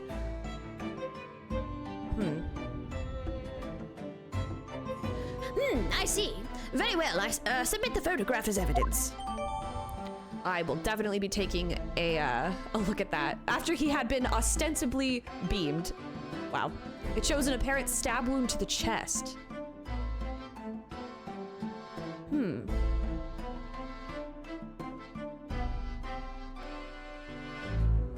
Was it a stab wound? Or was it, we'll just have to keep looking. I'm trying to like piece together, but I don't have enough to, I don't have enough to go on. As the court heard, the victim of the incident was Mr. O.D.A. Asman. There have been a number of allegations made against the man, but putting them aside for the time being, he was the man who financed the research for the experiment and the demonstration itself. I see. So to summarize the situation, the defendant is accused of taking the life of the man who funded his work. Would that be correct? Exactly. But couldn't it be that the explosion was caused by some malfunction in the apparatus used for the demonstration? That's right, that must be it. My splendid machine. My poor, splendid machine. You saw it yesterday, didn't you? We can't even examine the wreckage thanks to the Special Dispensation for Scientific Equipment Act. What? The wreckage? The wreckage? But that being the case, how can the facts be established? How can it possibly be determined whether this was an accident or a deliberate and malicious act? Extremely simply, my lord. I beg your pardon. Isn't that right, witness? What, sorry, me? No, your neighbor. Yes, sorry, it was murder, plain and simple. Anyone could state that with complete certainty. It was murder! Murder, I told him! Murder! What? How could he possibly think that? Thank you, Inspector. I think we had better proceed to formal testimony. You will explain to the court on what grounds you claim this experiment to have been a front for murder. Not murder, Judge, moiter. There's a difference. A front for moiter. I don't know why I'm having so much fun with that voice, but I am. The corpse with... Let's try. God damn it. I'm having so much fun and yet I lose it immediately. The corpse that went crashing through the crystal tower had a broken neck. I made a minor miscalculation in the angle of the beam projection, that's all. That was my mistake. But the post-mortem examination revealed another injury, a fatal wound. There was a lesion in the chest where he'd clearly been stabbed by something sharp right in the heart. But they didn't say, hold on.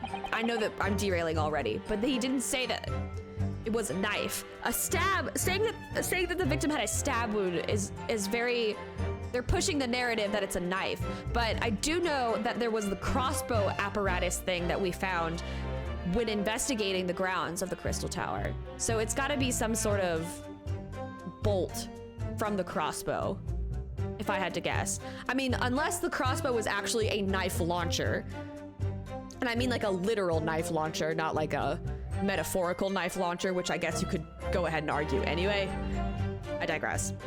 So it's important. It was important to note the word choice there. So the victim was killed before he went anywhere, and this Why am I so bad at this? I don't understand. I'm so fucking bad at this. Apologizing to myself in the future who's editing this and desperately trying to caption so that people can watch without sound or just better understand me or hear me, because I am definitely one of those people that I can't hear without my subtitles. So I'm so sorry to everyone, but also I'm sorry, future Bree. So the victim was killed before he went anywhere, and this fella's the only one who could have done it. And now we will press on every statement because that's what you do. An extraordinary business. In addition to suffering a broken neck, the victim was stabbed in the heart. Information I would really like to have heard from someone other than the judge. The coroner says death would have been all but instant from a wound like that. You could say, in fact, that the victim was killed twice by the accused. No, and no! That couldn't be further from the truth. I have here the experiment plan document that was submitted to the security team.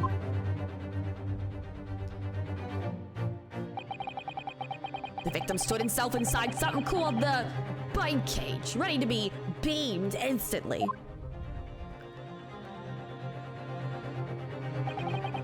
To the second level of the Crystal Tower, about 25 yards away.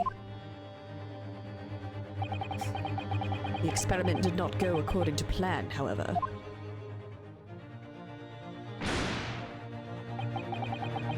As the machine was put into operation, there was a large explosion. The blast caused the beam transmitter to point higher than intended. Accordingly, the kinesis resulted in the birdcage materializing in mid-air, from where it subsequently fell, crashing through the glass of the Crystal Tower's large round window. My word! One assumes the victim's neck was broken upon impact with the tower then. I'm so sorry. I didn't mean for this to happen. The machine was just too powerful. But honestly, really, I swear, it was just an accident, a terrible accident. Unfortunately, that excuse can't save you. No, not considering the sharp murder weapon that pierced the victim's heart. Murder weapon? What are you saying? This is the autopsy report submitted by the coroner. The prosecution would like it entered into the court record. Your request is granted, counsel. Cool, I will be taking a look at that very soon. Neck was broken from the impact of a violent fall, and he was stabbed in the chest with a sharp object.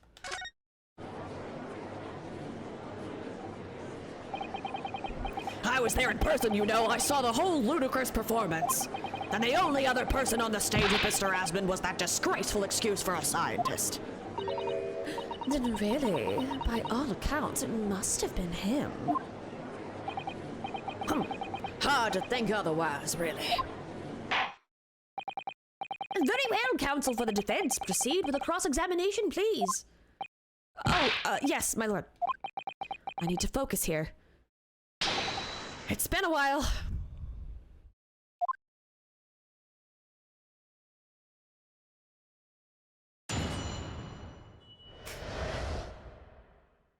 A front for murder. I won't be reading the dialogue over again. I'm just gonna press. Or I'll reading it. I'll be blah blah blah blah. I can't even say things that aren't written on screen. Jesus. I will be reading it in my own voice, just from here on out, just in case you're new here.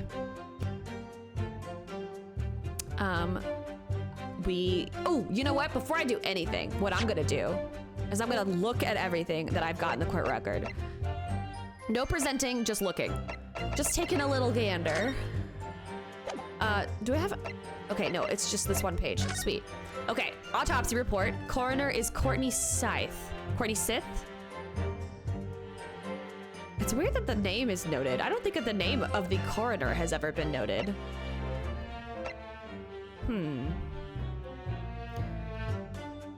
That's weird. I'm just gonna keep that in my back pocket. Anyway, details of the victim. Name Oda Asmund, male, 47, British, died on October 21st around 2:20 p.m. Cause of death was a hemorrhage of a wound to the chest that pierced the heart, inflicted by a sharp implement. So that's what killed him. That's what killed him. So I'm assuming the broken vertebra and then is post-mortem. Because what caused the death was not the fall. Okay, photograph. Gonna take a look at this. So, obvious stab wound to the heart. I see the glass shards.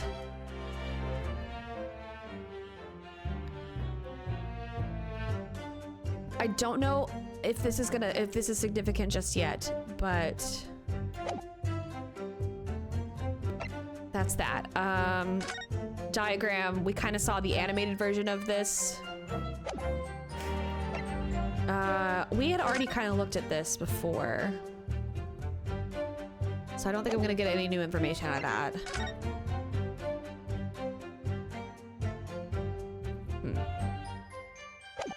Okay, I'll move on for now. Let's press him. Hold it!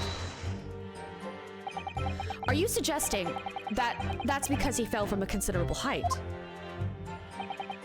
Exactly, which highlights something else about this whole rum business. What's that? The fact that the instantaneous kinesis itself was a success. After that explosion, the cage with the fella inside suddenly appeared out of nowhere in midair. So although the experiment ended in disaster, the so-called instantaneous kinesis did actually occur. Remind us, Professor, what was the cause of the fatal disaster?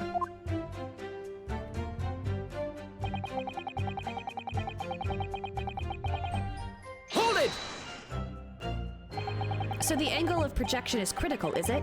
And you calculated it yourself, personally. Absolutely. The calculation is far too complicated for anyone but me to carry out. Only you got it wrong, didn't you? Yes, that's right. That's the point. The calculation is so complicated, even I can make a mistake. Do people fall for that brazen confidence? I should try it. That's real. That's real, buddy. I took into account the subject's height and weight and wind direction, the ambient temperature. I considered every possible variable, but so I just don't understand how this could have happened. Obviously, then you had to include the weight of the clothes Mr. Asmund was wearing at the time, I suppose.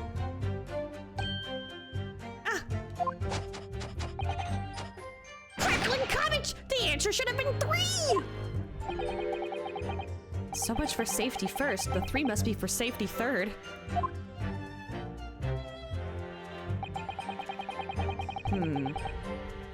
Hold it!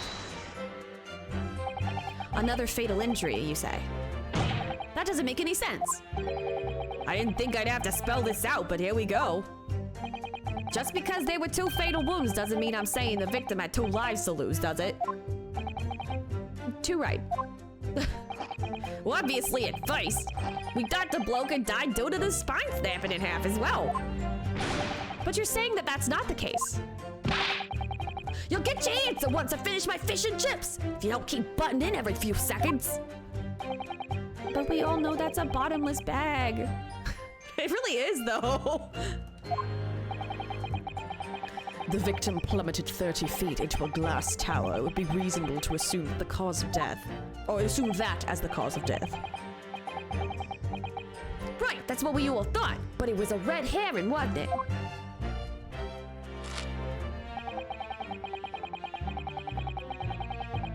Hold it!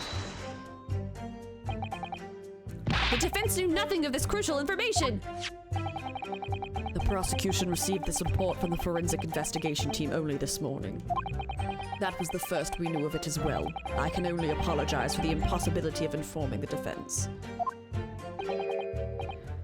Sarcastic and insincere? Thanks. So, what was the nature of the sharp object?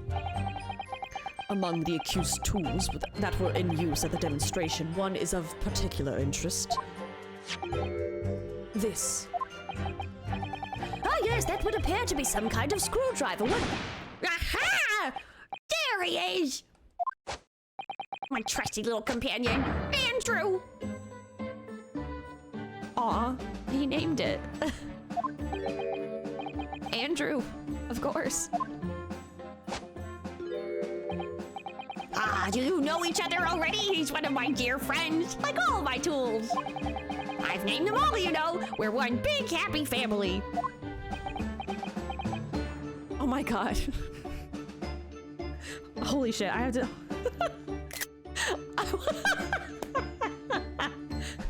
The judge with the hair half to the side and just absolutely dumbstruck.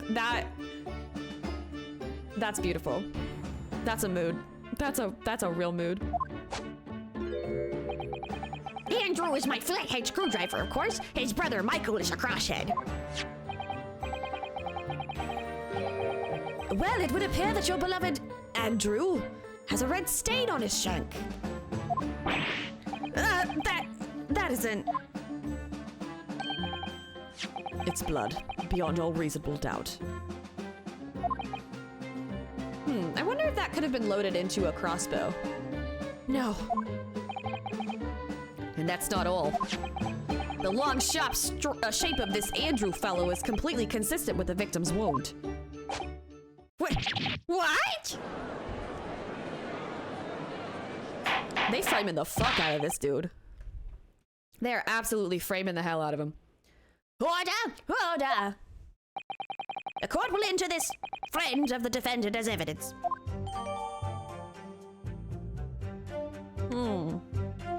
I want to take a look at that. Hold on. So one of Professor Hairbrain's tools is the murder weapon. I want to look at it first. I want to take a little gander. I've seen this unusually shaped handle before. It's the same screwdriver that was lodged in the grill on the floor of the kinesis machine. Which could be important information, so I should definitely make note of it. Oh, haha. Has a very distinctive handle, and it was found poking through the grill in the base of what remains of the kinesis machine. Cool. I made a note of it, which means that's definitely going to come into play later.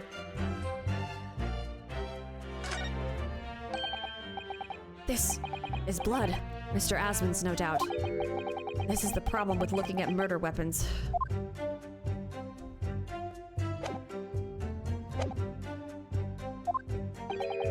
Great.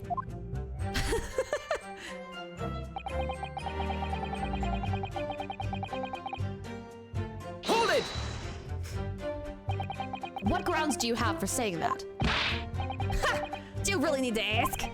There were only 2 people on that public experimentation stage in front of the whole crowd. The victim, Mr. O.D.A. Asman, and the accused, Professor Hairbrain. And we know for certain that before the experiment, the victim was alive. That's right! I saw him with my own eyes! Furthermore, following the explosion and kinesis, nobody went anywhere near the body. In other words, only someone else on stage with the victim could. Scott! Oh.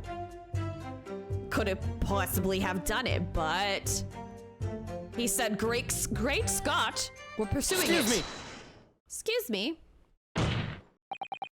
Professor Hairbrain, do you have some information that may be relevant here? Professor. Sorry. I was just calculating the optimum coefficient of electrolysis to separate molecules in the human body. And the witness stand is the best place for that?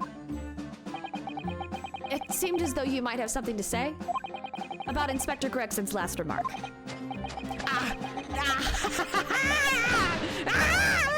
Yes, that's right, of course. He just said that nobody else could have done it, didn't he? Yeah, that's right. Who else could have stabbed the victim, eh? I don't know, but there's no way that I could possibly have stabbed Mr. Ashman, as you say. Explain, please, Professor. Of course, this cold-hearted policeman may not be aware, I suppose. But humans are warm-blooded mammals with blood running continuously through their veins. I'd hide.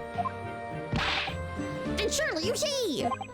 If I plunged something the size of Andrew into the man's chest, the whole stage would have been a bloodbath. No, a blood swimming pool. But thousands of Londoners were watching me at the time. And yet not one of them claims to have seen a swimming pool of blood. Well, no, I suppose not. You see? Not one! True, I didn't see anything like that. Well done, Professor. That was a great counter-argument. Order! Oh. I'm gonna drink with him, I guess. Pray, forgive the discourtesy if I savor a drop from my hallowed chalice to accompany an old friend's adducing.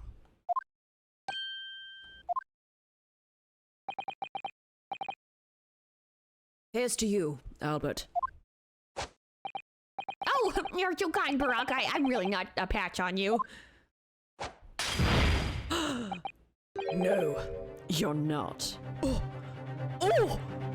the drama! No.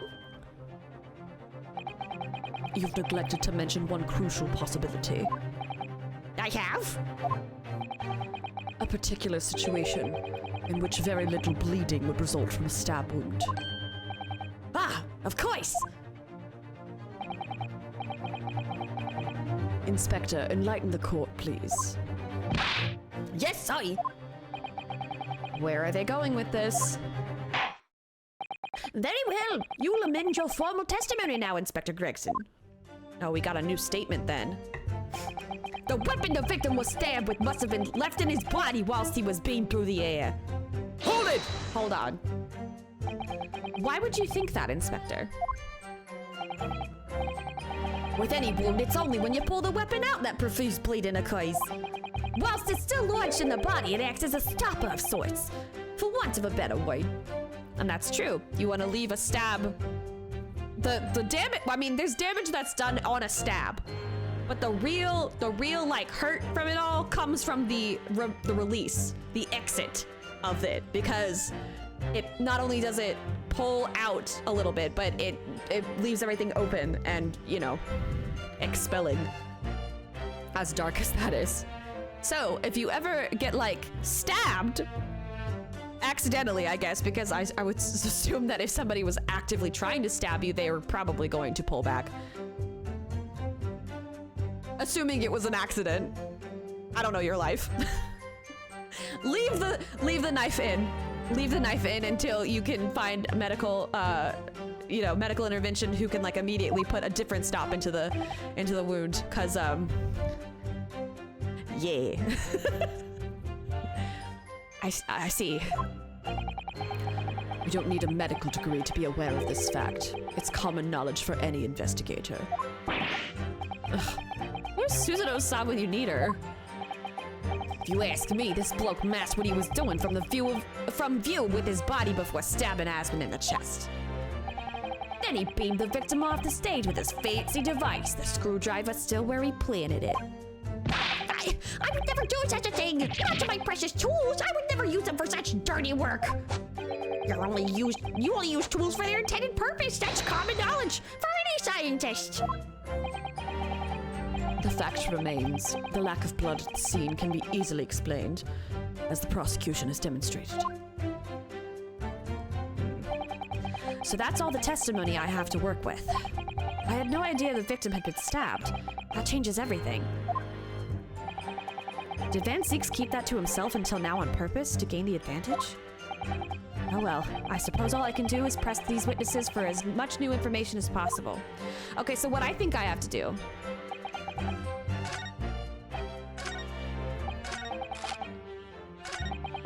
The weapon the victim was stabbed with must have been left in his body, which is incorrect. Oh, no, go back. Must have been left in his body, but that's contradicted by the fact that this was left through the grill, but that's not... wait, hold on. It's either the photo or... It's either the photo or the screwdriver, which I want to say, knowing how Ace Attorney usually goes, what I want to say... Actually, knowing how Ace Attorney usually goes, I would like to, I'd actually like to save before. I'd like to save before I, put my opinion in. Okay, now that I've saved, it's either the photograph or the screwdriver. I'm gonna say photograph though, because what's happening in the photograph is that it's not visible here. So it had to have been taken out before. And they would, I think what they're gonna do is they're gonna want me to present the photograph first, because the second part of that conclusion is that the screwdriver was found poking through the grill near the machine. They were like, they want you to like get there slowly, I guess. We already know, like we've assumed the first part, or at least I've assumed the first part, and I know in my heart that I would probably present the screwdriver, because it's like, well, I found this, it wasn't found where you said it's supposed to be found, so that should be enough. But I think first I have to point out that it wasn't even in the body. And then when the question obviously arises, well, if it wasn't in the body, then where the hell was it? Then I answer that with the actual placement of the screwdriver. That's what they're wanting me to do. I'm wise to the process that they're assuming I'm going through. Anyway, I'm gonna present the photograph. Objection! That was wrong. Holy shit. Are they letting me just do it then? That last statement would seem to be at odds somehow with the evidence. It is your task, counsel, to explain the somehows to the court, not the other way around. It just seems to jar, though, don't you think? What I think is that this whole exchange has been extremely jarring, yes. Savage. Perhaps I need to reconsider this. Okay, well then, maybe I was wrong, and that me waxing poetic about it was a complete waste of everyone's time. And for that, I'm so sorry. Okay. It wasn't, though. I'm gonna present the screwdriver, though. Then. Objection! Holy shit, they were actually gonna let me do it for... Man, I'm fucking second guessing my... Okay. That makes me a little upsetty, but I'll be fine. I'll be fine. Anyway. You say that while the weapon remains in the body, there's very little bleeding. Is that unequivocal? Look, there was no blood on the experimentation stage, even though that's where the fellow was stabbed. The only explanation for that is if the screwdriver was still in his body, stopping any heavy bleeding. It's common medical knowledge, my learned friend, even on your side of the world. Yes, but about this screwdriver. The thing is, we actually saw it at the scene ourselves, on the experimentation stage. What? It was on the floor by the wreckage of the machine, poking through a metal grill. I went to pick it up, but the detective here stopped me. Isn't that right, Inspector Gregson? Now you come to mention it, yes. Inspector, are we to understand that you permitted the defense counsel to investigate? That you contravened the Special Dispensation for Scientific Equipment Act? No, not at all. I wouldn't do that. I just let him look, nothing more. I was very clear it wasn't to touch a thing. Yes, that's true. This screwdriver was in plain sight, on the stage. But it shouldn't have been, should it? What are you getting at? If this tool had still been in the victim's body when the victim was beamed away by the machine, then it shouldn't have still been seen on the stage. That's right. It should have been beamed across the crystal tower with this... God damn it, I fucked up with the...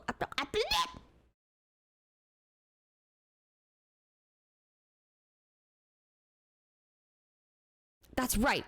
It should have been beamed across to the crystal tower along with Mr. Assman. And been found still lodged in the victim's chest. Order! Order! How do you explain this, Inspector? I don't... It looks as though everything that the victim had on his person moved with him when he was beamed. If the screwdriver was still in his chest when the instantaneous kinesis occurred, obviously, that should have been beamed to the destination as well. Yo. This is a strange situation. Even though people are saying that this instantaneous kinesis is a scientific impossibility, we're still basing arguments on the assumption that it did actually take place. All right, time to tighten the screws here. My lord, if the prosecution is unable to explain this inconsistency in its argument, we can only conclude that the testimony given in support cannot be relied upon.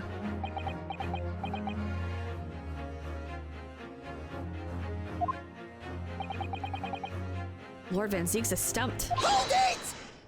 Hello?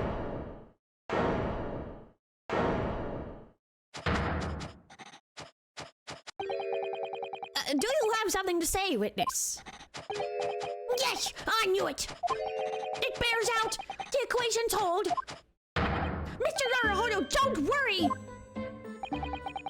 About what? Without delving into the details, there is no inconsistency. What? Even if Andrew had been lodged in Mr. Ashman's chest, my trusty tool wouldn't have moved. Andrew remaining on stage is inconsistent with my calculations. What?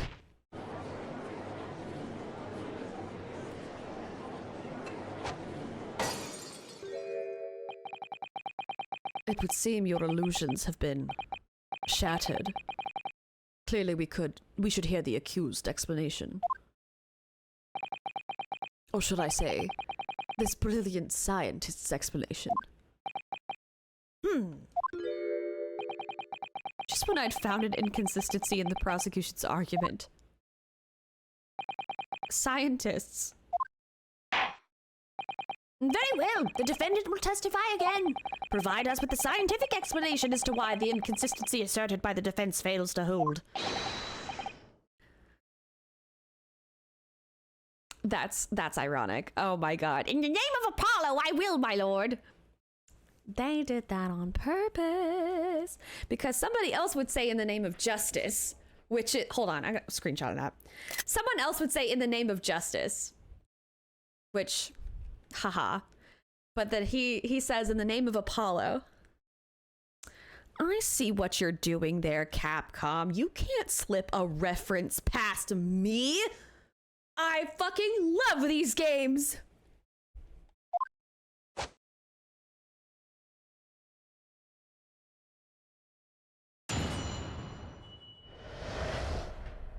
The inconsistency explained.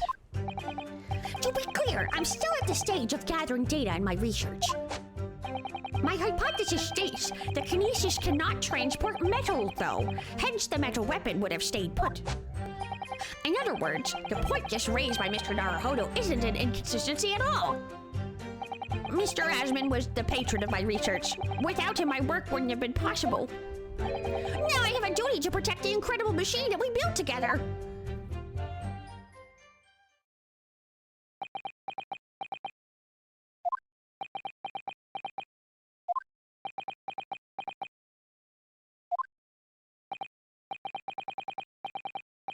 So the thrust of your testimony, Professor, is that based upon his hypothesis, metal objects cannot be moved by this method of instantaneous kinesis. In other words, since the screwdriver is made of metal, even if it remained lodged in the victim's chest, its subsequent discovery on the stage despite the victim being found elsewhere is not an inconsistency.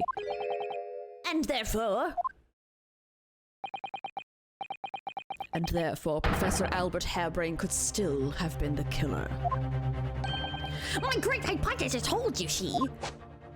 We had to make the cage used to contain the subject from wood for that very reason. I was not addressing you, witness. Professor Harebrain, Yes. whose side are you on here? I don't take sides, Mr. Naruhodo. No. My only interest lies in upholding my hypothesis. I'm a scientist, after all.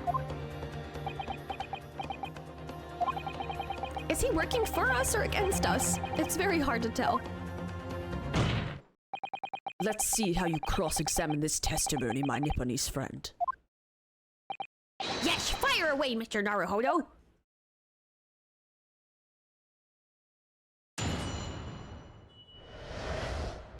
Okay. I guess. I'm gonna press every statement, even the ones that seem inconsistent. Inconsistent? Inconspicuous.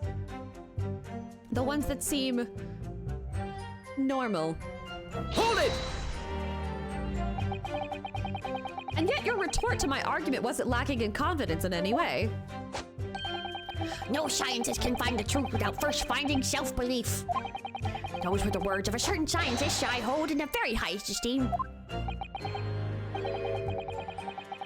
I actually don't know what scientist he was speaking of. I feel like I should Google that. Wait, what was it? What was the line? Let's learn something together, shall we? I wonder if that's like a real life quote that they're trying to put in there. Let's take a little gander. Okay, no scientist can find truth without first finding self-belief. See, I had a thought. Hold on.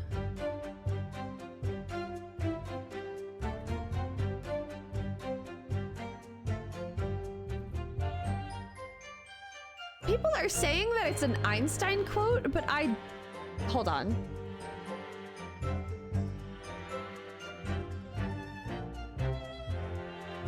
Okay, so very obviously, I mean, just look at him. Just look at, if you look at the man, he's obviously supposed to, first of all, his name is literally Albert.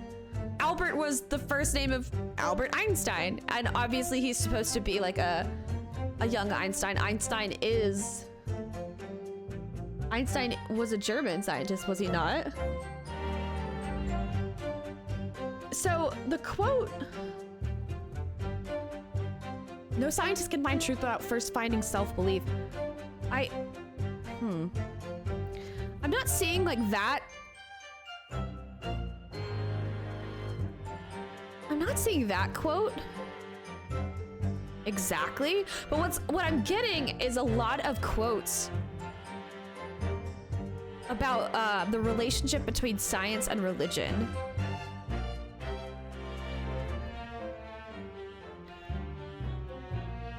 There's a quote, "Pure logical thinking cannot yield us any knowledge of the empirical world. All knowledge of reality starts from experience and ends in it." Maybe that's what he was kind of getting at. Maybe that's like the reference. Because it's kind of a humanist perspective, like you have to believe in yourself before you can believe in any of your theories. Or the one that came up before, science without religion is lame. Religion without science is blind. I guess he's...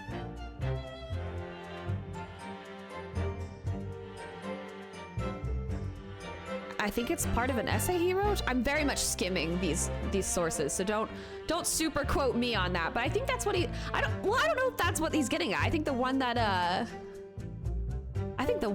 I said first is the pure logical thinking cannot yield, the whole like it starts with an experience and ends in it. That's kind of what he's getting at, and I think that was like another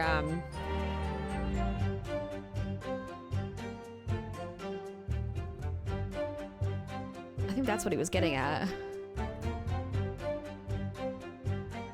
Huh. It's weird that I can't actually find like a true...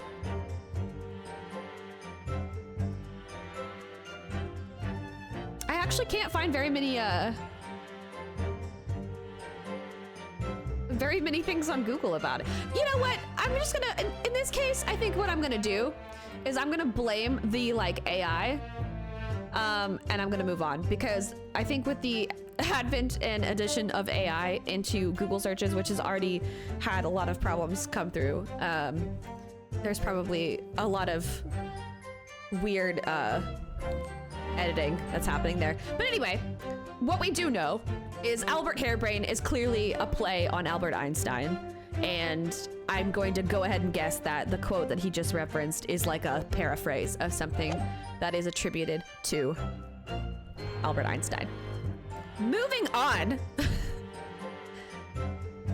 But you realize that disproving my argument puts you in a very precarious position, don't you? No scientist should strive to protect himself more than he strives to protect the truth. More words of the same great scientist, you know. Okay, I'm not gonna look that one up because I don't know if that's another exact quote or if they were playing off of that. Anyway. Words that are causing me a lot of trouble. Who is this scientist? Oh.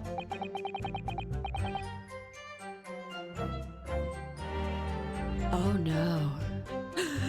Oh no. Oh wait, is he actually... Oh no, is he actually like referencing the professor? TM? The killer? Okay. I'm afraid I couldn't tell you, Mr. Naruhodo. But as soon as I remember the magnificent genius's name, you'll be the first to know. Oh, he just couldn't fucking remember. I'm an idiot. Okay. It might be worth keeping the names of your idols in mind. You're wasting your breath, my learned friend. The scatterbrain even forgets my name at times. I'm a scatterbrain, sir. We don't take kindly to that, but don't worry. I'll probably be distracted by something else and forget all about how I'm mad at you. I feel targeted! I came out to have a good time, and I'm actually feeling so attacked right now. So Lord Van Zeeks really did have a friend once, but I didn't notice hell freezing over. Damn! Damn, Ryunosuke! Damn.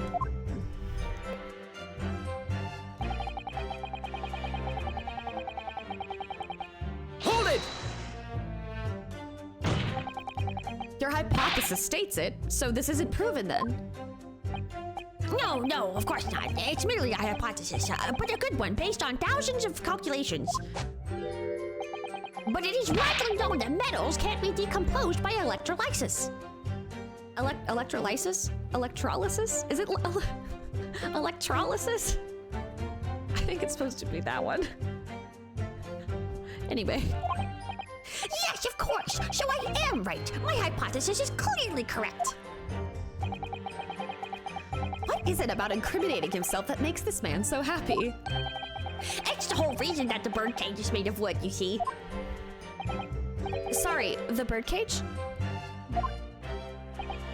Yes, that's what I call the C. obtusa cage, in which Mr. Ashman was placed for the kinesis.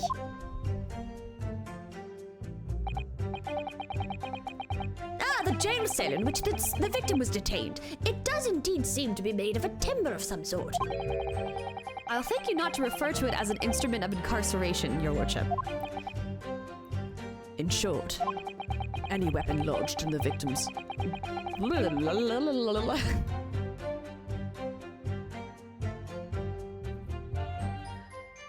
Any weapon lodged in the victim when he was beamed away by instantaneous kinesis would have been left behind on the stage if it was made of metal, correct?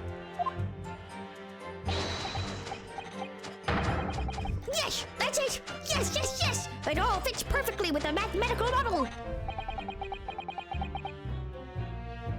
But the ultimate conclusion, then, is that the defendant alone had the opportunity to inflict this fatal injury on the victim, is it not?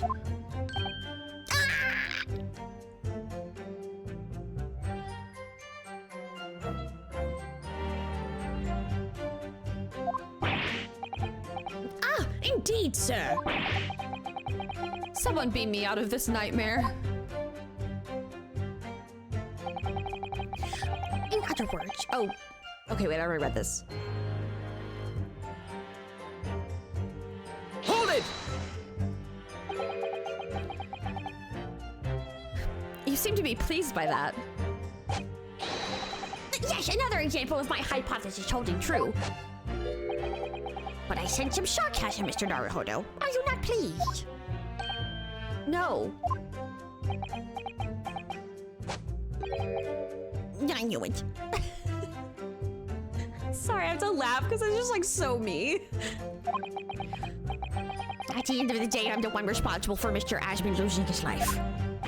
The advancement of science is no excuse, I know that. No, you're quite right. Tell the court, did you have a close relationship with Mr. Ashman? Oh, well, no, not really. I mean, I'd only met him 2 or 3 times.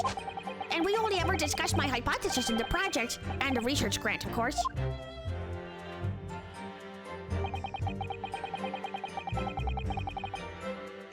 Hold it! How did you come to know Mr. Aspen in the first place? A year ago now, a small provincial science journal published a little paper about my work. Look at him. He's so cute. I actually really like Hairbrain a lot. I think he's such a sweet character. He's just like, I don't know, he's like Van Ziek's buddy, and I don't know. I sense a kindred spirit in him. I just want to give this man a hug, honestly. I'll be real. I want to give this man a hug. He seems pretty chill. That's a scientific journal. Good gracious, I should need new spectacles. I might have had an extraordinary hypothesis, a great promise, and great promise, but at the time I had no money. I had to eat tiny little meals at a tiny little cafe and drink watered down water out of a tiny little glass. Watered down water? Dude, what? But Mr. Ashman read the paper and came to visit me at my tiny little laboratory. And offered you money to help fund your work. Exactly! That's exactly what happened. I handled the theoretical side of things, and Mr. Ashman provided me with an engineer for the practical. And the 3 of us produced that fantastic machine together. The 3 of you, you say? I believe a new addition has entered the fold. I believe we have a challenger approaching. The machine that brought you to the Great Exhibition to demonstrate. We had to apply to the government for some sort of inspection to be allowed to the exhibit, I think. I didn't understand all that side of things. Mr. Ashman took care of all of it. It was a wonderful wonderful man. Really, I owe him everything.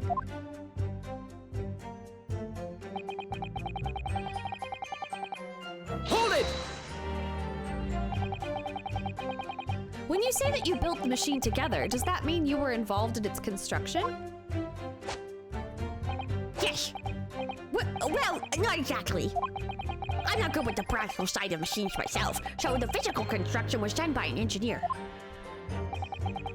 Little remains of your creation now, though, following the explosion. Repair will no doubt be impossible. Yes, I really like that. But still, if someone were to gather all the broken parts, they could discover the secret of my hypothesis. But Mr. Ashman and I toiled over that machine for so long, we put our hearts and souls into it. I have to protect our work. So what's left of the machine must be kept safe. That's only fair, because what happened was an accident. That's the extent of the testimony then. Thank goodness for that. I don't want him doing any more damage. He's already basically proven that he could have been the culprit. But it seems as though he really cares about... All he really cares about is defending his hypothesis. Still, I wonder, what if his hypothesis is just fundamentally flawed?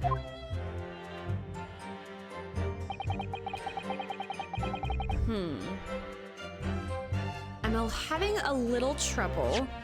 I need to review the thing again. So, can I actually examine any part of it? It just kind of seems like this is the diagram.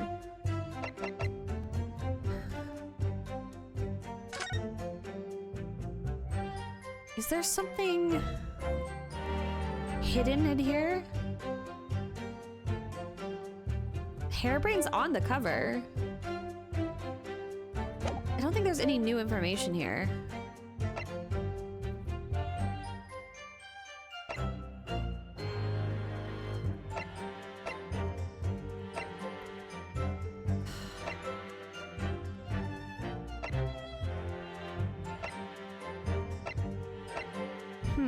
This is a little tough.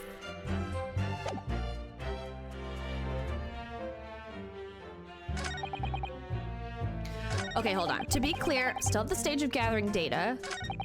Hypothesis states the kinesis cannot transport metal. Hence, the metal weapon should have stayed put.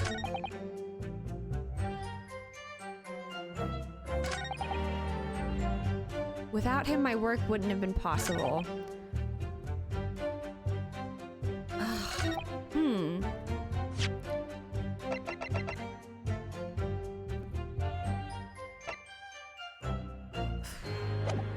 I'm actually having a real problem figuring out what the hell to present. Hold it! Did I not press the statement? Did it skip the statement? Did I skip the statement, or did like the game automatically skip that statement where he skipped to a different statement, thinking that I wouldn't select it if I didn't remember? Because if that's what they did, if they skipped it playing off of, oh, the players won't notice, they probably won't remember. That's like really unfair in my opinion, because listen, I said it earlier, I'll say it again. I am a scatterbrain, okay? There's a lot going on. I'm working on it. I'm smart, but sometimes I'm just easily distracted, okay? I get medicated for this shit. This is how my brain works. Stop being a dick. You seem to be pleased by that. Yes, another example of my hypothesis holding true. But I sent some sarcasm, Mr. Naruhodo. Are you not pleased? No.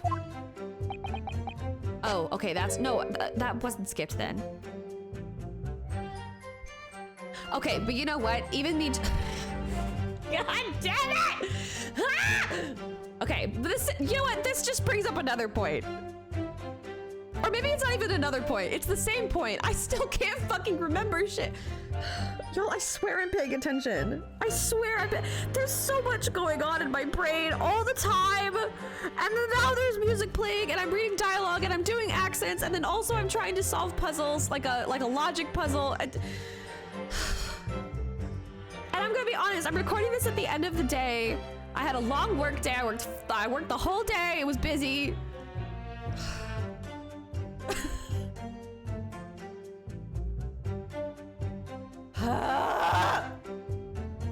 My point is,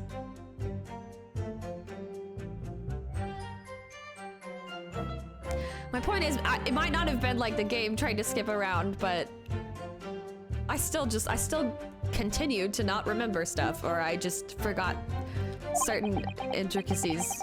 Anyway, okay, I'm just gonna shut up, and I'm digging myself further and further into this hole.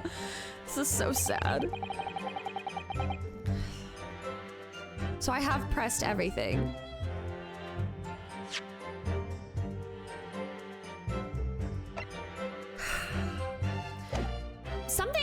Something makes me, I'm gonna look at the headlines here. Okay, hold on. The Great Exhibition of All Nations, Eyes on the World, Tower Garters Worldwide, blah, blah, blah, first matter of transport device, the Reaper attacked.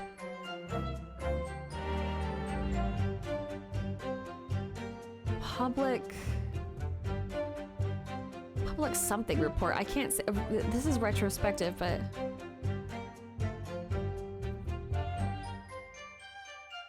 I wish I could zoom in on this a little bit more. St. Bartholomew's.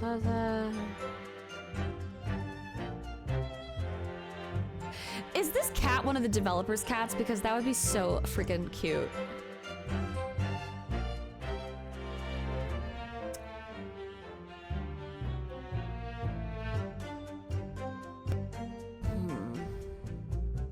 I was thinking that maybe one of the headlines in there was like another clue, but I guess not. Okay, so let's look at the autopsy reporting. I'm really having trouble figuring out what I'm supposed to present.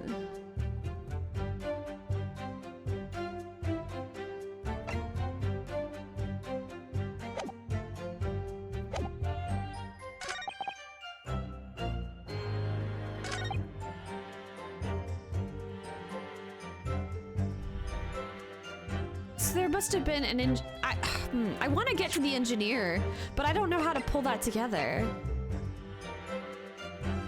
There's got to be something that I'm missing. That's the thing. I feel like I'm missing something in the evidence that's causing me to miss.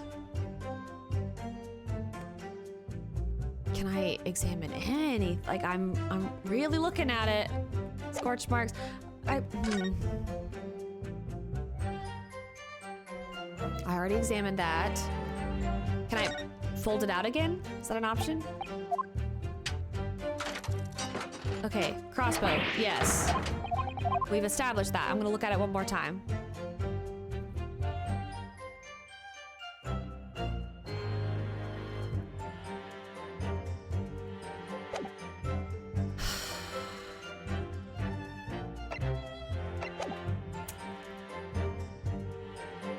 Just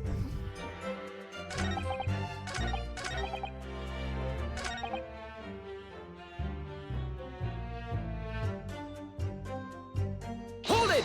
I'm gonna press him on his hypothesis one more time. I'm gonna read it one more time. Hypothesis, it's not proven.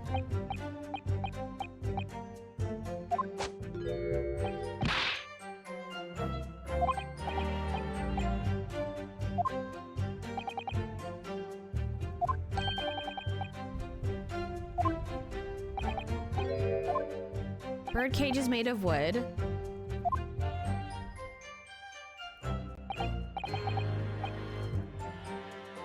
It was made of wood.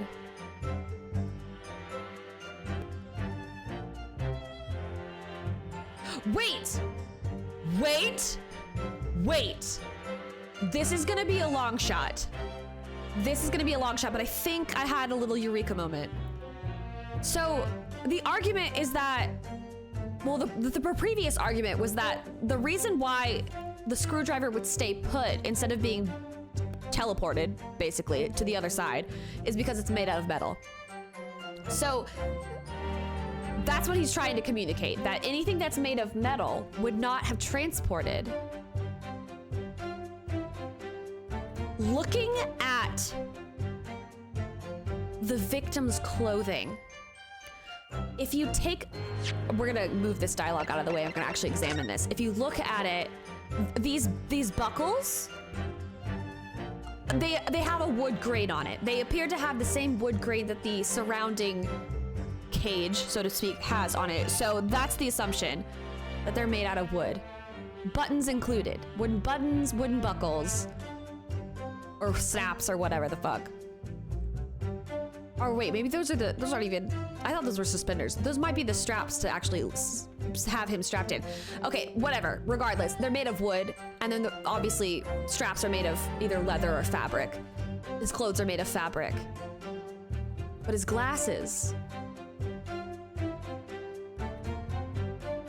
the rims are, or the lenses are clearly, or spectacles, I guess. The lenses are clearly glass, but that, I don't know about you guys, but that looks like metal to me. Now, I mean, that looks like a metallic situation. So, I think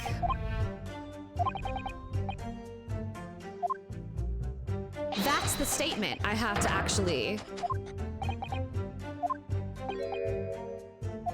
That's the statement that I have to present to. Okay. It wouldn't though. It's wrong because if we look at the photo. Objection! Oh yeah, baby! It took me a while to get there, but I got there, okay? It just required a little extra thinking donkin on my part. Okay, thinking donkin? Sometimes I really wonder why I say the things that I do. Listen, I got it. I understood the assignment. I was able to put two, I was gonna say I was able to put 2 and 2 together, but I feel like it wasn't as simple as 2 and 2. I was able to put 2 and 1200. I don't know. This metaphor is already lost. I've already lost the plot. Let me just have this. I got this. I got it. Professor Harebrain, you say that according to your hypothesis, nothing made of metal can be beamed by instantaneous kinesis using the machine you made. Is that right? Yes, that's right. Spot on. Exactly correct. In that case, I'd ask you to have a look at this photograph that was taken at the scene. In particular, I'd like you to pay attention to the victim's face. You can clearly see that Mr. Asmund was wearing a pair of spectacles with a metal rim. What? Metal? No, metal can't. That's not metal. No! We've already established that the proposed murder weapon, the screwdriver, was found on the stage. However, if your hypothesis correctly predicted that outcome, it should also have predicted that the metal-rimmed spectacles would be found in the same place. Ah! My hypothesis! My hypothesis! Professor Harebrain, this isn't easy for me to say, but your hypothesis is clearly flawed. Ah! Order! Order! Order! Counsel, what is the implication of this? If, on the day in question, the alleged instantaneous kinesis never actually took place, then it's entirely possible that the victim was killed somewhere other than the stage. And in that case, someone other than the defendant could have been the culprit. But my hypothesis is sound! I proved it that day! The experiment was a success! The experiment was proof of all of my work! If I could say something here in my capacity as a fellow of the Royal Society. Yes, juror number 4, go ahead. As a man of science, there's one thing I simply cannot abide. And that's a fraud who pretends to be a fellow man of science. What? Wait, great Scott, are you suggesting my science is suspect? It's just been disproved, hasn't it? In front of all of us. In other words, the whole demonstration was a complete nonsense from start to finish. Believe me, my fellow jurors, when I tell you that this man is a heel, a bounder, and a fraud. I say, the wreckage of that machine should be stripped down and thoroughly examined. No, never! That machine is the essence of my entire hypothesis! It's protected by the Special Dispensation for Scientific Equipment Act! What the devil is that blasted act all about, eh? Who made up such a daft rule? I don't like the way this seems to be going, and I'm also going to go ahead and take a sip because that was a lot of voices in a short period of time.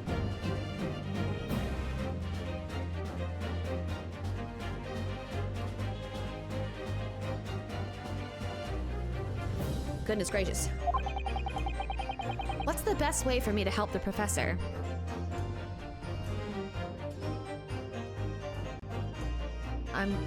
Oh, do I have? Oh, hold on. Can I save? Oh, thank God. I was like, that's a big decision to make. I don't know if I can make that without the security of a save. Okay.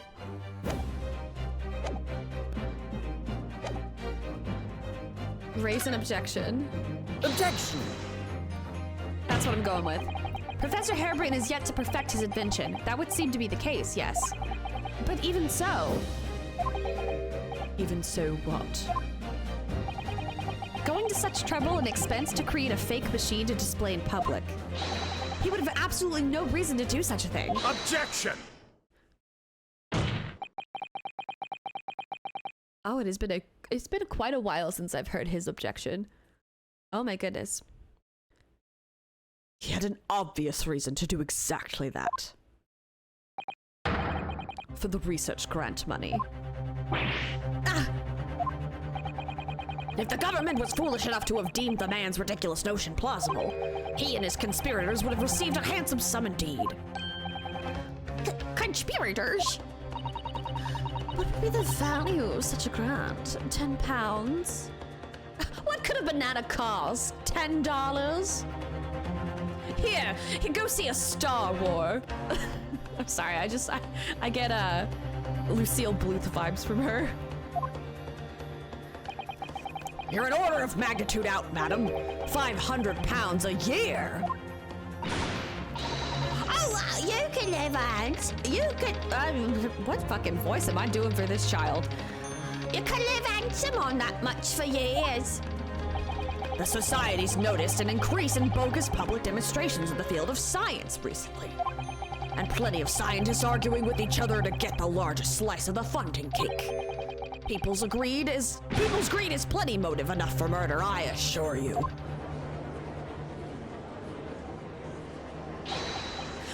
No, I haven't deceived anyone, least of all the government. My hypothesis is sound. The science is sound. Please, you must believe me. Objection! No matter how unbelievable this hypothesis may seem to you, ladies and gentlemen, the fact remains that the victim was transported instantly to the Crystal Tower. Which means that the experiment was a success. Ah, Barack! And therefore, the only person who could have possibly committed this murder is the accused. Barack. Where is this heading? I have no idea.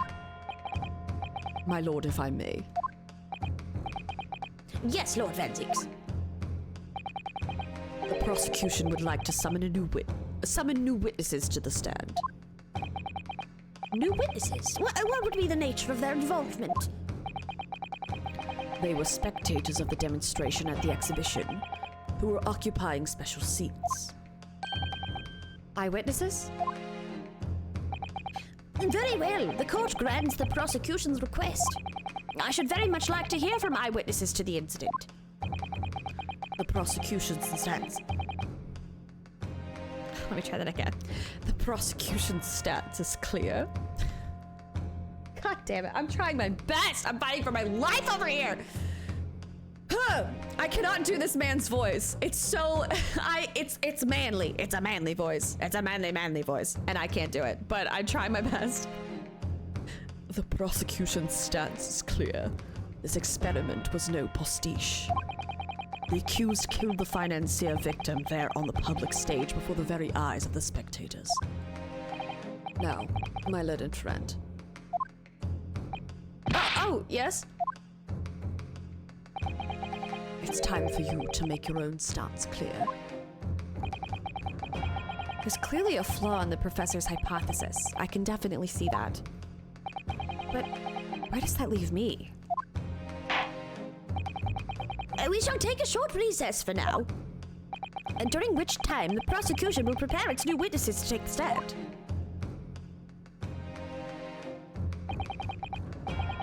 As you wish, my lord. Good.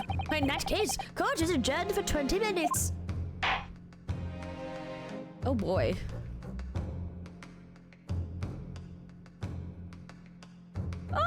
To be continued. I'm gonna go ahead and save my progress.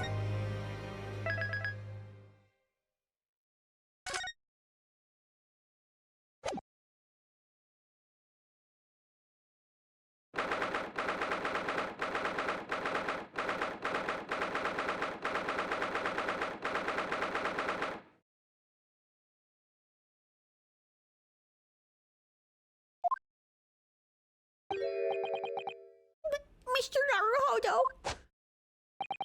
What on earth were you playing at just now? Or rather... What on earth were you playing at all along? My hypothesis! My amazing hypothesis! You've been picking holes in it from the start! Sorry about that. But you promised me! You said you proved that dreaded explosion was an accident, not murder! You said you'd keep my precious invention from falling into anyone else's hands! But all you've done so far is try to undermine me! Yes, I did make you a promise, you're right. I said that I'd believe in you and fight for your freedom to the very end. But I also told you I was no scientist. I don't understand your hypothesis. The fact is, there's an undeniable flaw in your logic, isn't there? But if I just run through some equations... Yes, you see, it's because my work is incomplete! Perhaps it is. Nevertheless, a man died as a consequence, didn't he? Oh! Oh, no!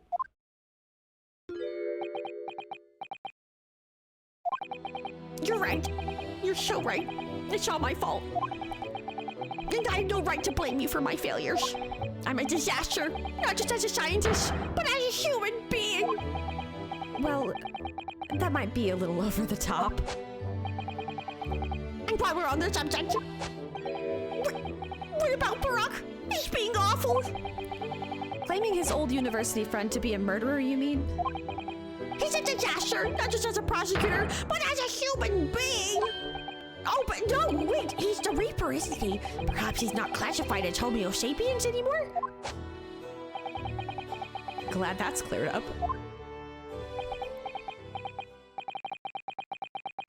Can I double check something with you? Ah, yes, what? The machine and demonstration you prepared, they were based entirely on your hypothesis, I presume? There was no trickery involved.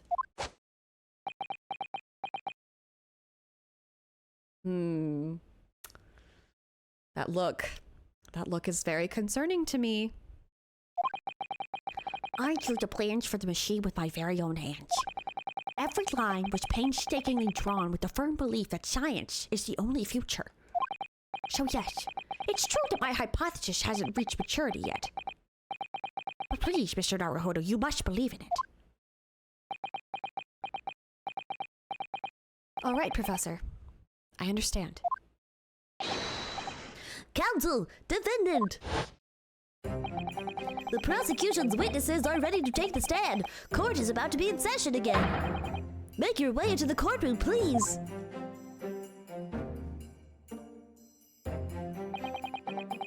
all hinges on that demonstration. If the professor's hypothesis is sound as he claims, it leaves him as the only person who could possibly have killed the victim. But on the other hand, Mr. Sholmes was adamant. A practical implementation, such as was attempted by the professor at the Great Exhibition, is quite impossible. So really, what should I be trying to prove here?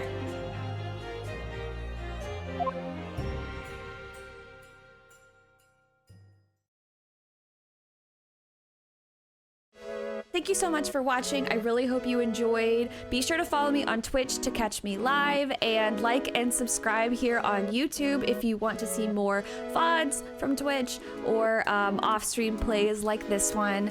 I really did enjoy kind of editing this and poking some fun at some things. It was a good time. So hope you will join me next time, and I'll see you all on stream, hopefully.